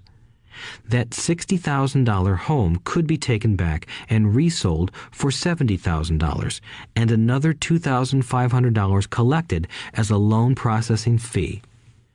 It would still be a zero-down transaction in the mind of the new buyer, and the process would go on.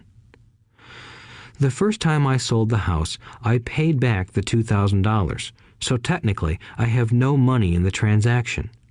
My return on investment, ROI, is infinity. It's an example of no money making a lot of money. In the second transaction, when resold, I would have put $2,000 in my pocket and re-extended the loan to 30 years. What would my ROI be if I got paid money to make money?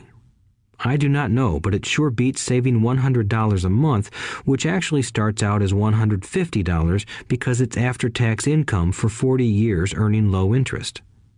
And again, you're taxed on the interest. That is not too intelligent. It may be safe, but it's not smart. A few years later, as the Phoenix real estate market strengthened, those houses we sold for $60,000 became worth $110,000. Foreclosure opportunities were still available, but became rare. It cost a valuable asset, my time, to go out looking for them. Thousands of buyers were looking for the few available deals. The market had changed. It was time to move on and look for other opportunities to put in the asset column. You cannot do that here. That is against the law. You're lying. I hear those comments much more often than, "Can you show me how to do that?" The math is simple.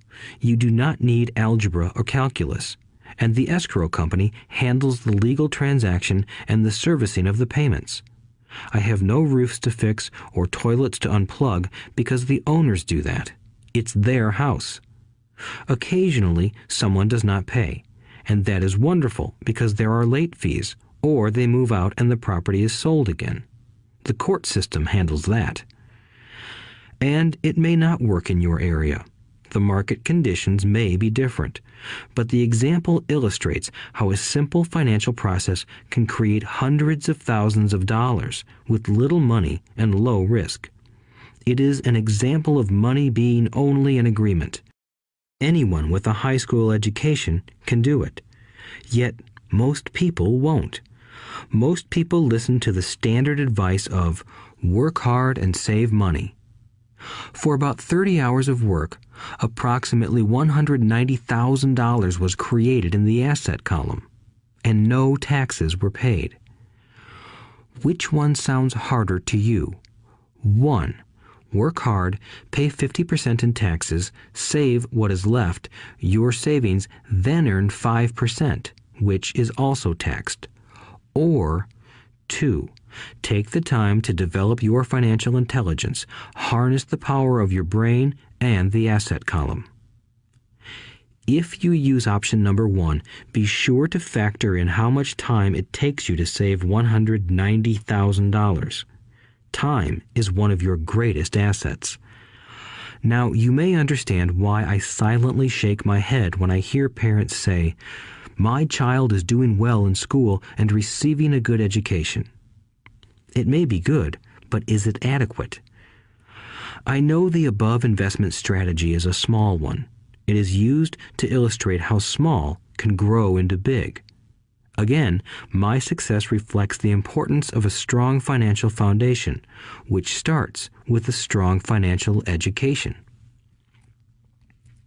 I have said it before, but it's worth repeating.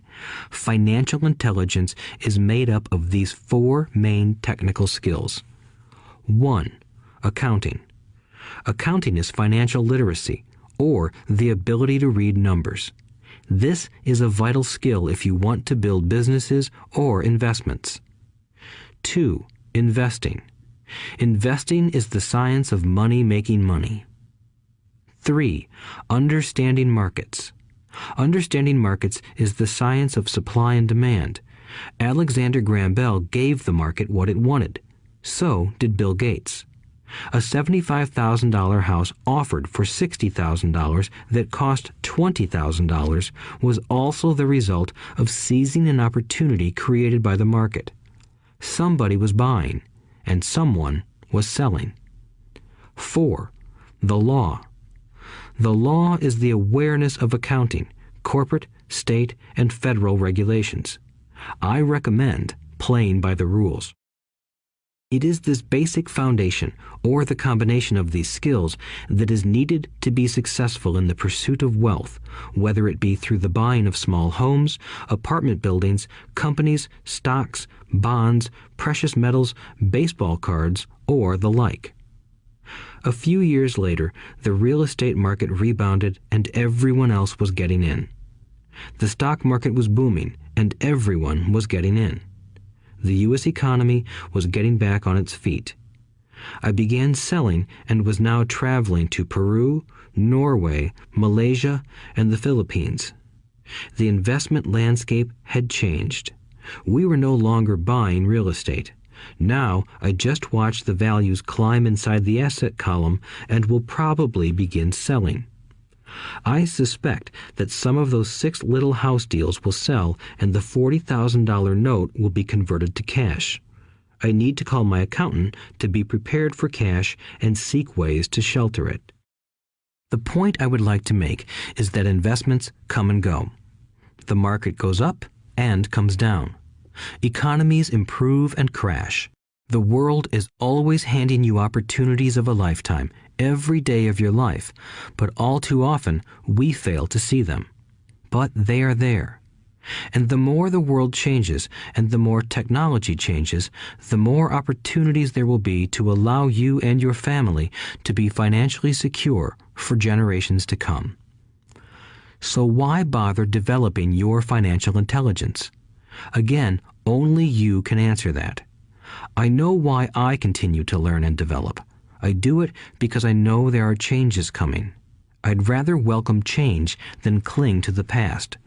I know there will be market booms and market crashes. I want to continually develop my financial intelligence because at each market change, some people will be on their knees begging for their jobs. Others, meanwhile, will take the lemons that life hands them, and we are all handed lemons occasionally, and turn them into millions. That's financial intelligence. I am often asked about the lemons I have turned into millions. I hesitate using many more examples of personal investments because I am afraid it comes across as bragging or tooting my own horn. That is not my intention. I use the examples only as numerical and chronological illustrations of actual and simple cases. I use the examples because I want you to know that it is easy. And the more familiar you become with the 4 pillars of financial intelligence, the easier it becomes. Personally, I use 2 main vehicles to achieve financial growth: real estate and small cap stocks. I use real estate as my foundation. Day in and day out, my properties provide cash flow and occasional spurts of growth and value. The small cap stocks are used for fast growth. I do not recommend anything that I do. The examples are just that, examples. If the opportunity is too complex and I do not understand the investment, I don't do it. Simple math and common sense are all you need to do well financially. There are 5 reasons for using examples. 1. To inspire people to learn more. 2. To let people know it is easy if the foundation is strong. 3. To show that anyone can achieve great wealth. 4. To show that there are millions of ways to achieve your goals. 5. To show that it's not rocket science. In 1989, I used to jog through a lovely neighborhood in Portland, Oregon. It was a suburb that had little gingerbread houses. They were small and cute. I almost expected to see Little Red Riding Hood skipping down the sidewalk on her way to Granny's. There were for sale signs everywhere. The timber market was terrible. The stock market had just crashed, and the economy was depressed. On one street, I noticed a for sale sign that was up longer than most. It looked old. Jogging past it one day, I ran into the owner, who looked troubled. "What are you asking for your house?" I asked. The owner turned and smiled weakly. "Make me an offer," he said. "It's been for sale for over a year. Nobody even comes by anymore to look at it." "I'll look," I said, and I bought the house a half hour later for $20,000 less than his asking price. It was a cute little 2-bedroom home with gingerbread trim on all the windows. It was light blue with gray accents and had been built in 1930. Inside, there was a beautiful rock fireplace, as well as 2 tiny bedrooms. It was a perfect rental house. I gave the owner $5,000 down for a $45,000 house that was really worth $65,000, except that no one wanted to buy it. The owner moved out in a week, happy to be free, and my first tenant moved in, a local college professor. After the mortgage, expenses, and management fees were paid, I put a little less than $40 in my pocket at the end of each month. Hardly exciting. A year later, the depressed Oregon real estate market had begun to pick up. California investors, flush with money from their still booming real estate market, were moving north and buying up Oregon and Washington. I sold that little house for $95,000 to a young couple from California who thought it was a bargain. My capital gains of approximately $40,000 were placed into a 1031 tax-deferred exchange, and I went shopping for a place to put my money. In about a month, I found a 12-unit apartment house right next to the Intel plant in Beaverton, Oregon. The owners lived in Germany, had no idea what the place was worth, and again, just wanted to get out of it. I offered $275,000 for a $450,000 building. They agreed to $300,000. I bought it and held it for 2 years. Utilizing the same 1031 exchange process, we sold the building for $495,000 and bought a 30-unit apartment building in Phoenix, Arizona. We had moved to Phoenix by then to get out of the rain and needed to sell anyway. Like the former Oregon market, the real estate market in Phoenix was depressed. The price of the 30-unit apartment building in Phoenix was $875,000, with $225,000 down. The cash flow from the 30 units was a little over $5,000 a month. The Arizona market began moving up, and a few years later, a Colorado investor offered us $1.2 million for the property. The point of this example is how a small amount can grow into a large amount. Again, it is a matter of understanding financial statements, investment strategies, a sense of the market, and the laws. If people are not versed in these subjects, then obviously they must follow standard dogma, which is to play it safe, diversify, and only invest in secure investments. The problem with secure investments is that they are often sanitized, that is, made so safe that the gains are less. Most large brokerage houses will not touch speculative transactions in order to protect themselves and their clients, and that is a wise policy. The really hot deals are not offered to people who are novices. Often, the best deals that make the rich even richer are reserved for those who understand the game. It is technically illegal to offer speculative deals to someone who is considered not sophisticated, but of course, it happens. The more sophisticated I get, the more opportunities come my way. Another case for developing your financial intelligence over a lifetime is simply that more opportunities are presented to you. And the greater your financial intelligence, the easier it is to tell whether a deal is good. It's your intelligence that can spot a bad deal or make a bad deal good. The more I learn, and there is a lot to learn, the more money I make simply because I gain experience and wisdom as the years go on. I have friends who are playing it safe, working hard at their profession and failing to gain financial wisdom, which does take time to develop. My overall philosophy is to plant seeds inside my asset column. That is my formula.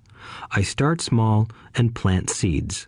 Some grow, some don't. Inside our real estate corporation, we have property worth several $1 million. It is our own right, or real estate investment trust. The point I'm making is that most of those millions started out as little $5,000 to $10,000 investments. All of those down payments were fortunate to catch a fast-rising market and increase tax-free. We traded in and out several times over a number of years. We also own a stock portfolio, surrounded by a corporation that Kim and I call our personal mutual fund.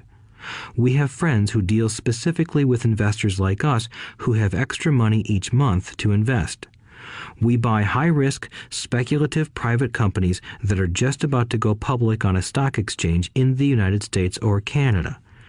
An example of how fast gains can be made are 100,000 shares purchased for 25 cents each before the company goes public. 6 months later, the company is listed, and the 100,000 shares now are worth $2 each. If the company is well managed, the price keeps going up, and the stock may go to $20 or more per share. There are years when our $25,000 has gone to $1 million in less than a year. It is not gambling if you know what you're doing. It is gambling if you're just throwing money into a deal and praying. The idea in anything is to use your technical knowledge, wisdom, and love of the game to cut the odds down, to lower the risk. Of course, there is always risk. It is financial intelligence that improves the odds.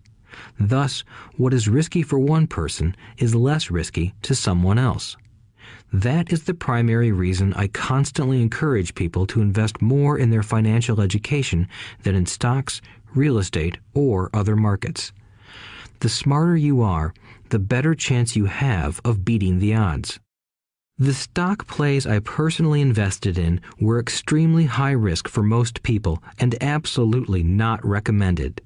I have been playing that game since 1979 and have paid more than my share in dues.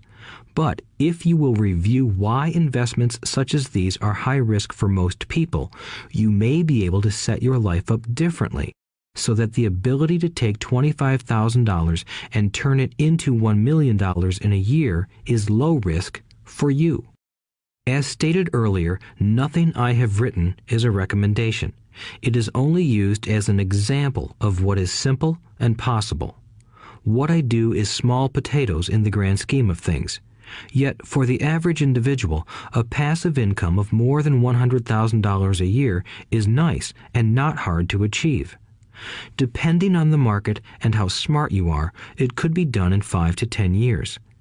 If you keep your living expenses modest, $100,000 coming in as additional income is pleasant, regardless of whether you work. You can work if you like, or take time off if you choose, and use the government tax system in your favor rather than against you. My personal basis is real estate. I love real estate because it's stable and slow-moving. I keep the base solid. The cash flow is fairly steady and, if properly managed, has a good chance of increasing in value. The beauty of a solid base of real estate is that it allows me to take greater risks, as I do with speculative stocks. If I make great profits in the stock market, I pay my capital gains tax on the gain and then reinvest what's left in real estate, again further securing my asset foundation. A last word on real estate. I have traveled all over the world and taught investing. In every city, I hear people say you cannot buy real estate cheap. That is not my experience. Even in New York or Tokyo, or just on the outskirts of the city, prime bargains are overlooked by most people. In Singapore, with their high real estate prices, there are still bargains to be found within a short driving distance. So whenever I hear someone say, "You can't do that here," pointing at me, I remind them that maybe the real statement is, "I don't know how to do that here. Yet." Great opportunities are not seen with your eyes. They are seen with your mind. Most people never get wealthy simply because they are not trained financially to recognize opportunities right in front of them. I am often asked, how do I start? In the final chapter of this audiobook, I offer 10 steps that I followed on the road to my financial freedom. But always remember to have fun. When you learn the rules and the vocabulary of investing and begin to build your asset column, I think you'll find that it's as fun a game as you've ever played. Sometimes you win, and sometimes you learn. But have fun. Most people never win because they're more afraid of losing. That is why I found school so silly. In school, we learn that mistakes are bad, and we are punished for making them. Yet if you look at the way humans are designed to learn, we learn by making mistakes. We learn to walk by falling down. If we never fell down, we would never walk. The same is true for learning to ride a bike. I still have scars on my knees, but today I can ride a bike without thinking. The same is true for getting rich.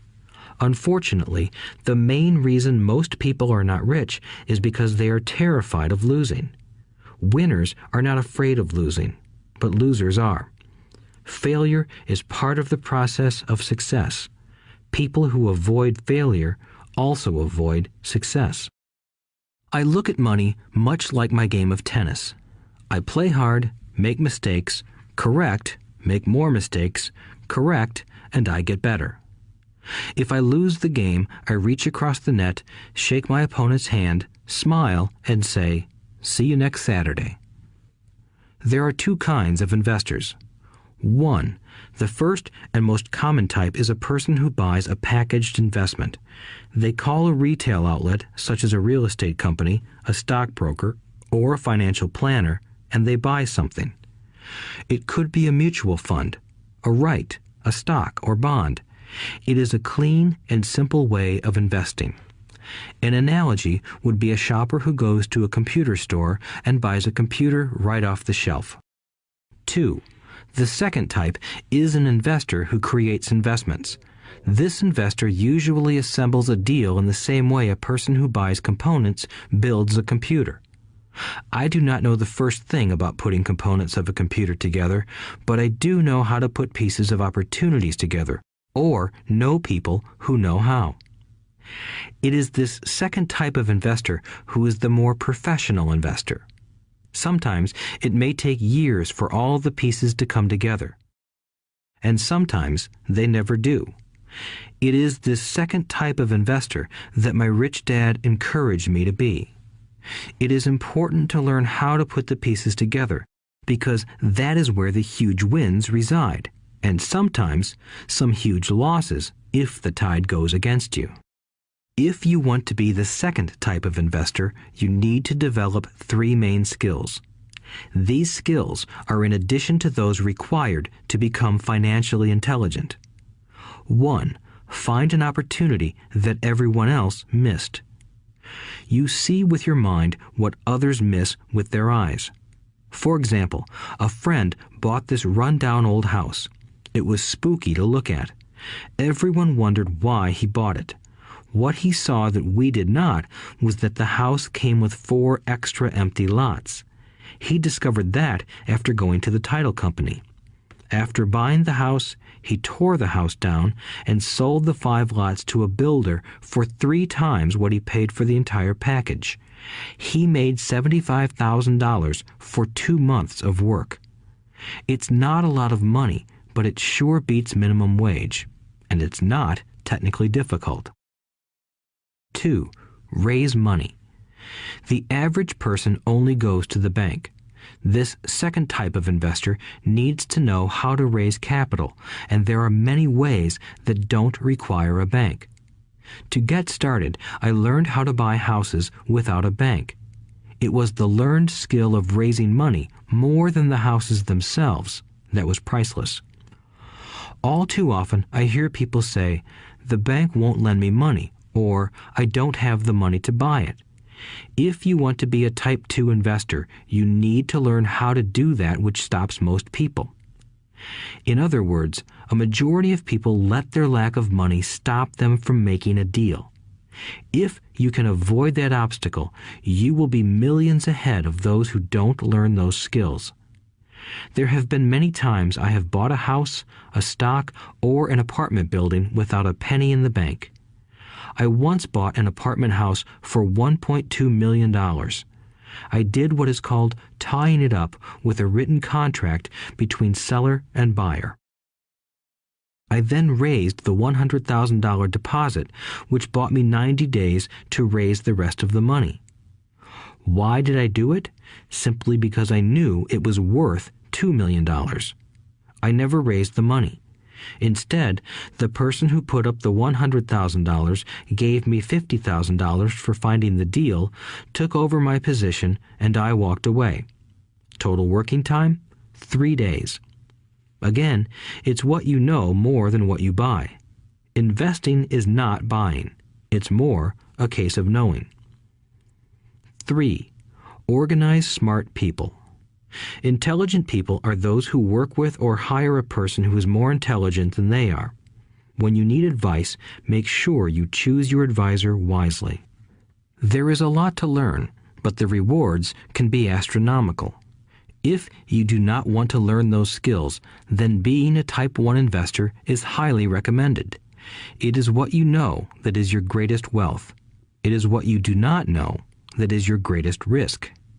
There is always risk, so learn to manage risk instead of avoiding it. Chapter 6.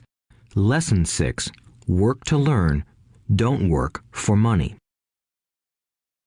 Job security meant everything to my educated dad. Learning meant everything to my rich dad. A few years ago, I granted an interview with a newspaper in Singapore. The young female reporter was on time, and the interview got underway immediately. We sat in the lobby of a luxurious hotel, sipping coffee and discussing the purpose of my visit to Singapore. I was to share the platform with Zig Ziglar. He was speaking on motivation, and I was speaking on the secrets of the rich. Someday, I would like to be a best-selling author like you, she said. I had seen some of the articles she had written for the paper, and I was impressed. She had a tough, clear style of writing. Her articles held a reader's interest. You have a great style, I said in reply. What holds you back from achieving your dream? My work does not seem to go anywhere, she said quietly. Everyone says that my novels are excellent, but nothing happens. So I keep my job with the paper. At least it pays the bills. Do you have any suggestions?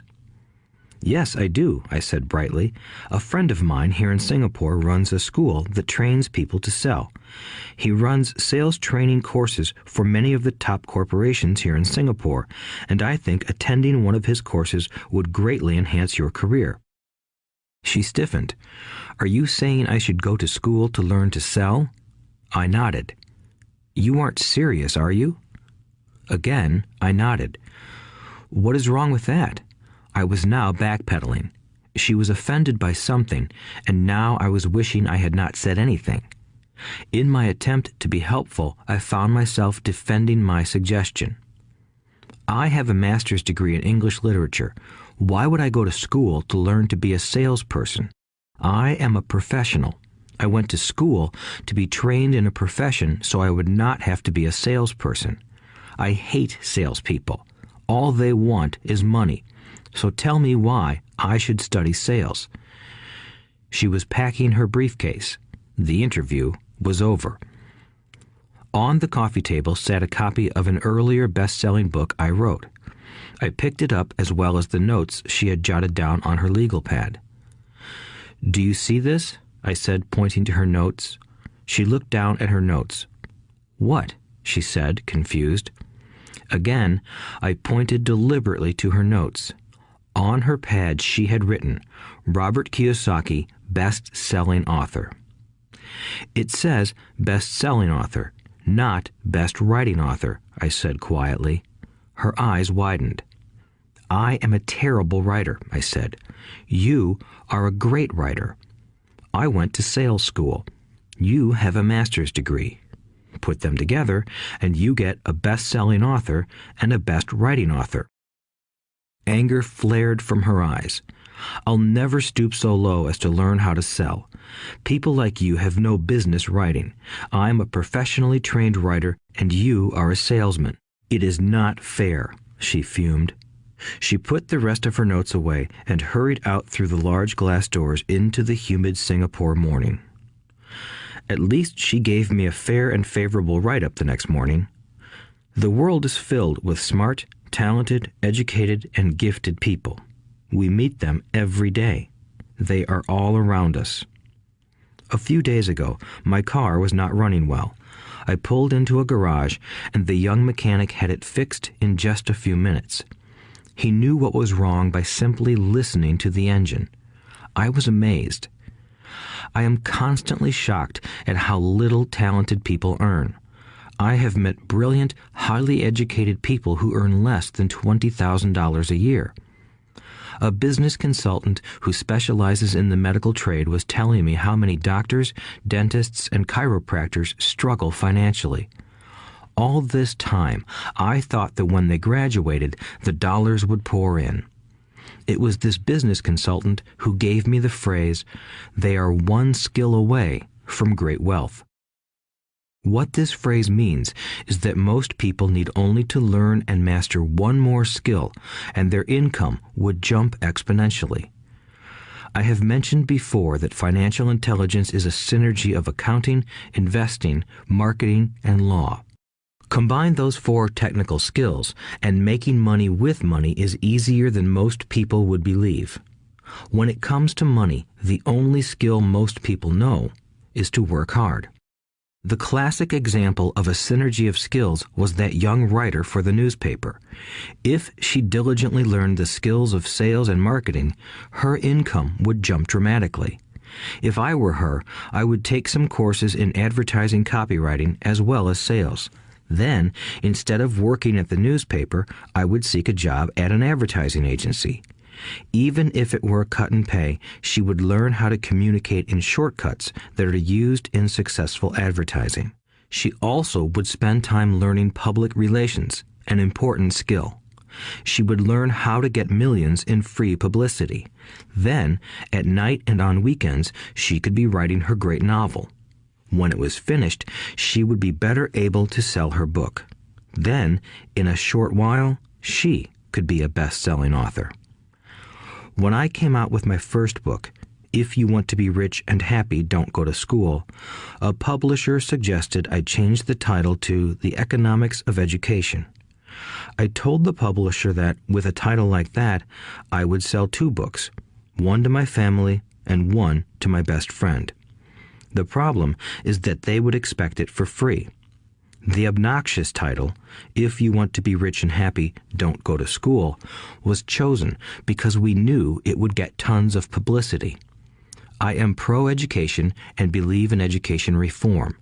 If I were not pro-education, why would I continue to press for changing our antiquated educational system? So I chose a title that would get me on more TV and radio shows simply because I was willing to be controversial. Many people thought I was a fruitcake, but the book sold and sold. When I graduated from the U.S. Merchant Marine Academy in 1969, my educated dad was happy. Standard Oil of California had hired me for its oil tanker fleet as a third mate. The pay was low compared with my classmates, but it was okay for a first real job after college. My starting pay was about $42,000 a year, including overtime, and I only had to work for 7 months. I had 5 months of vacation. If I had wanted to, I could have taken the run to Vietnam with a subsidiary shipping company and easily doubled my pay instead of taking 5 months of vacation. I had a great career ahead of me, yet I resigned after 6 months with the company and joined the Marine Corps to learn how to fly. My educated dad was devastated. Rich Dad congratulated me. In school and in the workplace, the popular opinion is the idea of specialization. That is, in order to make more money or get promoted, you need to specialize. That is why medical doctors immediately begin to seek a specialty such as orthopedics or pediatrics.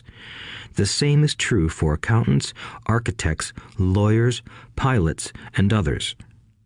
My educated dad believed in the same dogma.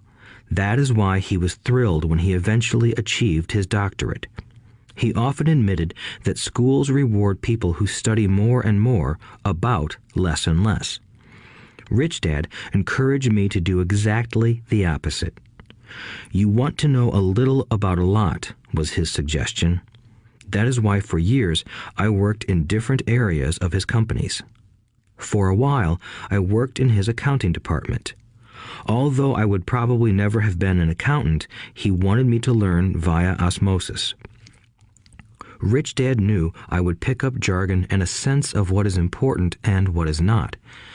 I also worked as a busboy and construction worker as well as in sales, reservations, and marketing. He was grooming Mike and me. That is why he insisted we sit in on the meetings with his bankers, lawyers, accountants, and brokers. He wanted us to know a little about every aspect of his empire. When I quit my high-paying job with Standard Oil, my educated dad had a heart-to-heart talk with me. He was bewildered. He could not understand my decision to resign from a career that offered high pay, great benefits, lots of time off, and opportunity for promotion. When he asked me one evening, "Why did you quit?" I could not explain it to him, though I tried hard to. My logic did not fit his logic. The big problem was that my logic was my rich dad's logic. Job security meant everything to my educated dad. Learning meant everything to my rich dad. Educated dad thought I went to school to learn to be a ship's officer. Rich dad knew that I went to school to study international trade.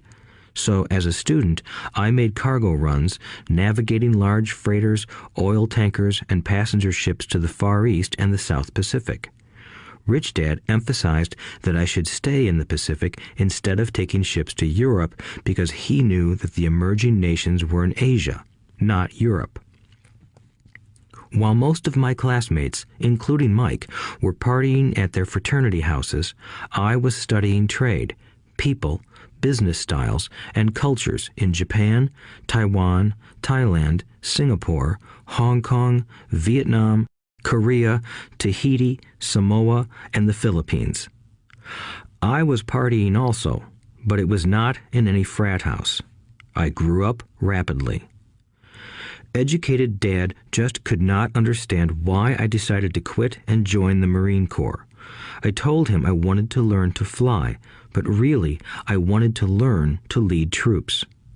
Rich Dad explained to me that the hardest part of running a company is managing people. He had spent 3 years in the Army. My educated dad was draft exempt. Rich Dad valued learning to lead men into dangerous situations.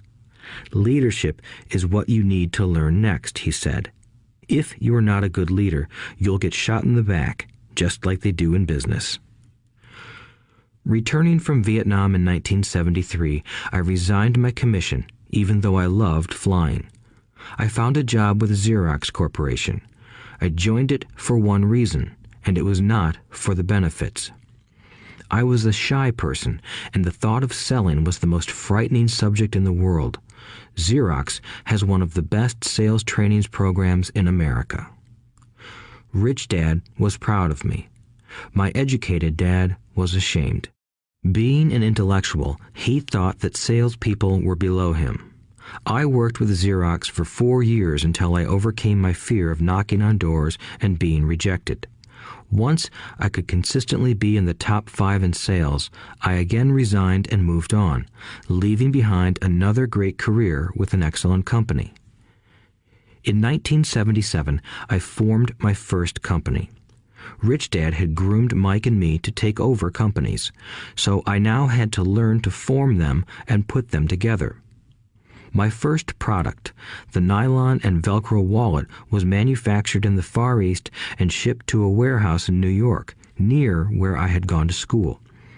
My formal education was complete, and it was time to test my wings. If I failed, I would go broke. Rich Dad thought it best to go broke before 30. You still have time to recover, was his advice. On the eve of my 30th birthday, my first shipment left Korea for New York. Today, I still do business internationally, and as my rich dad encouraged me to do, I keep seeking the emerging nations. Today, my investment company invests in South American countries and Asian countries, as well as in Norway and Russia. There is an old cliche that goes, "Job is an acronym for just over broke." Unfortunately, I would say that applies to millions of people. Because school does not think financial intelligence is an intelligence, most workers live within their means. They work and they pay bills. There is another horrible management theory that goes, workers work hard enough to not be fired, and owners pay just enough so that workers won't quit. And if you look at the pay scales of most companies, again, I would say there is a degree of truth to that statement. The net result is that most workers never get ahead. They do what they've been taught to do, get a secure job. Most workers focus on working for pay and benefits that reward them in the short term, but are often disastrous in the long run. Instead, I recommend to young people to seek work for what they will learn more than what they will earn. Look down the road at what skills they want to acquire before choosing a specific profession and before getting trapped in the rat race. Once people are trapped in the lifelong process of bill paying, they become like those little hamsters running around in those metal wheels. Their little furry legs are spinning furiously, the wheel is turning furiously, but come tomorrow morning, they'll still be in the same cage. Great job. In the movie Jerry Maguire, starring Tom Cruise, there are many great one-liners. Probably the most memorable is, "Show me the money." But there is one line I thought most truthful. It comes from the scene where Tom Cruise is leaving the firm. He has just been fired, and he is asking the entire company, "Who wants to come with me?" And the whole place is silent and frozen. Only one woman speaks up and says, "I'd like to, but I'm due for a promotion in 3 months." That statement is probably the most truthful statement in the whole movie. It is the type of statement that people use to keep themselves busy, working away to pay bills. I know my educated dad looked forward to his pay raise every year, and every year he was disappointed. So he would go back to school to earn more qualifications so he could get another raise. Then, once again, there would be another disappointment. The question I often ask people is, where is this daily activity taking you? Just like the little hamster, I wonder if people look at where their hard work is taking them. What does the future hold? In his book, The Retirement Myth, Craig S. Carpel writes, "I visited the headquarters of a major national pension consulting firm and met with a managing director who specializes in designing lush retirement plans for top management. When I asked her what people who don't have corner offices will be able to expect in the way of pension income, she said with a confident smile, 'The silver bullet.'" "What," I asked, "is the silver bullet?" She shrugged and said, "If baby boomers discover they don't have enough money to live on when they're older, they can always blow their brains out." Carpel goes on to explain the difference between the old defined benefit retirement plans and the new 401k plans that are riskier. It is not a pretty picture for most people working today, and that is just for retirement. Add medical fees and long-term nursing home care, and the picture is frightening. Already, many hospitals in countries with socialized medicine need to make tough decisions such as who will live and who will die. They make those decisions purely on how much money they have and how old the patients are. If the patient is old, they often will give the medical care to someone younger. The older, poor patient gets put to the back of the line. Just as the rich can afford better education, the rich will be able to keep themselves alive, while those who have little wealth will die. So I wonder, are workers looking into the future or just until their next paycheck, never questioning where they are headed? When I speak to adults who want to earn more money, I always recommend the same thing. I suggest taking a long view of their life. Instead of simply working for the money and security, which I admit are important, I suggest they take a second job that will teach them a second skill. Often I recommend joining a network marketing company, also called multi-level marketing, if they want to learn sales skills. Some of these companies have excellent training programs that help people get over their fear of failure and rejection, which are the main reasons people are unsuccessful. Education is more valuable than money in the long run.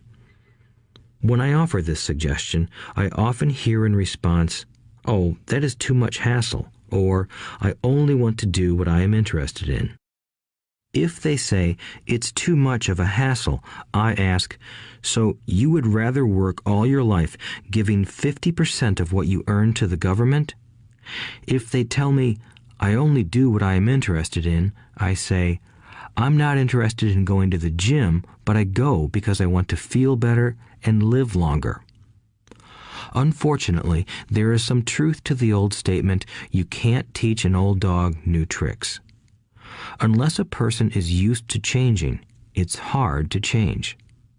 But for those of you who might be on the fence when it comes to the idea of working to learn something new, I offer this word of encouragement.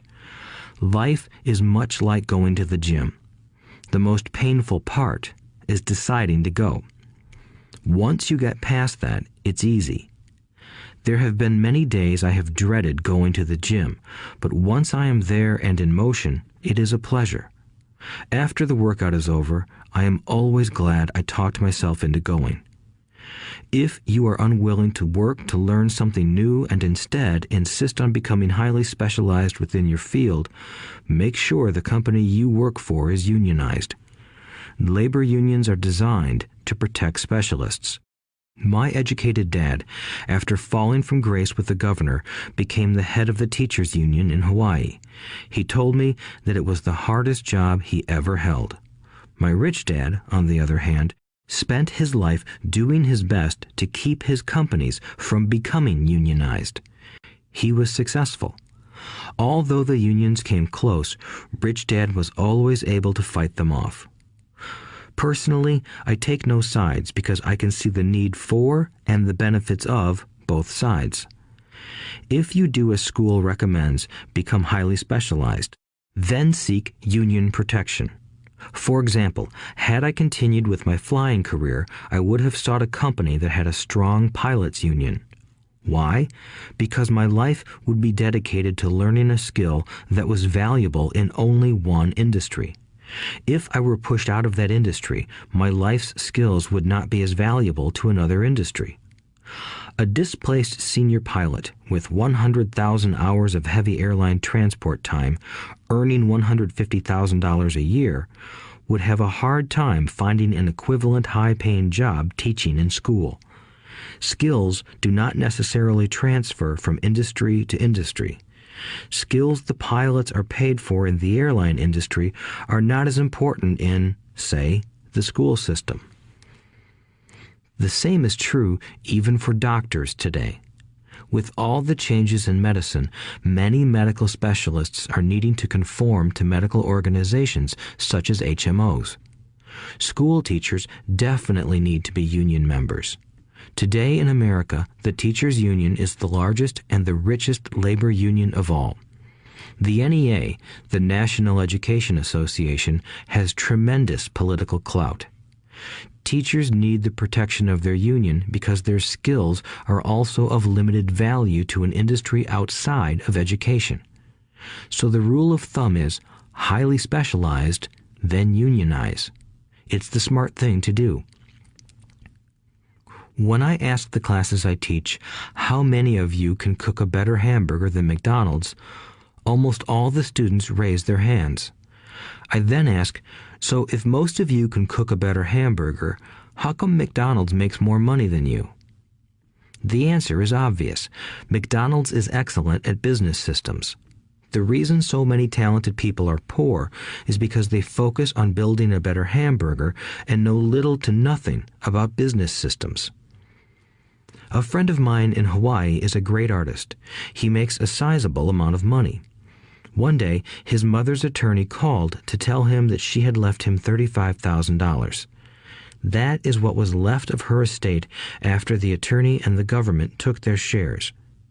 Immediately, he saw an opportunity to increase his business by using some of this money to advertise. 2 months later, his first 4-color full-page ad appeared in an expensive magazine that targeted the very rich. The ad ran for 3 months. He received no replies from the ad, and all of his inheritance is now gone. He now wants to sue the magazine for misrepresentation. This is a common case of someone who can build a beautiful hamburger but knows little about business. When I asked him what he learned, his only reply was, "Advertising salespeople are crooks." I then asked him if he would be willing to take a course in sales and a course in direct marketing. His reply, "I don't have the time, and I don't want to waste my money." The world is filled with talented poor people. All too often, they're poor or struggle financially or earn less than they are capable of, not because of what they know, but because of what they do not know. They focus on perfecting their skills at building a better hamburger rather than the skills of selling and delivering the hamburger. Maybe McDonald's does not make the best hamburger, but they are the best at selling and delivering a basic average burger. Poor Dad wanted me to specialize. That was his view on how to be paid more. Even after being told by the governor of Hawaii that he could no longer work in state government, my educated dad continued to encourage me to get specialized. Educated Dad then took up the cause of the teachers' union, campaigning for further protection and benefits for these highly skilled and educated professionals. We argued often, but I know he never agreed that over-specialization is what caused the need for union protection. He never understood that the more specialized you become, the more you are trapped and dependent on that specialty. Rich Dad advised that Mike and I groom ourselves. Many corporations do the same thing. They find a young, bright student just out of business school and begin grooming that person to someday take over the company. So these bright young employees do not specialize in one department. They are moved from department to department to learn all the aspects of business systems. The rich often groom their children or the children of others. By doing so, their children gain an overall knowledge of the operations of the business and how the various departments interrelate. For the World War II generation, it was considered bad to skip from company to company. Today, it is considered smart. Since people will skip from company to company rather than seek greater specialization in skills, why not seek to learn more than to earn? In the short term, it may earn you less, but it will pay dividends in the long term. The main management skills needed for success are 1. Management of cash flow, 2. Management of systems, 3. Management of people. The most important specialized skills are sales and marketing. The ability to sell, to communicate to another human being, be it a customer, employee, boss, spouse, or child, is the base skill of personal success. Communication skills such as writing, speaking, and negotiating are crucial to a life of success. These are skills I work on constantly, attending courses or buying educational resources to expand my knowledge. As I have mentioned, my educated dad worked harder and harder the more competent he became. He also became more trapped the more specialized he got. Although his salary went up, his choices diminished. Soon after he was locked out of government work, he found out how vulnerable he really was professionally. It is like professional athletes who suddenly are injured or are too old to play. Their once high-paying position is gone, and they have limited skills to fall back on. I think that is why my educated dad sided so much with the unions after that. He realized how much a union would have benefited him. Rich Dad encouraged Mike and me to know a little about a lot. He encouraged us to work with people smarter than we were and to bring smart people together to work as a team. Today, it would be called a synergy of professional specialties. Today, I meet ex-school teachers earning hundreds of thousands of dollars a year. They earn that much because they have specialized skills in their field as well as other skills. They can teach as well as sell and market. I know of no other skills to be more important than selling and marketing. The skills of selling and marketing are difficult for most people, primarily due to their fear of rejection. The better you are at communicating, negotiating, and handling your fear of rejection, the easier life is. Just as I advise that newspaper writer who wanted to become a best-selling author, I advise anyone else today. Being technically specialized has its strengths as well as its weaknesses. I have friends who are geniuses, but they cannot communicate effectively with other human beings, and, as a result, their earnings are pitiful. I advise them to just spend a year learning to sell. Even if they earn nothing, their communication skills will improve, and that is priceless. In addition to being good learners, sellers, and marketers, we need to be good teachers as well as good students. To be truly rich, we need to be able to give as well as to receive. In cases of financial or professional struggle, there is often a lack of giving and receiving. I know many people who are poor because they are neither good students nor good teachers. Both of my dads were generous men. Both made it a practice to give first. Teaching was one of their ways of giving. The more they gave, the more they received. One glaring difference was in the giving of money. My rich dad gave lots of money away. He gave to his church, to charities, and to his foundation. He knew that to receive money, you had to give money. Giving money is the secret to most great wealthy families. That is why there are organizations like the Rockefeller Foundation and the Ford Foundation. These are organizations designed to take their wealth and increase it, as well as give it away in perpetuity. My educated dad always said, "When I have some extra money, I'll give it." The problem was that there was never any extra.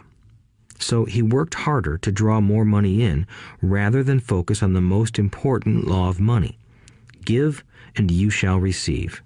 Instead, he believed in receive and then you give.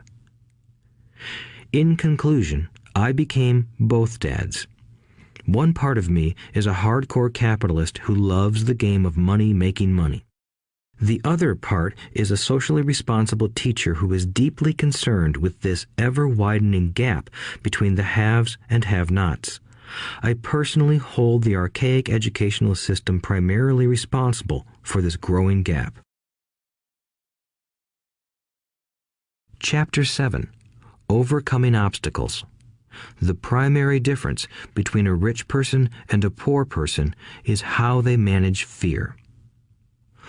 Once people have studied and become financially literate, they may still face roadblocks to becoming financially independent. There are 5 main reasons why financially literate people may still not develop abundant asset columns that could produce a large cash flow.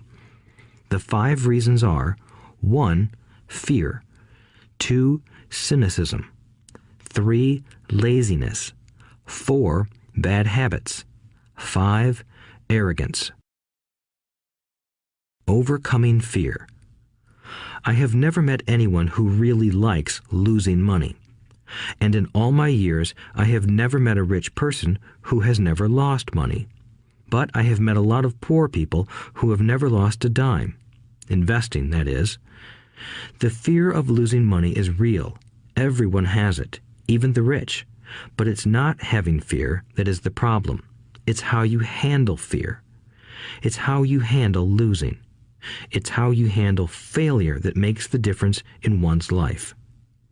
The primary difference between a rich person and a poor person is how they manage that fear. It's okay to be fearful. It's okay to be a coward when it comes to money. You can still be rich. We're all heroes at something and cowards at something else. My friend's wife is an emergency room nurse. When she sees blood, she flies into action. When I mention investing, she runs away. When I see blood, I don't run. I pass out. My rich dad understood phobias about money. Some people are terrified of snakes. Some people are terrified about losing money. Both are phobias, he would say. So his solution to the phobia of losing money was this little rhyme. If you hate risk and worry, start early. If you start young, it's easier to be rich. I won't go into it here, but there is a staggering difference between a person who starts investing at age 20 versus age 30. The purchase of Manhattan Island is said to be one of the greatest bargains of all time. New York was purchased for $24 in trinkets and beads.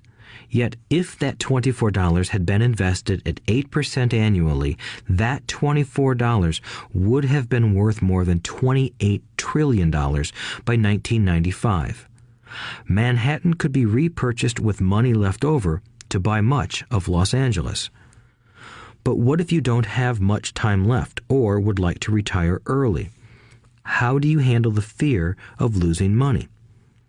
My poor dad did nothing. He simply avoided the issue, refusing to discuss the subject. My rich dad, on the other hand, recommended that I think like a Texan. I like Texas and Texans, he used to say. In Texas, everything is bigger. When Texans win, they win big. And when they lose, it's spectacular. They like losing? I asked. That's not what I'm saying. Nobody likes losing. Show me a happy loser, and I'll show you a loser, said Rich Dad. It's a Texan's attitude toward risk, reward, and failure I'm talking about. It's how they handle life. They live it big. Not like most of the people around here, living like roaches when it comes to money, terrified that someone will shine a light on them and whimpering when the grocery clerk shortchanges them a quarter. Rich Dad went on, "What I like best is the Texas attitude. They're proud when they win, and they brag when they lose.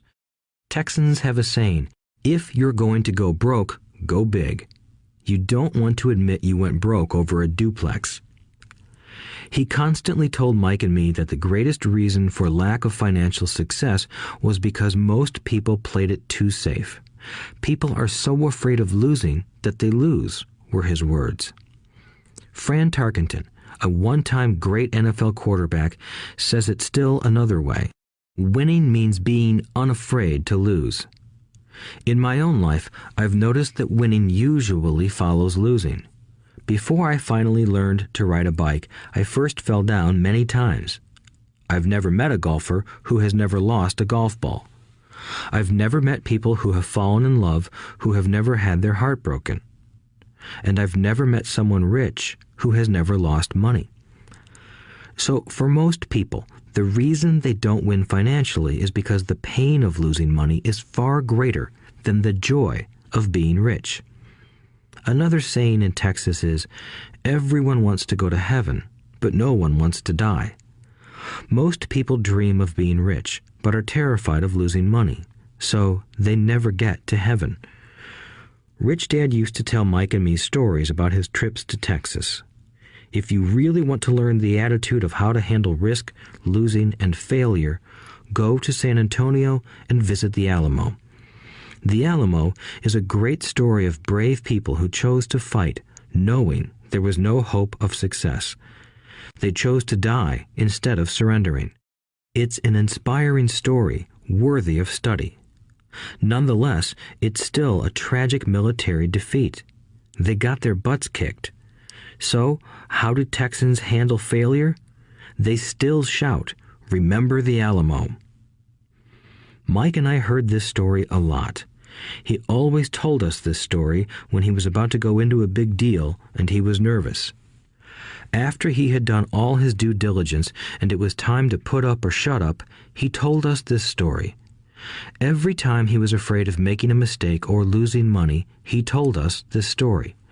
It gave him strength, for it reminded him that he could always turn a financial loss into a financial win. Rich Dad knew that failure would only make him stronger and smarter. It's not that he wanted to lose. He just knew who he was and how he would take a loss. He would take a loss and make it a win.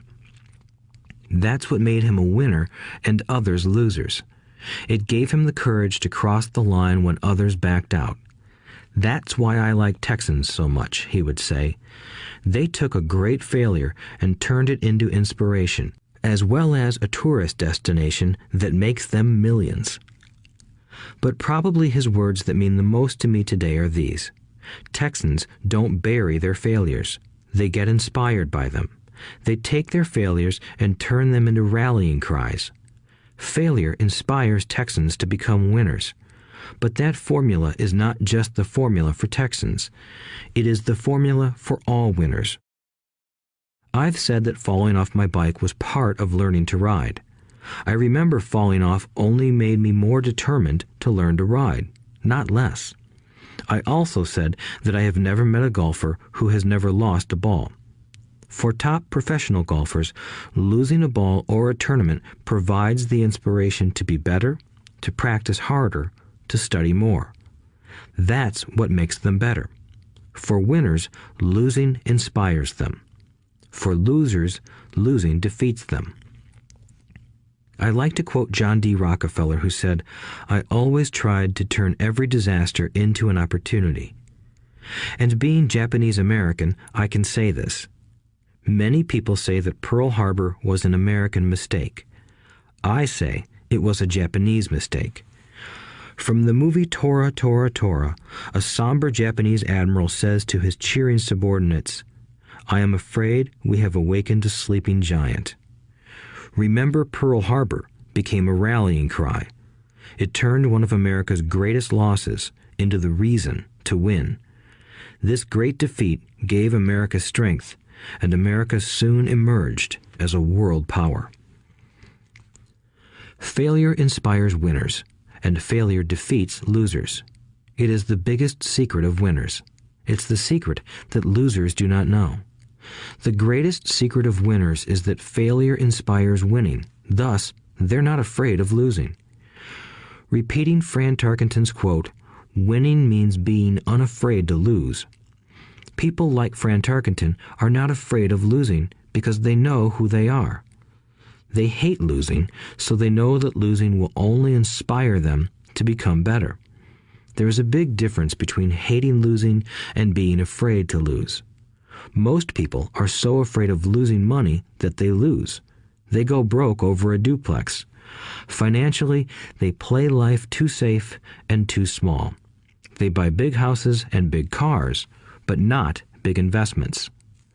The main reason that over 90% of the American public struggles financially is because they play not to lose. They don't play to win. They go to their financial planners or accountants or stockbrokers and buy a balanced portfolio. Most have lots of cash in CDs, low-yield bonds, mutual funds that can be traded within a mutual fund family, and a few individual stocks. It is a safe and sensible portfolio, but it is not a winning portfolio.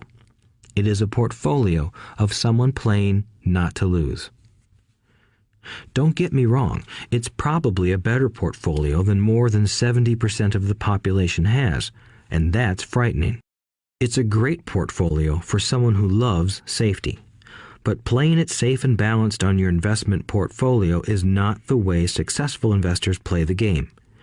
If you have little money and you want to be rich, you must first be focused, not balanced. If you look at any successful person, at the start, they were not balanced. Balanced people go nowhere. They stay in one spot. To make progress, you must first go unbalanced. Just look at how you make progress walking. Thomas Edison was not balanced. He was focused.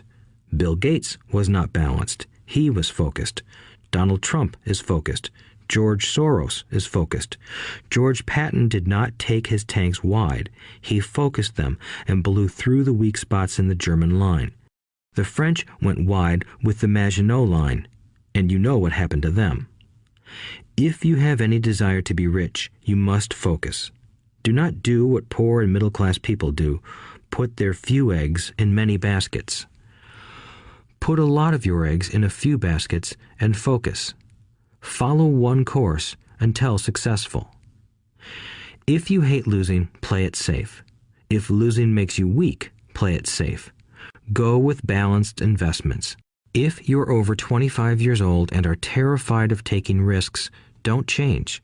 Play it safe, but start early. Start accumulating your nest egg early because it will take time. But if you have dreams of freedom, of getting out of the rat race, the first question to ask yourself is, how do I respond to failure? If failure inspires you to win, maybe you should go for it, but only maybe. If failure makes you weak or causes you to throw temper tantrums, like spoiled brats who call attorneys to file lawsuits every time something doesn't go their way, then play it safe. Keep your daytime job, or buy bonds or mutual funds. But remember, there is risk in those financial instruments also, even though they may appear safe. I say all this, mentioning Texas and Fran Tarkenton, because stacking the asset column is easy. It's really a low-aptitude game. It doesn't take much education. Fifth-grade math will do. But building your asset column is a game in which attitude plays a major role. It takes guts, patience, and a great attitude toward failure. Losers avoid failing, and failure turns losers into winners. Just remember the Alamo. Overcoming cynicism. The sky is falling. The sky is falling. Most of us know the story of Chicken Little, who ran around warning the barnyard of impending doom. We all know people who are that way. There's a Chicken Little inside each of us. As I stated earlier, the cynic is really a little chicken. We all get a little chicken when fear and doubt cloud our thoughts. All of us have doubts. I'm not smart. I'm not good enough. So-and-so is better than me. Our doubts often paralyze us. We play the what-if game. What if the economy crashes right after I invest? What if I lose control and I can't pay the money back? What if things don't go as I planned? Or we have friends or loved ones who will remind us of our shortcomings. They often say, "What makes you think you can do that? If it's such a good idea, how come someone else hasn't done it? That will never work. You don't know what you're talking about." These words of doubt often get so loud that we fail to act. A horrible feeling builds in our stomach. Sometimes we can't sleep. We fail to move forward. So we stay with what is safe, and opportunities pass us by. We watch life passing by as we sit immobilized with a cold knot in our body. We have all felt this at one time in our lives, some more than others. Peter Lynch of Fidelity Magellan Mutual Fund fame refers to warnings about the sky falling as noise, and we all hear it. Noise is either created inside our heads or comes from outside, often from friends, family, co-workers, and the media. Lynch recalls the time during the 1950s when the threat of nuclear war was so prevalent in the news that people began building fallout shelters and storing food and water. If they had invested that money wisely in the market, instead of building a fallout shelter, they'd probably be financially independent today. When violence breaks out in a city, gun sales go up all over the country. A person dies from rare hamburger meat in the state of Washington, and the Arizona Health Department orders restaurants to have all beef cooked well done. A drug company runs a TV commercial in February showing people catching the flu. Colds go up as well as sales of cold medicine. Most people are poor because when it comes to investing, the world is filled with Chicken Littles running around yelling, "The sky is falling, the sky is falling." And Chicken Littles are effective because every one of us is a little chicken. It often takes great courage to not let rumors and talk of doom and gloom affect your doubts and fears. But a savvy investor knows that the seemingly worst of times is actually the best of times to make money. When everyone else is too afraid to act, they pull the trigger and are rewarded. Some time ago, a friend named Richard came from Boston to visit Kim and me in Phoenix. He was impressed with what we had done through stocks and real estate. The Phoenix real estate prices were depressed. We spent 2 days showing him what we thought were excellent opportunities for cash flow and capital appreciation. Kim and I are not real estate agents. We are strictly investors. After identifying a unit in a resort community, we called an agent who sold it to him that afternoon. The price was a mere $42,000 for a 2-bedroom townhome. Similar units were going for $65,000. He had found a bargain. Excited, he bought it and returned to Boston. 2 weeks later, the agent called to say that our friend had backed out. I called immediately to find out why. All he said was that he talked to his neighbor, and his neighbor told him it was a bad deal. He was paying too much. I asked Richard if his neighbor was an investor. Richard said he was not. When I asked why he listened to him, Richard got defensive and simply said he wanted to keep looking. The real estate market in Phoenix turned, and a few years later, that little unit was renting for $1,000 a month, $2,500 in the peak winter months. The unit was worth $95,000.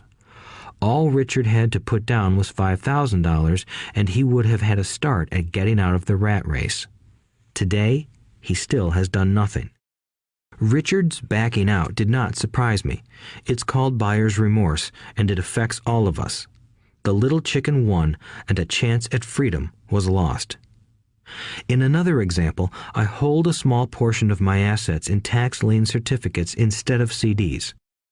I earn 16% per year on my money, which certainly beats the interest rates banks offer on CDs. The certificates are secured by real estate and enforced by state law, which is also better than most banks. The formula they're bought on makes them safe. They just lack liquidity. So I look at them as 2 to 7 year CDs. Almost every time I tell someone that I hold my money this way, especially if they have money in CDs, they will tell me it's risky. They tell me why I should not do it. When I ask them where they get their information, they say from a friend or an investment magazine. They've never done it, and they're telling someone who's doing it why they shouldn't. The lowest yield I look for is 16%, but people who are filled with doubt are willing to accept a far lower return. Doubt is expensive. My point is that it's those doubts and cynicism that keep most people poor and playing it safe. The real world is simply waiting for you to get rich.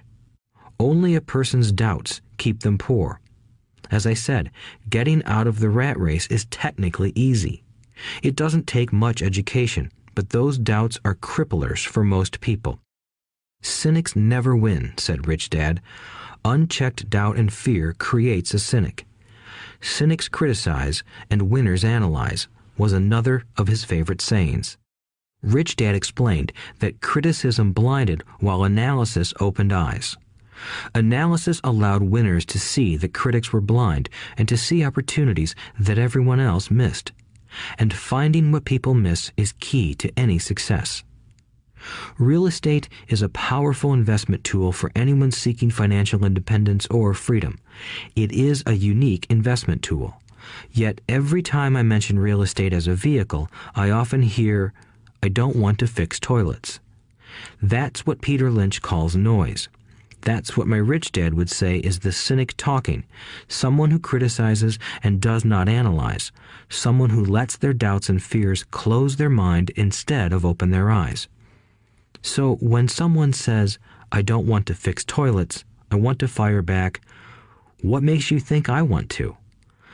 They're saying a toilet is more important than what they want.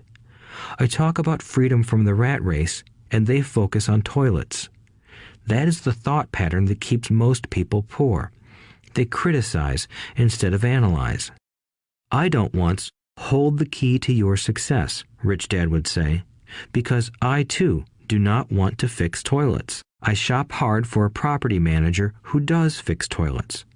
And by finding a great property manager who runs houses or apartments, well, my cash flow goes up. But more importantly, a great property manager allows me to buy a lot more real estate since I don't have to fix toilets. A great property manager is key to success in real estate. Finding a good manager is more important to me than the real estate. A great property manager often hears of great deals before real estate agents do, which makes them even more valuable. That is what Rich Dad meant by, I don't once hold the key to your success. Because I do not want to fix toilets either, I figured out how to buy more real estate and expedite my getting out of the rat race. The people who continue to say, I don't want to fix toilets, often deny themselves the use of this powerful investment vehicle. Toilets are more important than their freedom. In the stock market, I often hear people say, I don't want to lose money. Well, what makes them think I or anyone else likes losing money? They don't make money because they choose to not lose money. Instead of analyzing, they close their minds to another powerful investment vehicle, the stock market. I was riding with a friend past our neighborhood gas station. He looked up and saw that the price of gas was going up and thus the price of oil. My friend is a worrywart, or a Chicken Little. To him, the sky is always going to fall, and it usually does, on him. When we got home, he showed me all the stats as to why the price of oil was going to go up over the next few years, statistics I had never seen before, even though I already owned substantial shares of an existing oil company.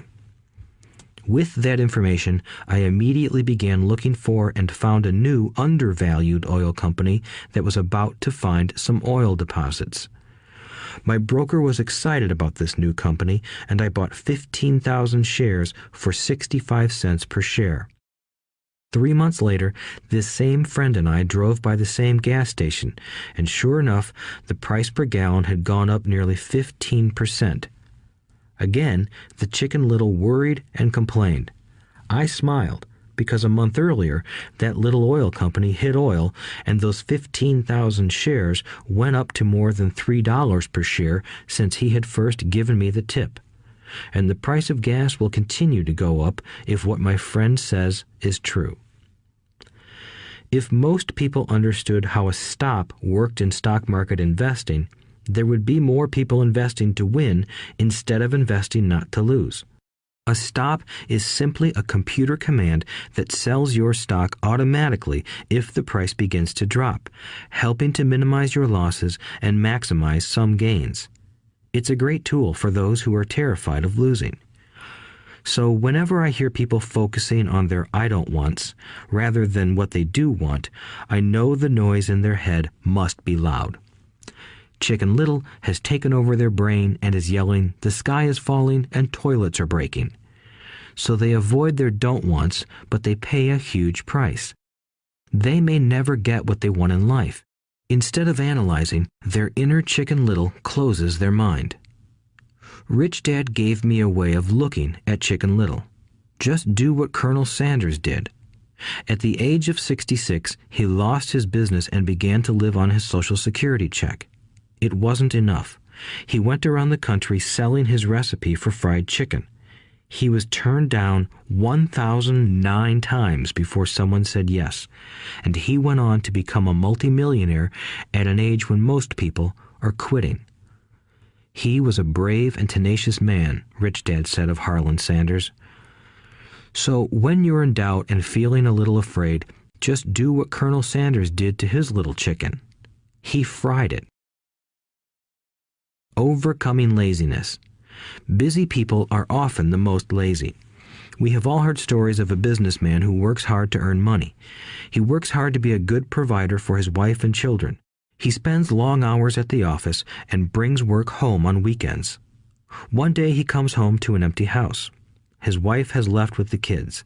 He knew he and his wife had problems, but rather than work to make the relationship strong, he stayed busy at work. Dismayed, his performance at work slips and he loses his job. Today, I often meet people who are too busy to take care of their wealth, and there are people too busy to take care of their health. The cause is the same. They're busy, and they stay busy as a way of avoiding something they do not want to face. Nobody has to tell them. Deep down, they know. In fact, if you remind them, they often respond with anger or irritation. If they aren't busy at work or with the kids, they're often busy watching TV, fishing, playing golf, or shopping. Yet deep down, they know they are avoiding something important. That's the most common form of laziness. Laziness by staying busy.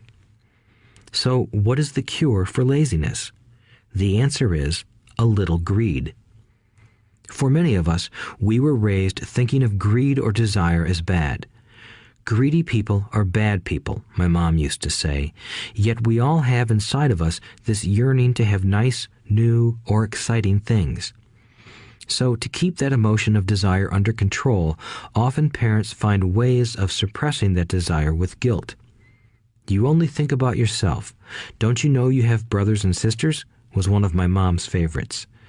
You want me to buy you what? Was a favorite of my dad. Do you think we're made of money? Do you think money grows on trees? We're not rich people, you know. It wasn't so much the words, but the angry guilt trip that went with the words that got to me.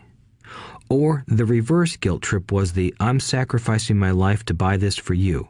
I'm buying this for you because I never had this advantage when I was a kid. I have a neighbor who is stone broke but can't park his car in his garage. The garage is filled with toys for his kids. Those spoiled brats get everything they ask for. I don't want them to know the feeling of want are his everyday words. He has nothing set aside for their college or his retirement, but his kids have every toy ever made. He recently got a new credit card in the mail and took his kids to visit Las Vegas. I'm doing it for the kids, he said with great sacrifice. Rich Dad forbade the words, I can't afford it. In my real home, that's all I heard. Instead, Rich Dad required his children to say, how can I afford it?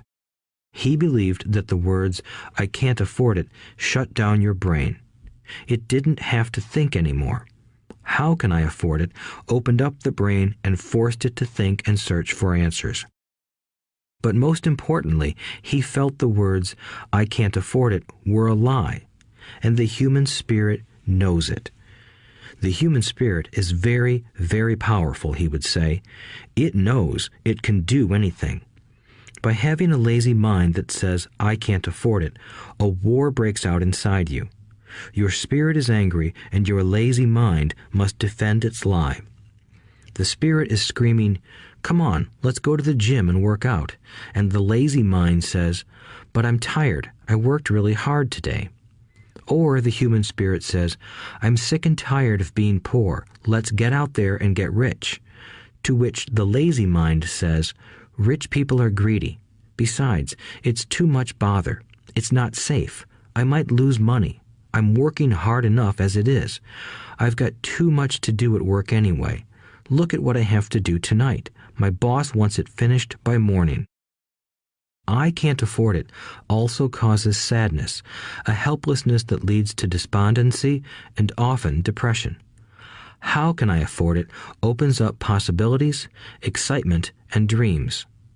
So Rich Dad was not so concerned about what we wanted to buy as long as we understood that how can I afford it creates a stronger mind and a dynamic spirit. Thus, he rarely gave Mike or me anything. He would instead ask, how can you afford it? And that included college, which we paid for ourselves. It was not the goal, but the process of attaining the goal that he wanted us to learn. The problem I see today is that there are millions of people who feel guilty about their desire or their greed. It's old conditioning from their childhood. While they desire to have the finer things that life offers, most have been conditioned subconsciously to say, I can't have that, or I'll never be able to afford that. When I decided to exit the rat race, it was simply a question of how can I afford to never work again? And my mind began to kick out answers and solutions. The hardest part was fighting my real parents' dogma. We can't afford that. Stop thinking only about yourself. Why don't you think about others? And other similar sentiments designed to instill guilt to suppress my greed. So, how do you beat laziness? Once again, the answer is a little greed. It's that radio station WIIFM, which stands for What's in it for me? A person needs to sit down and ask, what would my life be like if I never had to work again? What would I do if I had all the money I needed? Without that little greed, the desire to have something better, progress is not made.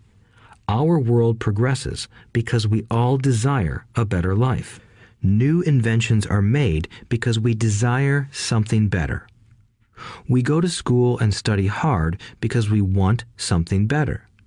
So whenever you find yourself avoiding something you know you should be doing, then the only thing to ask yourself is, what's in it for me? Be a little greedy. It's the best cure for laziness.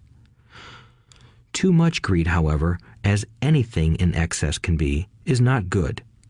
But just remember what Michael Douglas said in the movie Wall Street. Greed is good. Rich Dad said it differently. Guilt is worse than greed, for guilt robs the body of its soul. I think Eleanor Roosevelt said it best. Do what you feel in your heart to be right, for you'll be criticized anyway. You'll be damned if you do, and damned if you don't. Overcoming bad habits. Our lives are a reflection of our habits more than our education. After seeing the movie Conan the Barbarian, starring Arnold Schwarzenegger, a friend said, "I'd love to have a body like Schwarzenegger." Most of the guys nodded in agreement. "I even heard he was really puny and skinny at one time," another friend added. "Yeah, I heard that too," another one said. "I heard he has a habit of working out almost every day in the gym." "Yeah, I'll bet he has to." "Nah," said the group's cynic. "I'll bet he was born that way. Besides, let's stop talking about Arnold and get some beers." This is an example of habits controlling behavior. I remember asking my rich dad about the habits of the rich. Instead of answering me outright, he wanted me to learn through example, as usual. "When does your dad pay his bills?" Rich Dad asked. "The first of the month," I said. "Does he have anything left over?" he asked. "Very little," I said. "That's the main reason he struggles," said Rich Dad. "He has bad habits. Your dad pays everyone else first. He pays himself last, but only if he has anything left over." "Which he usually doesn't," I said. "But he has to pay his bills, doesn't he? You're saying he shouldn't pay his bills?" "Of course not," said Rich Dad. "I firmly believe in paying my bills on time. I just pay myself first, before I pay even the government." "But what happens if you don't have enough money?" I asked. "What do you do then?" "The same," said Rich Dad. "I still pay myself first, even if I'm short of money. My asset column is far more important to me than the government." "But," I said, "don't they come after you?" "Yes, if you don't pay," said Rich Dad. "Look, I did not say not to pay. I just said I pay myself first, even if I'm short of money."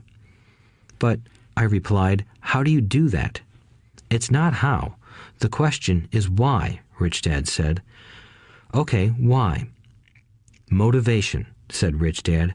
"Who do you think will complain louder if I don't pay them? Me or my creditors?" "Your creditors will definitely scream louder than you," I said, responding to the obvious. "You wouldn't say anything if you didn't pay yourself." So you see, after paying myself, the pressure to pay my taxes and the other creditors is so great that it forces me to seek other forms of income. The pressure to pay becomes my motivation. I've worked extra jobs, started other companies, traded in the stock market, anything, just to make sure those guys don't start yelling at me. That pressure made me work harder, forced me to think, and all in all, made me smarter and more active when it comes to money. If I had paid myself last, I would have felt no pressure, but I'd be broke. So it is the fear of the government or other people you owe money to that motivates you? "That's right," said Rich Dad. You see, government bill collectors are big bullies. So are bill collectors in general. Most people give in to those bullies. They pay them and never pay themselves. You know the story of the 98-pound weakling who gets sand kicked in his face? I nodded. I see that ad for weightlifting and bodybuilding lessons in the comic books all the time. Well, most people let the bullies kick sand in their faces. I decided to use the fear of the bully to make me stronger. Others got weaker. Forcing myself to think about how to make extra money is like going to the gym and working out with weights. The more I work my mental money muscles out, the stronger I get. Now I'm not afraid of those bullies. I liked what Rich Dad was saying, so if I pay myself first, I get financially stronger mentally and fiscally. Rich Dad nodded. And if I pay myself last, or not at all, I get weaker. So people like bosses, managers, tax collectors, bill collectors, and landlords push me around all my life just because I don't have good money habits. Rich Dad nodded, just like the 98-pound weakling. Overcoming arrogance. What I know makes me money. What I don't know loses me money. Every time I have been arrogant, I have lost money. Because when I'm arrogant, I truly believe that what I don't know is not important, Rich Dad would often tell me. I have found that many people use arrogance to try to hide their own ignorance. It often happens when I am discussing financial statements with accountants or even other investors. They try to bluster their way through the discussion. It is clear to me that they don't know what they're talking about. They're not lying, but they are not telling the truth. There are many people in the world of money, finances, and investments who have absolutely no idea what they're talking about. Most people in the money industry are just spouting off sales pitches like used car salesmen. When you know you are ignorant in a subject, start educating yourself by finding an expert in the field or a book on the subject. Chapter 8. Getting Started. There is gold everywhere. Most people are not trained to see it. I wish I could say acquiring wealth was easy for me, but it wasn't. So in response to the question, how do I start, I offer the thought process I go through on a day-to-day basis. It really is easy to find great deals. I promise you that. It's just like riding a bike. After a little wobbling, it's a piece of cake. But when it comes to money, it takes determination to get through the wobbling. That's a personal thing. To find million-dollar deals of a lifetime requires us to call on our financial genius. I believe that each of us has a financial genius within us. The problem is that our financial genius lies asleep, waiting to be called upon. It lies asleep because our culture has educated us into believing that the love of money is the root of all evil. It has encouraged us to learn a profession so we can work for money, but failed to teach us how to have money work for us. It taught us not to worry about our financial future because our company or the government would take care of us when our working days are over. However, it is our children, educated in the same school system, who will end up paying for this absence of financial education. The message is still to work hard, earn money, and spend it. And when we run short, we can always borrow more. Unfortunately, 90% of the Western world subscribes to the above dogma, simply because it's easier to find a job and work for money. If you are not one of the masses, I offer you the following 10 steps to awaken your financial genius. I simply offer you the steps I have personally followed. If you want to follow some of them, great. If you don't, make up your own. Your financial genius is smart enough to develop its own list. While in Peru, I asked a gold miner of 45 years how he was so confident about finding a gold mine. He replied, "There is gold everywhere. Most people are not trained to see it." And I would say that is true. In real estate, I can go out and in a day come up with 4 or 5 great potential deals. while the average person will go out and find nothing, even looking in the same neighborhood. The reason is that they have not taken the time to develop their financial genius. I offer you the following 10 steps as a process to develop your God-given powers, powers over which only you have control. 1.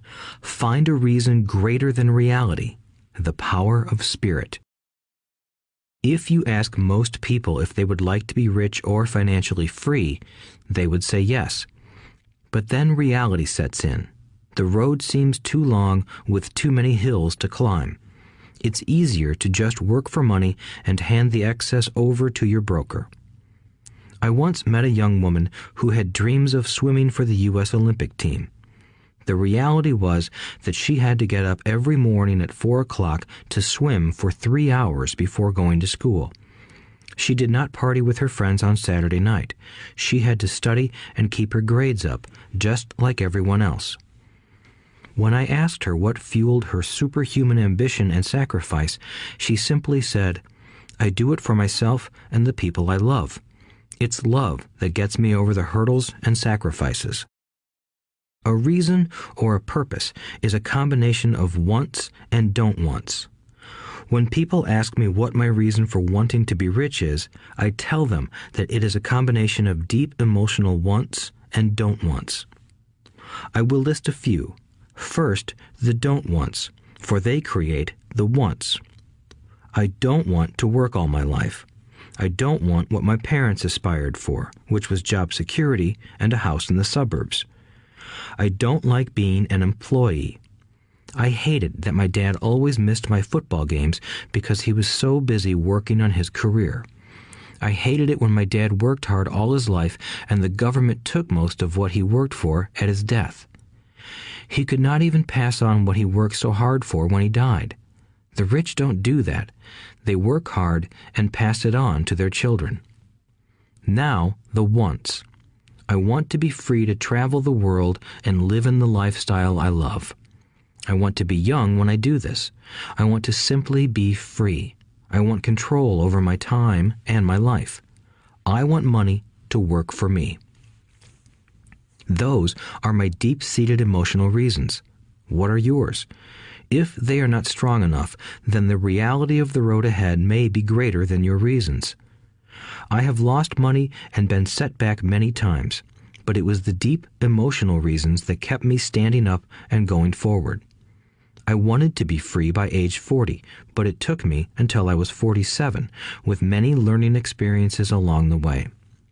As I said, I wish I could say it was easy. It wasn't, but it wasn't that hard either. I've learned that without a strong reason or purpose, anything in life is hard. If you do not have a strong reason, there is no sense listening further. It will sound like too much work. 2. Make daily choices. The power of choice. Choice is the main reason people want to live in a free country. We want the power to choose. Financially, with every dollar we get in our hands, we hold the power to choose our future, to be rich, poor, or middle class. Our spending habits reflect who we are. Poor people simply have poor spending habits. The benefit I had as a boy was that I loved playing Monopoly constantly. Nobody told me Monopoly was only for kids, so I just kept playing the game as an adult. I also had a rich dad who pointed out to me the difference between an asset and a liability. So a long time ago, as a little boy, I chose to be rich, and I knew that all I had to do was learn to acquire assets, real assets. My best friend, Mike, had an asset column handed to him, but he still had to choose to learn to keep it. Many rich families lose their assets in the next generation simply because there was no one trained to be a good steward over their assets. Most people choose not to be rich. For 90% of the population, being rich is too much of a hassle. So they invent sayings that go, "I'm not interested in money. I'll never be rich. I don't have to worry. I'm still young. When I make some money, then I'll think about my future." My husband or wife handles the finances. The problem with those statements is that they rob the person who chooses to think such thoughts of two things. One is time, which is your most precious asset. The second is learning. Having no money should not be an excuse to not learn, but that is a choice we all make daily. The choice of what we do with our time, our money, and what we put in our heads. That is the power of choice. All of us have choice. I just choose to be rich, and I make that choice every day. Invest first in education. In reality, the only real asset you have is your mind, the most powerful tool we have dominion over. Each of us has the choice of what we put in our brain once we're old enough. You can watch TV, read golf magazines, or go to ceramics class or a class on financial planning. You choose.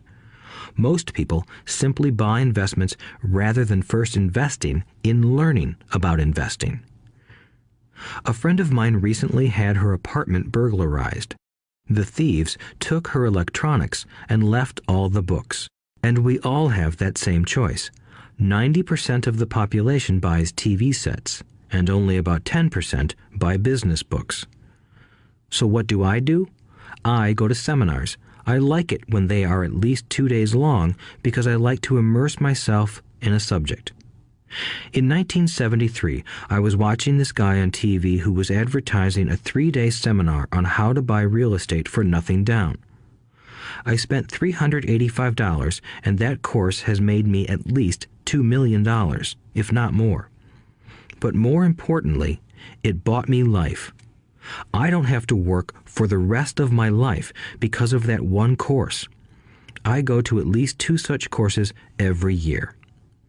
I love CDs and audiobooks. The reason? I can easily review what I just heard. I was listening to an investor say something I completely disagreed with. Instead of becoming arrogant and critical, I simply listened to that 5-minute stretch at least 20 times, maybe more. But suddenly, by keeping my mind open, I understood why he said what he said. It was like magic. I felt like I had a window into the mind of one of the greatest investors of our time. I gained tremendous insight into the vast resources of his education and experience. The net result? I still have the old way I used to think, and I now have a new way of looking at the same problem or situation. I have 2 ways to analyze a problem or trend, and that is priceless. Today, I often say, how would Donald Trump do this, or Warren Buffett, or George Soros? The only way I can access their vast mental power is to be humble enough to read or listen to what they have to say. Arrogant or critical people are often people with low self-esteem who are afraid of taking risks. That's because if you learn something new, you are then required to make mistakes in order to fully understand what you have learned. If you have listened this far, arrogance is not one of your problems. Arrogant people rarely read or listen to experts. Why should they? They are the center of the universe. There are so many intelligent people who argue or defend when a new idea clashes with the way they think. In this case, their so-called intelligence combined with arrogance equals ignorance.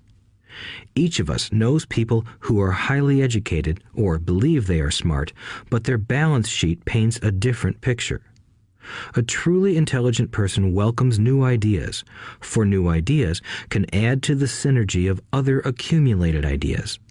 Listening is more important than talking. If that were not true, God would not have given us 2 ears and only 1 mouth. Too many people think with their mouth instead of listening in order to absorb new ideas and possibilities. They argue instead of asking questions. I take a long view on my wealth. I do not subscribe to the get-rich-quick mentality most lottery players or casino gamblers have. I may go in and out of stocks, but I am long on education.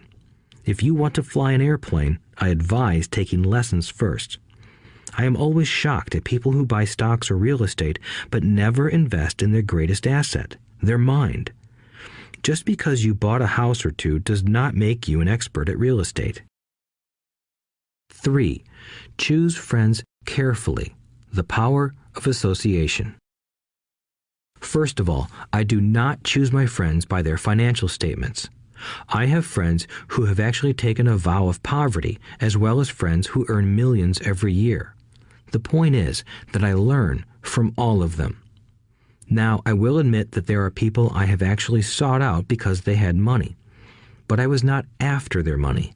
I was seeking their knowledge. In some cases, these people who had money have become dear friends. I've noticed that my friends with money talk about money. They don't do it to brag. They're interested in the subject. So I learn from them, and they learn from me. My friends who are in dire financial straits do not like talking about money, business, or investing. They often think it rude or unintellectual. So I also learn from my friends who struggle financially. I find out what not to do.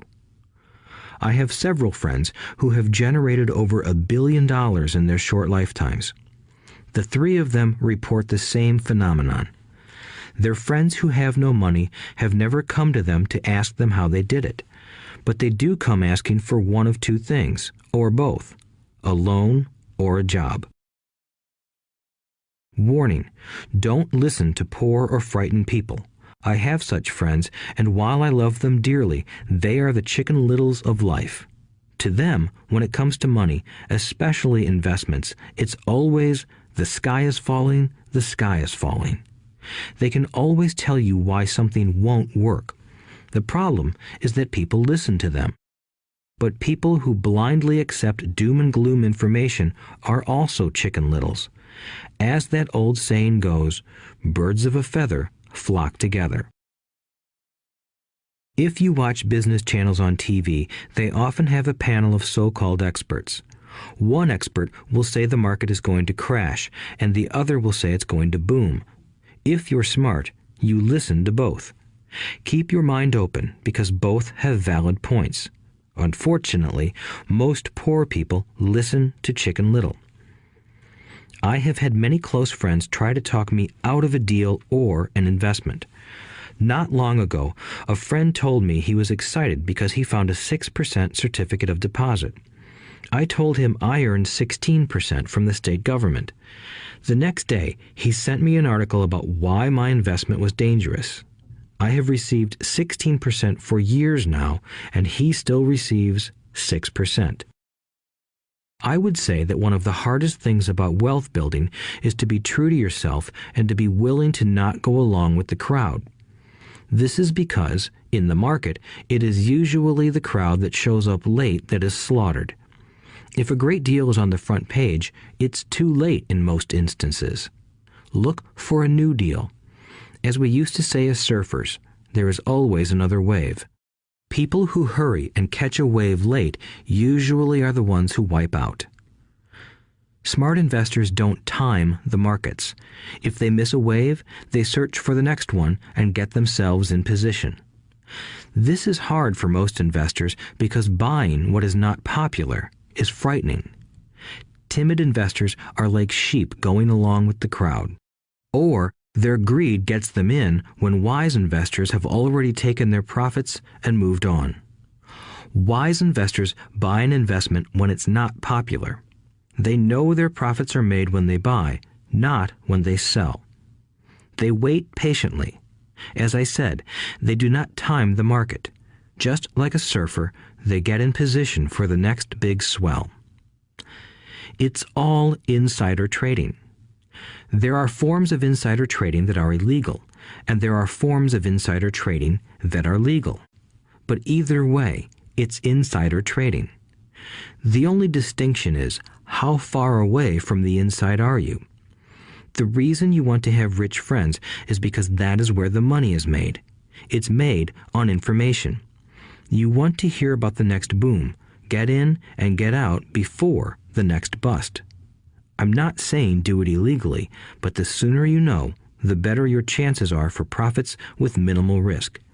That is what friends are for, and that is financial intelligence. 4. Master a formula and then learn a new one. The power of learning quickly. In order to make bread, every baker follows a recipe, even if it's only held in their head. The same is true for making money. Most of us have heard the saying, "You are what you eat." I have a different slant. I say, "You become what you study." In other words, be careful what you learn, because your mind is so powerful that you become what you put in your head. For example, if you study cooking, you then tend to cook. If you don't want to be a cook anymore, then you need to study something else. When it comes to money, the masses generally have one basic formula they learned in school, and it's this: work for money. The predominant formula I see in the world is that every day millions of people get up, go to work, earn money, pay bills, balance checkbooks, buy some mutual funds, and go back to work. That is the basic formula, or recipe. If you're tired of what you're doing, or you're not making enough, it's simply a case of changing the formula via which you make money. Years ago, when I was 26, I took a weekend class called How to Buy Real Estate Foreclosures. I learned a formula. The next trick was to have the discipline to actually put into action what I had learned. That is where most people stop. For 3 years, while working for Xerox, I spent my spare time learning to master the art of buying foreclosures. I've made several $million using that formula. So after I mastered that formula, I went in search of other formulas. For many of the classes, I did not directly use the information I learned, but I always learned something new. I have attended classes designed for derivative traders, commodity option traders, and chaologists. I was way out of my league, being in a room full of people with doctorates in nuclear physics and space science. Yet, I learned a lot that made my stock and real estate investing more meaningful and lucrative. Most junior colleges and community colleges have classes on financial planning and buying traditional investments. They are good places to start, but I always search for a faster formula. That is why, on a fairly regular basis, I make more in a day than many people will make in their lifetime. Another side note, in today's fast-changing world, it's not so much what you know anymore that counts, because often what you know is old. It is how fast you learn. That skill is priceless. It's priceless in finding faster formulas, recipes, if you will, for making dough. Working hard for money is an old formula born in the day of cavemen. 5. Pay yourself first. The power of self-discipline. If you cannot get control of yourself, do not try to get rich. It makes no sense to invest, make money, and blow it. It is the lack of self-discipline that causes most lottery winners to go broke soon after winning millions. It is the lack of self-discipline that causes people who get a raise to immediately go out and buy a new car or take a cruise. It is difficult to say which of the 10 steps is the most important, but of all the steps, this step is probably the most difficult to master if it is not already a part of your makeup. I would venture to say that personal self-discipline is the number one delineating factor between the rich, the poor, and the middle class. Simply put, people who have low self-esteem and low tolerance for financial pressure can never be rich. As I have said, a lesson learned from my rich dad was that the world will push you around. The world pushes people around, not because other people are bullies, but because the individual lacks internal control and discipline. People who lack internal fortitude often become victims of those who have self-discipline. In the entrepreneur classes I teach, I constantly remind people to not focus on their product, service, or widget, but to focus on developing management skills. The 3 most important management skills necessary to start your own business are management of 1. Cash flow, 2. People, 3. Personal time. I would say the skills to manage these three apply to anything, not just entrepreneurs. The three matter in the way you live your life as an individual or as part of a family, a business, a charitable organization, a city, or a nation. Each of these skills is enhanced by the mastery of self-discipline. I do not take the saying, "pay yourself first," lightly. The statement, "pay yourself first," comes from George Clayson's book, The Richest Man in Babylon. Millions of copies have been sold. But while millions of people freely repeat that powerful statement, few follow the advice. As I said, financial literacy allows one to read numbers, and numbers tell the story. By looking at a person's income statement and balance sheet, I can readily see if people who spout the words, "pay yourself first," actually practice what they preach. In reality, each month, many allocate money to their asset column before they pay their monthly expenses. Although millions of people have read Clayson's book and understand the words, "pay yourself first," in reality, they pay themselves last. Now, I can hear the howls from those of you who sincerely believe in paying your bills first, and I can hear all the responsible people who pay their bills on time. I am not saying be irresponsible and not pay your bills. All I am saying is do what the book says, which is pay yourself first. If you can truly begin to understand the power of cash flow, you will soon realize why 90% of people work hard all their lives and need government support like Social Security when they are no longer able to work. Kim and I have had many bookkeepers, accountants, and bankers who have had a major problem with this way of looking at pay yourself first. The reason is that these financial professionals actually do what the masses do. They pay themselves last. There have been times in my life when, for whatever reason, cash flow was far less than my bills. I still paid myself first. My accountant and bookkeeper screamed in panic. "They're going to come after you. The IRS is going to put you in jail. You're going to ruin your credit rating. They'll cut off the electricity." I still paid myself first. Why, you ask? Because that's what the story, The Richest Man in Babylon, was all about. The power of self-discipline and the power of internal fortitude. As my rich dad taught me the first month I worked for him, most people allow the world to push them around.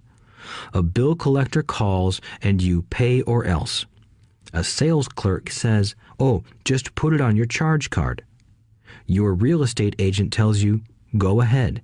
The government allows you a tax deduction on your home." That is what the book is really about. Having the guts to go against the tide and get rich. You may not be weak, but when it comes to money, many people get wimpy. I am not saying be irresponsible. The reason I don't have high credit card debt and doodad debt is because I pay myself first. The reason I minimize my income is because I don't want to pay it to the government. That is why my income comes from my asset column through a Nevada corporation.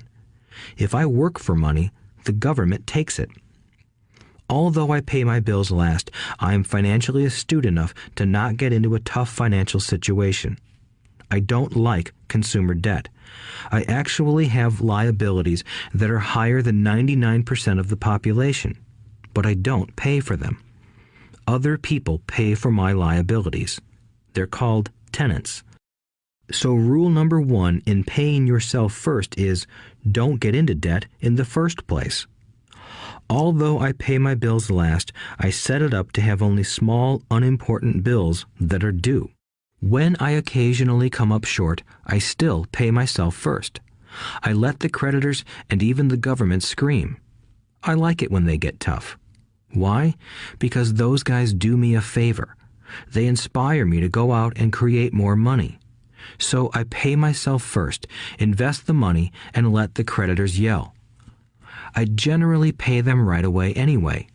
Kim and I have excellent credit. We just don't cave into pressure and spend our savings or liquidate stocks to pay for consumer debt. That is not too financially intelligent. To successfully pay yourself first, keep the following in mind. 1. Don't get into large debt positions that you have to pay for. Keep your expenses low. Build up assets first. Then buy the big house or nice car. Being stuck in the rat race is not intelligent. 2. When you come up short, let the pressure build and don't dip into your savings or investments. Use the pressure to inspire your financial genius to come up with new ways of making more money and then pay your bills. You will have increased your ability to make more money as well as your financial intelligence. So many times I have gotten into financial hot water and used my brain to create more income while staunchly defending the assets in my asset column. My bookkeeper has screamed and dived for cover, but I was like a good soldier defending the fort. Fort assets. Poor people have poor habits. A common bad habit is innocently called dipping into savings. The rich know that savings are only used to create more money, not to pay bills. I know that sounds tough, but as I said, if you're not tough inside, the world will always push you around anyway. If you do not like financial pressure, then find a formula that works for you. A good one is to cut expenses, put your money in the bank, pay more than your fair share of income tax, buy safe mutual funds, and take the vow of the average. But this violates the pay yourself first rule. This rule does not encourage self-sacrifice or financial abstinence. It doesn't mean pay yourself first and starve. Life was meant to be enjoyed. If you call on your financial genius, you can have all the goodies of life, get rich, and pay bills. And that is financial intelligence. 6. Pay your brokers well. The power of good advice. Sometimes I see people posting a sign in front of their house that says, "For sale by owner." Or I see people on TV claiming to be discount brokers. My rich dad taught me to take the opposite approach. He believed in paying professionals well, and I have adopted that policy also. Today, I have expensive attorneys, accountants, real estate brokers, and stockbrokers. Why? Because if, and I do mean if, the people are professionals, their services should make you money. And the more money they make, the more money I make. We live in the information age. Information is priceless. A good broker should provide you with information as well as take the time to educate you. I have several brokers who do that for me. Some taught me when I had little or no money, and I am still with them today. What I pay a broker is tiny in comparison with what kind of money I can make because of the information they provide. I love it when my real estate broker or stockbroker makes a lot of money because that usually means I made a lot of money. A good broker saves me time in addition to making me money. Like when I bought the vacant land for $9,000 and sold it immediately for over $25,000 so I could buy my Porsche quicker. A broker is my eyes and ears in the market. They're there every day, so I do not have to be. I'd rather play golf. People who sell their house on their own must not value their time much. Why would I want to save a few bucks when I could use that time to make more money or spend it with those I love? What I find funny is that so many poor and middle-class people insist on tipping restaurant help 15 to 20%, even for bad service, but complain about paying a broker 3 to 7%. They enjoy tipping people in the expense column and stiffing people in the asset column. That is not financially intelligent. Keep in mind that not all brokers are created equal. Unfortunately, most brokers are only salespeople. They sell, but they themselves own little or no real estate. There is a tremendous difference between a broker who sells houses and a broker who sells investments. The same is true for stock, bond, mutual fund, and insurance, brokers who call themselves financial planners.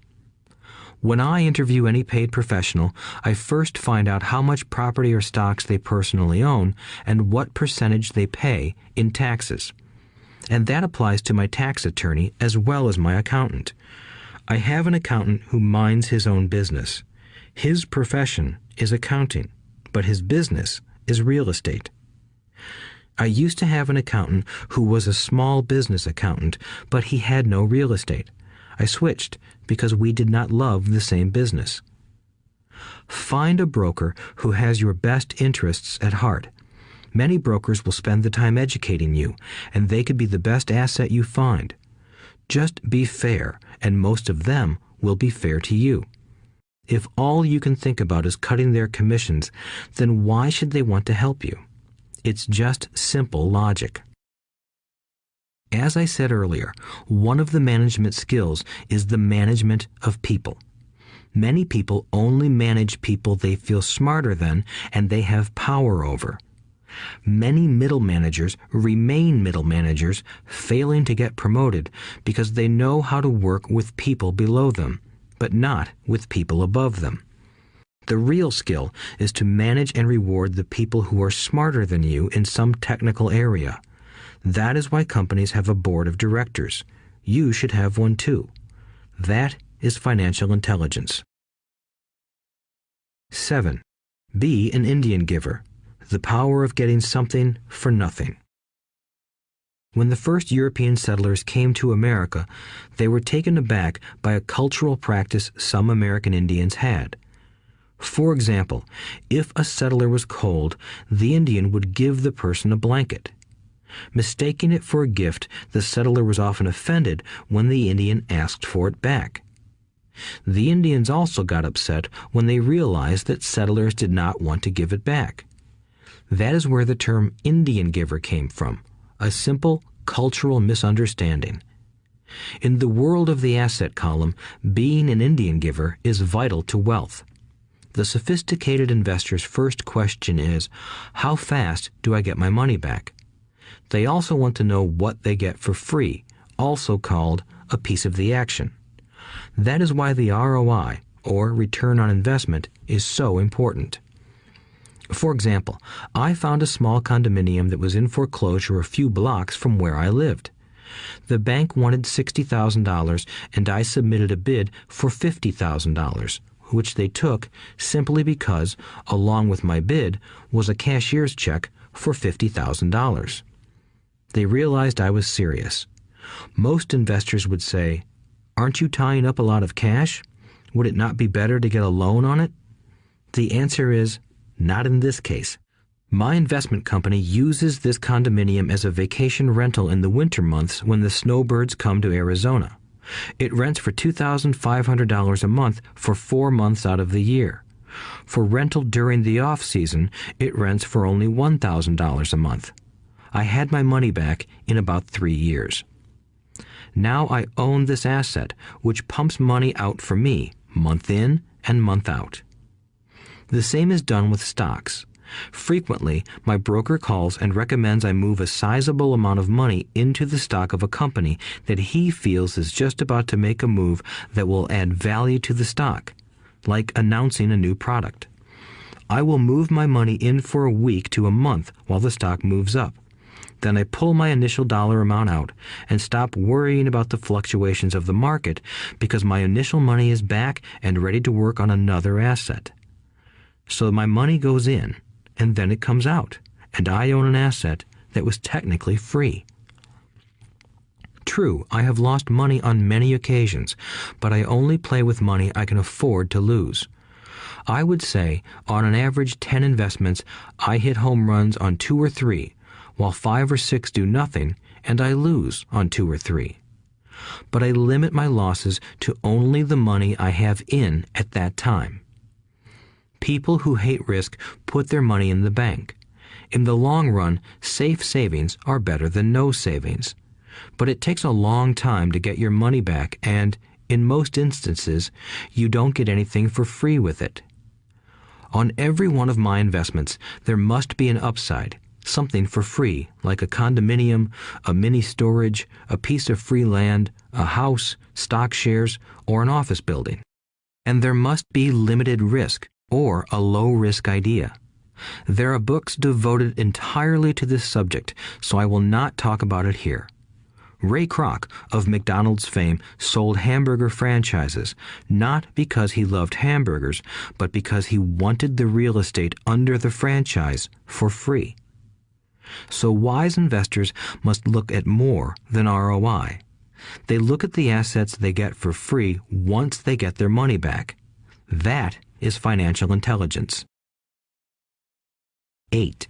Use assets to buy luxuries. The power of focus. A friend's child has been developing a nasty habit of burning a hole in his pocket. Just 16, he wanted his own car. The excuse? All his friends' parents gave their kids cars. The child wanted to go into his savings and use it for a down payment. That was when his father called me and then came to see me. Do you think I should let him do it, or should I just buy him a car?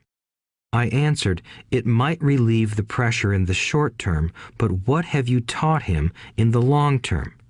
Can you use this desire to own a car and inspire your son to learn something?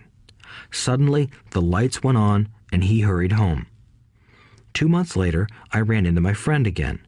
Does your son have his new car? I asked. No, he doesn't, but I gave him $3,000 for the car. I told him to use my money instead of his college money. Well, that's generous of you, I said. Not really. The money came with a hitch. So what was the hitch? I asked. Well, first we played your cash flow game. We then had a long discussion about the wise use of money. After that, I gave him a subscription to the Wall Street Journal and a few books on the stock market. Then what? I asked. What was the catch? I told him that $3,000 was his, but he could not directly buy a car with it. He could use it to find a stockbroker and buy and sell stocks. Once he had made $6,000 with the $3,000, the money would be his for the car, and the $3,000 would go into his college fund. And what are the results? I asked. Well, he got lucky early in his trading, but lost everything a few days later. Then he really got interested.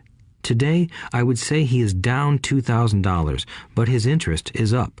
He has read all the books I bought him, and he's gone to the library to get more. He reads the Wall Street Journal voraciously, watching for indicators. He's only got $1,000 left, but his interest and learning are sky high. He knows that if he loses that money, he walks for 2 more years. But he does not seem to care. He even seems uninterested in getting a car because he's found a game that is more fun. What happens if he loses all the money? I asked. We'll cross that bridge when we get to it. I'd rather have him lose everything now than wait till he's our age to risk losing everything. And besides, that is the best $3,000 I've ever spent on his education. What he is learning will serve him for life, and he seems to have gained a new respect for the power of money. As I said earlier, if a person cannot master the power of self-discipline, it is best not to try to get rich. I say this because although the process of developing cash flow from an asset column is easy in theory, what's hard is the mental fortitude to direct money to the correct use. Due to external temptations, it is much easier in today's consumer world to simply blow money out the expense column. With weak mental fortitude, that money flows into the paths of least resistance. That is the cause of poverty and financial struggle. The following example illustrates the financial intelligence needed to direct money to make more money. If we give 100 people $10,000 at the start of the year, I believe that at the end of the year, 80 would have nothing left. In fact, many would have created greater debt by making a down payment on a new car, refrigerator, electronics, or a holiday. 16 would have increased that $10,000 by 5 to 10%. 4 would have increased it to $20,000 or into the millions. We go to school to learn a profession so we can work for money. It is my opinion that it's just as important to learn how to have money work for you. I love my luxuries as much as anyone else. The difference is I don't buy them on credit. It's the keep up with the Joneses trap. When I wanted to buy a Porsche, the easy road would have been to call my banker and get a loan. Instead of choosing to focus in the liability column, I chose to focus in the asset column. As a habit, I use my desire to consume to inspire and motivate my financial genius to invest. Too often today, we focus on borrowing money to get the things we want instead of focusing on creating money. One is easier in the short term, but harder in the long term. It's a bad habit that we as individuals and as a nation have gotten into. Remember, the easy road often becomes hard, and the hard road often becomes easy. The earlier you can train yourself and those you love to be masters of money, the better. Money is a powerful force. Unfortunately, people use the power of money against themselves. If your financial intelligence is low, money will run all over you. It will be smarter than you. If money is smarter than you will work for it all your life. To be the master of money, you need to be smarter than it.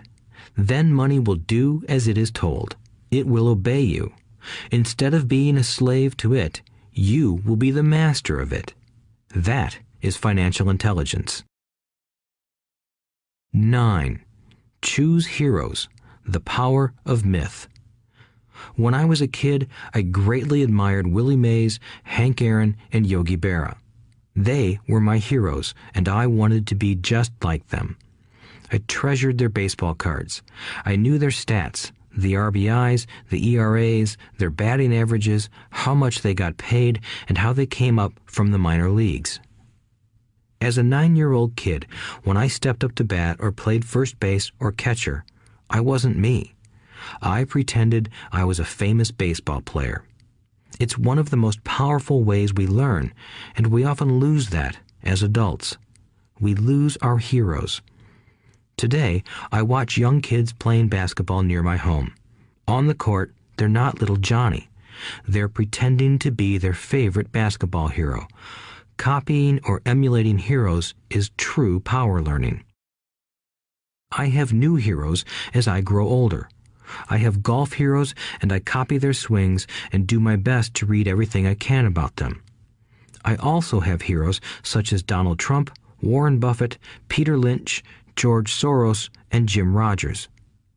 I know their stats just like I knew the ERAs and RBIs of my childhood baseball heroes. I follow what Warren Buffett invests in, and I read anything I can about his point of view on the market and how he chooses stocks. And I read about Donald Trump, trying to find out how he negotiates and puts deals together. Just as I was not me when I was up to bat, when I'm in the market or I'm negotiating a deal, I am subconsciously acting with the bravado of Trump. Or, when analyzing a trend, I look at it as though Warren Buffett were doing it. By having heroes, we tap into a tremendous source of raw genius. But heroes do more than simply inspire us. Heroes make things look easy. Making it look easy convinces us to want to be just like them. If they can do it, so can I. When it comes to investing, too many people make it sound hard.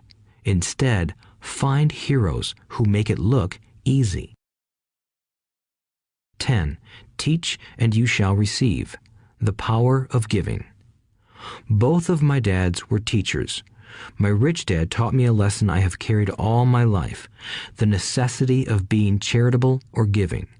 My educated dad gave a lot of his time and knowledge, but almost never gave away money. He usually said that he would give when he had some extra money, but of course, there was rarely any extra. My rich dad gave money as well as education. He believed firmly in tithing. If you want something, you first need to give, he would always say. When he was short of money, he gave money to his church or to his favorite charity. If I could leave one single idea with you, it is that idea. Whenever you feel short or in need of something, give what you want first, and it will come back in buckets. That is true for money, a smile, love, or friendship. I know it is often the last thing a person may want to do, but it has always worked for me. I trust that the principle of reciprocity is true, and I give what I want. I want money, so I give money, and it comes back in multiples.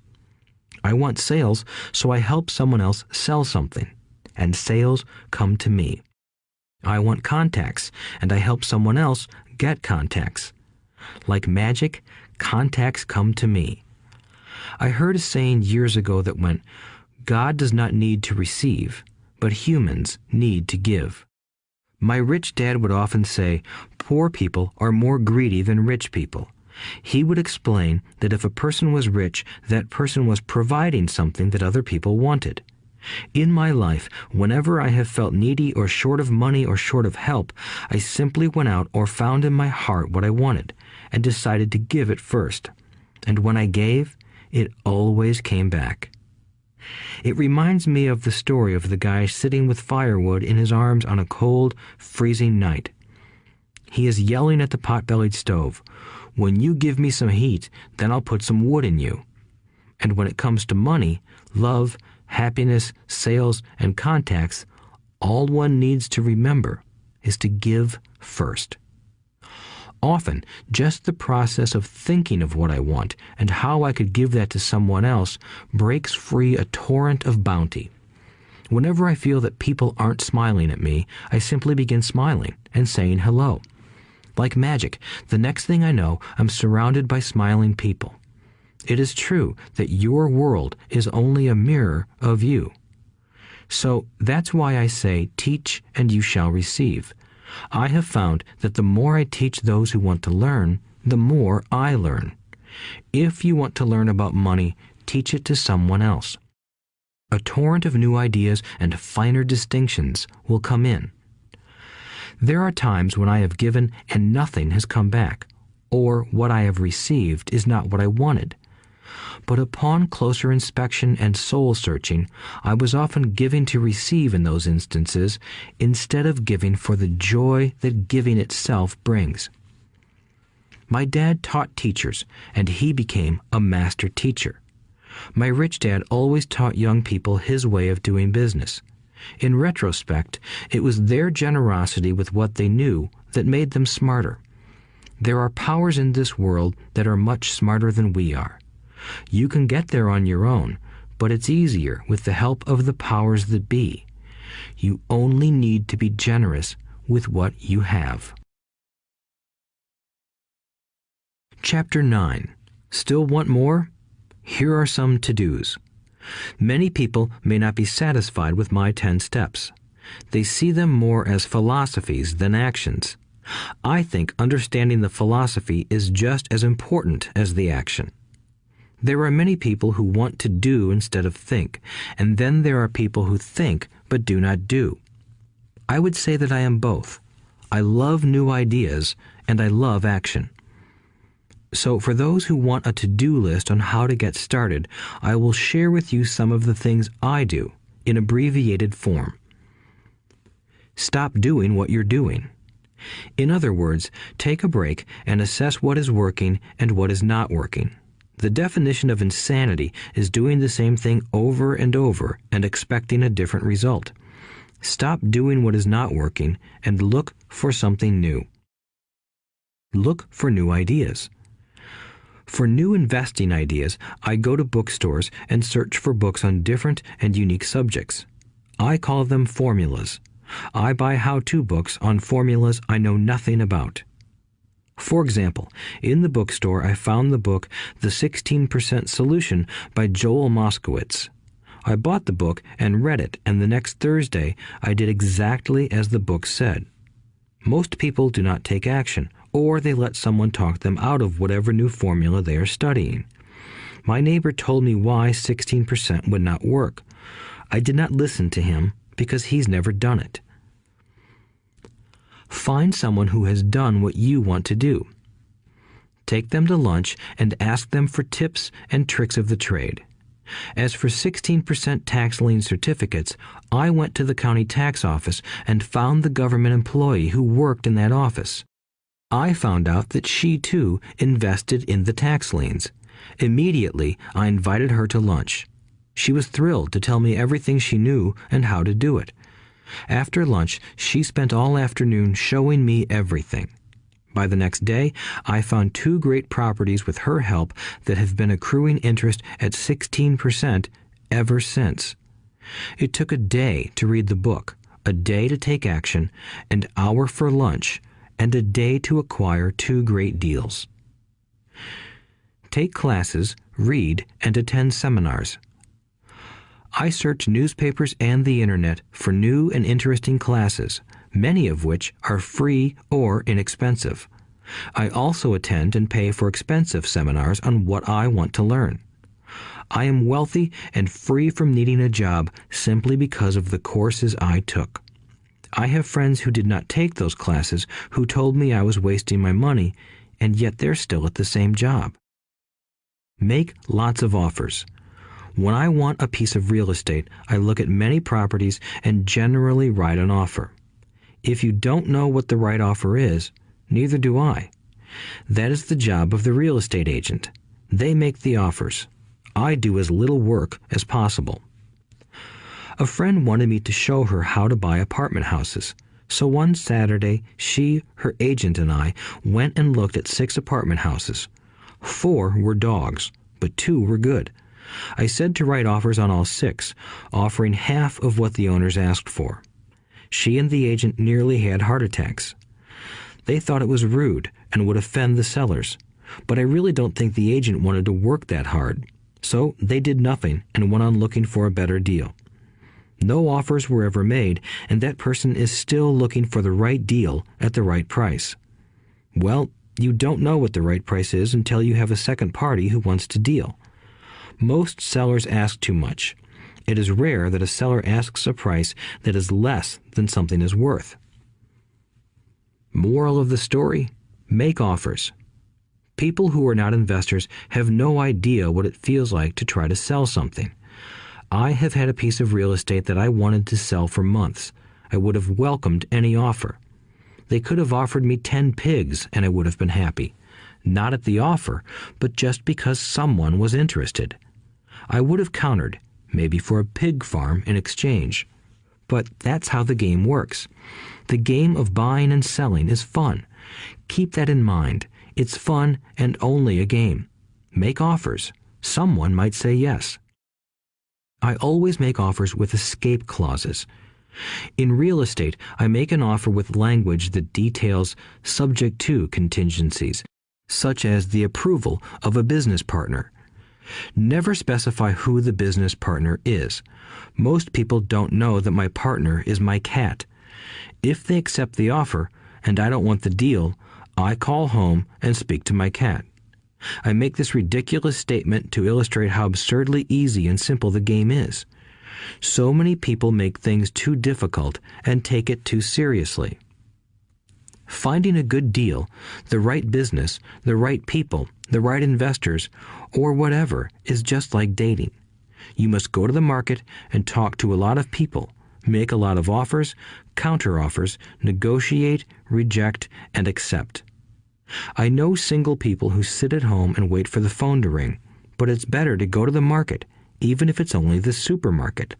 Search, offer, reject, negotiate, and accept are all parts of the process of almost everything in life. Jog, walk, or drive a certain area once a month for 10 minutes. I have found some of my best real estate investments doing this. I will jog a certain neighborhood for a year and look for change. For there to be profit in a deal, there must be 2 elements, a bargain and change. There are lots of bargains, but it's change that turns a bargain into a profitable opportunity. So when I jog a neighborhood I might like to invest in. It is the repetition that causes me to notice slight differences. I notice real estate signs that are up for a long time. That means the seller might be more agreeable to deal. I watch for moving trucks going in or out. I stop and talk to the drivers. I talk to the postal carriers. It's amazing how much information they acquire about an area. I find a bad area, especially an area that the news has scared everyone away from. I drive it for sometimes a year, waiting for signs of something changing for the better. I talk to retailers, especially new ones, and find out why they're moving in. It takes only a few minutes a month, and I do it while doing something else, like exercising or going to and from the store. Shop for bargains in all markets. Consumers will always be poor. When the supermarket has a sale, say on toilet paper, the consumer runs in and stocks up. But when the housing or stock market has a sale, most often called a crash or correction, the same consumer often runs away from it. When the supermarket raises its prices, the consumer shops somewhere else. But when housing or the stock market raises their prices, the same consumer often rushes in and starts buying. Always remember, profits are made in the buying, not in the selling. Look in the right places. A neighbor bought a condominium for $100,000. I bought the identical condo next door for $50,000. He told me he's waiting for the price to go up.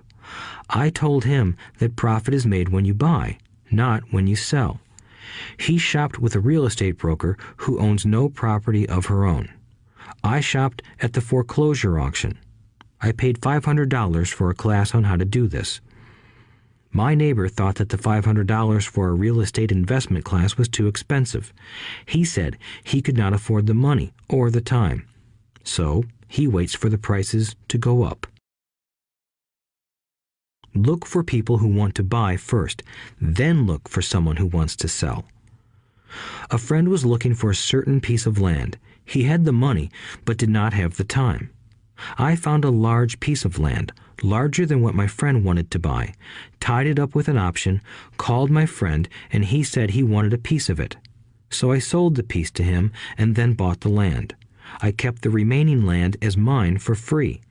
Moral of the story: buy the pie and cut it in pieces. Most people look for what they can afford, so they look too small. They buy only a piece of the pie, so they end up paying more for less. Small thinkers don't get the big breaks. If you want to get richer, think big. Think big. Retailers love giving volume discounts simply because most business people love big spenders. So even if you're small, you can always think big.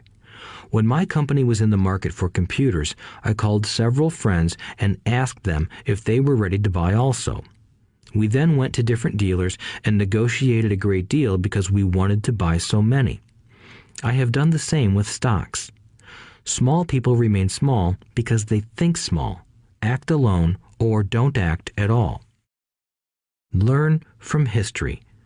All the big companies on the stock exchange started out as small companies. Colonel Sanders did not get rich until after he lost everything in his 60s. Bill Gates was one of the richest men in the world before he was 30. Action always beats inaction. These are just a few of the things I have done and continue to do to recognize opportunities. The important words are have done and do. As repeated many times throughout this audiobook, you must take action before you can receive the financial rewards. Act now. Final thoughts. I would like to share some final thoughts with you. The main reason I wrote this book, and the reason it has remained a bestseller since 2000, was to share insights into how increased financial intelligence can be used to solve many of life's common problems. Without financial training, we all too often use the standard formulas to get through life. Work hard, save, borrow, and pay excessive taxes. Today, more than ever, we need better information. I use the following story as an example of a financial problem that confronts many young families today. How do you afford a good education for your children and provide for your own retirement? It requires using financial intelligence instead of hard work.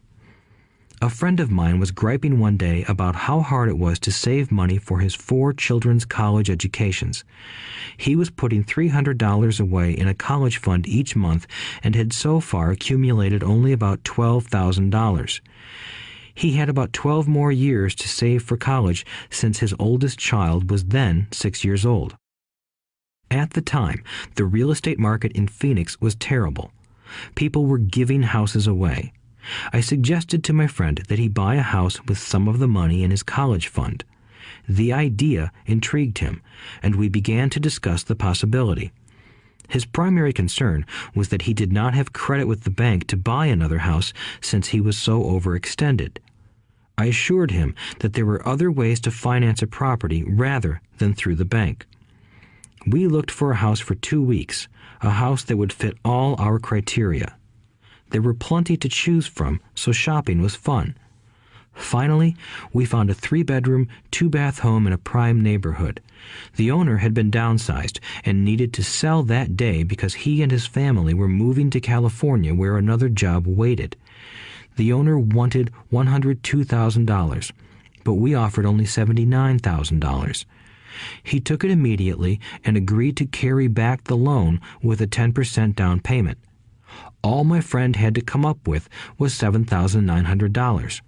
As soon as the owner moved, my friend put the house up for rent. After all expenses were paid, including the mortgage, he put $125 in his pocket each month. His plan was to keep the house for 12 years and let the mortgage get paid down faster by applying the extra $125 to the principal each month. We figured that in 12 years, a large portion of the mortgage would be paid off and he could possibly be clearing $800 a month by the time his first child went to college. He could also sell the house if it had appreciated in value. 3 years later, the real estate market greatly improved in Phoenix, and he was offered $156,000 for the same house by the tenant who lived in it. Again, he asked me what I thought. I advised that he sell it, using a 1031 tax-deferred exchange.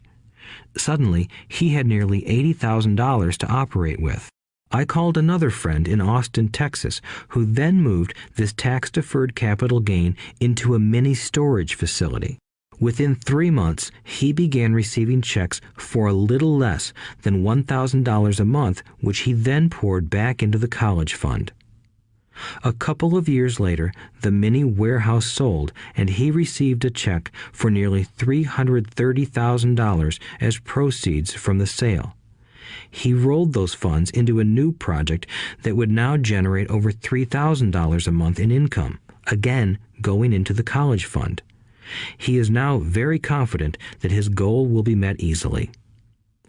It only took $7,900 to start and a little financial intelligence.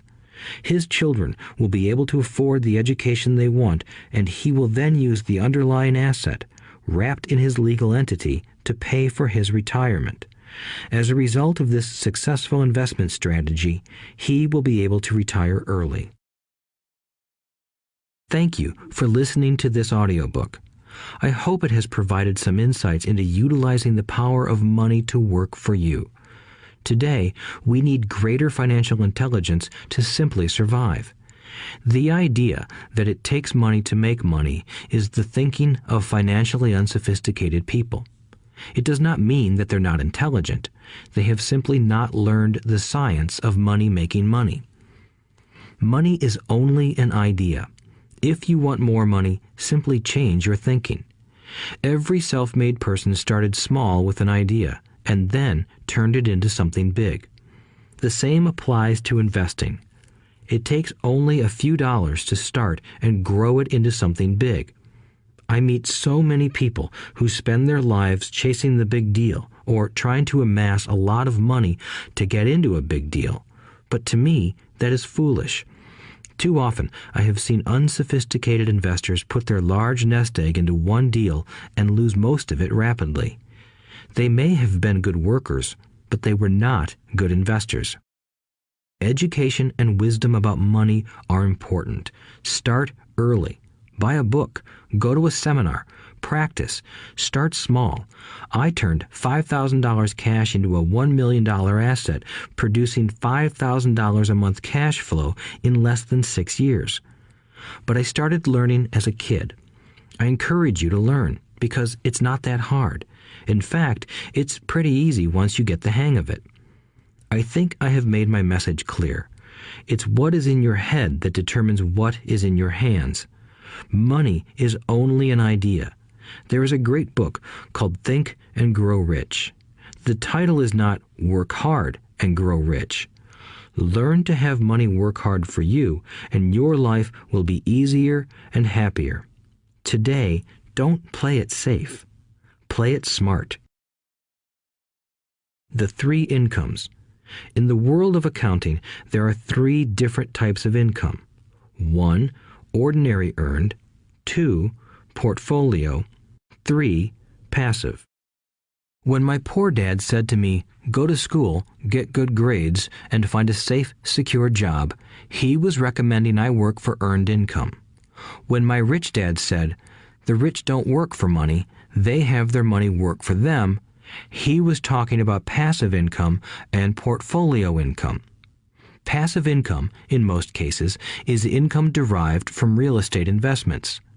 Portfolio income is income derived from paper assets such as stocks and bonds. Portfolio income is the income that makes Bill Gates the richest man in the world, not earned income. Rich Dad used to say, the key to becoming wealthy is the ability to convert earned income into passive income or portfolio income as quickly as possible.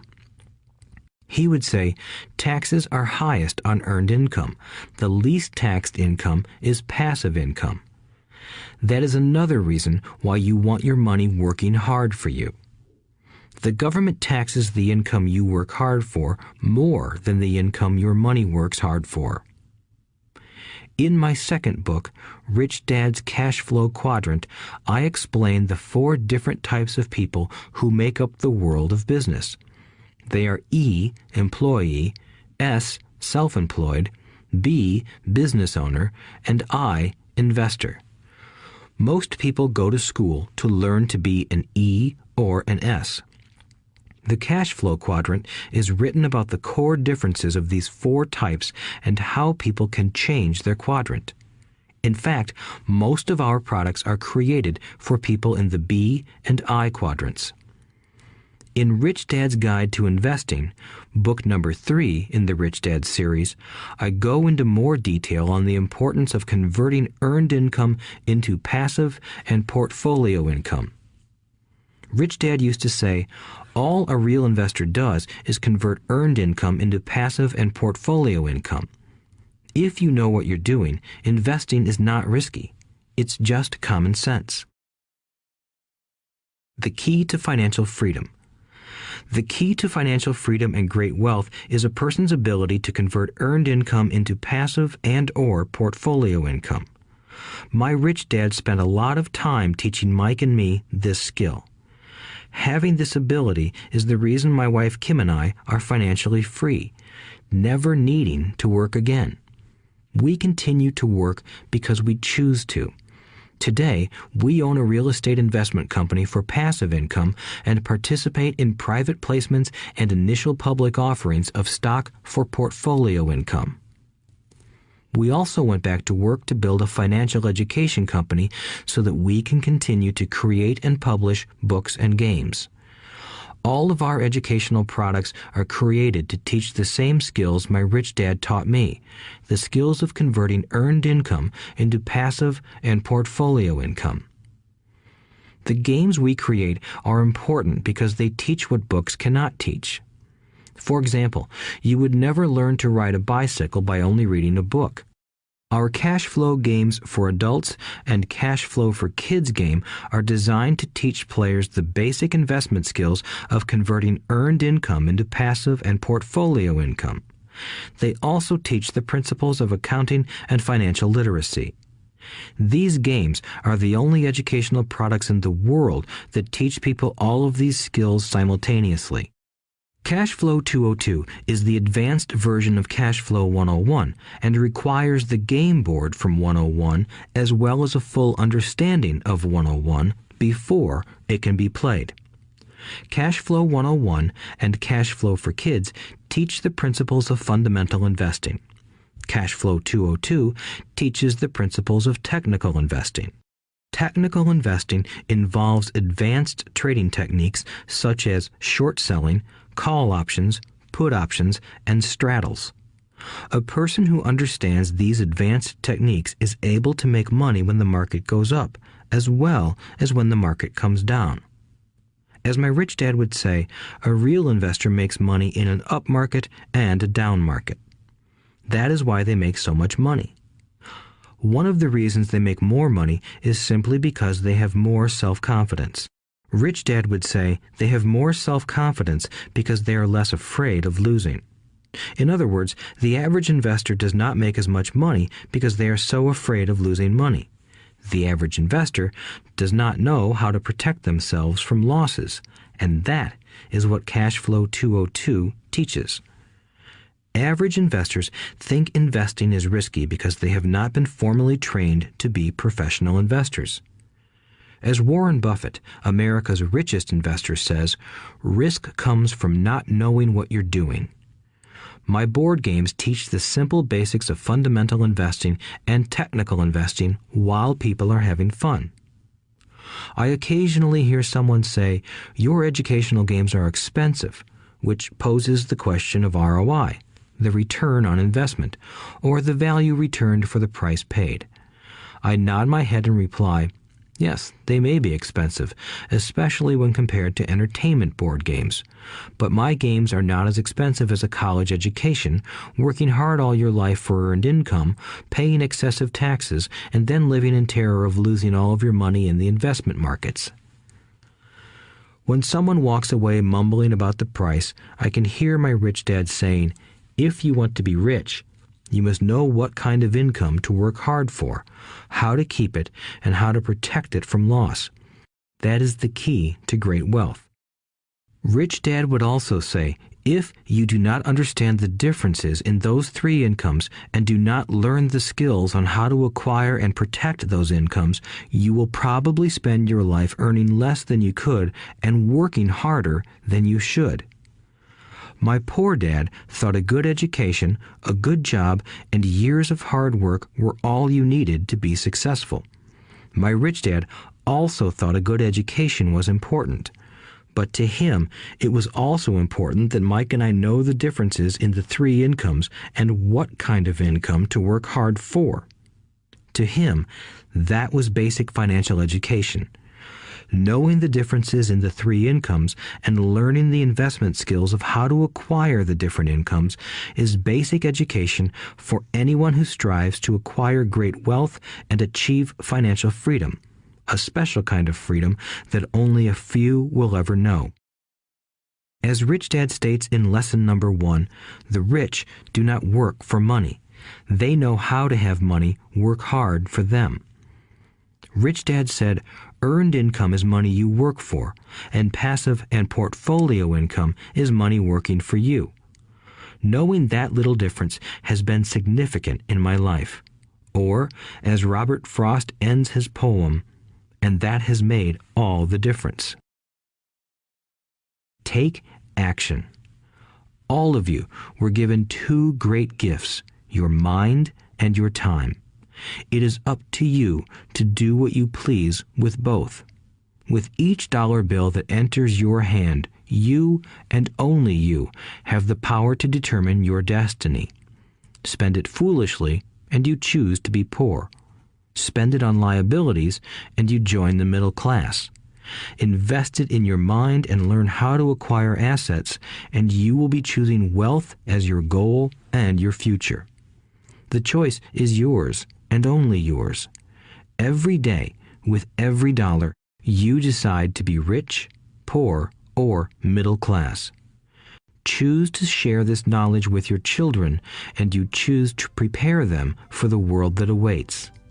No one else will. You and your children's future will be determined by choices you make today, not tomorrow. I wish you great wealth and much happiness with this fabulous gift called life. Robert Kiyosaki.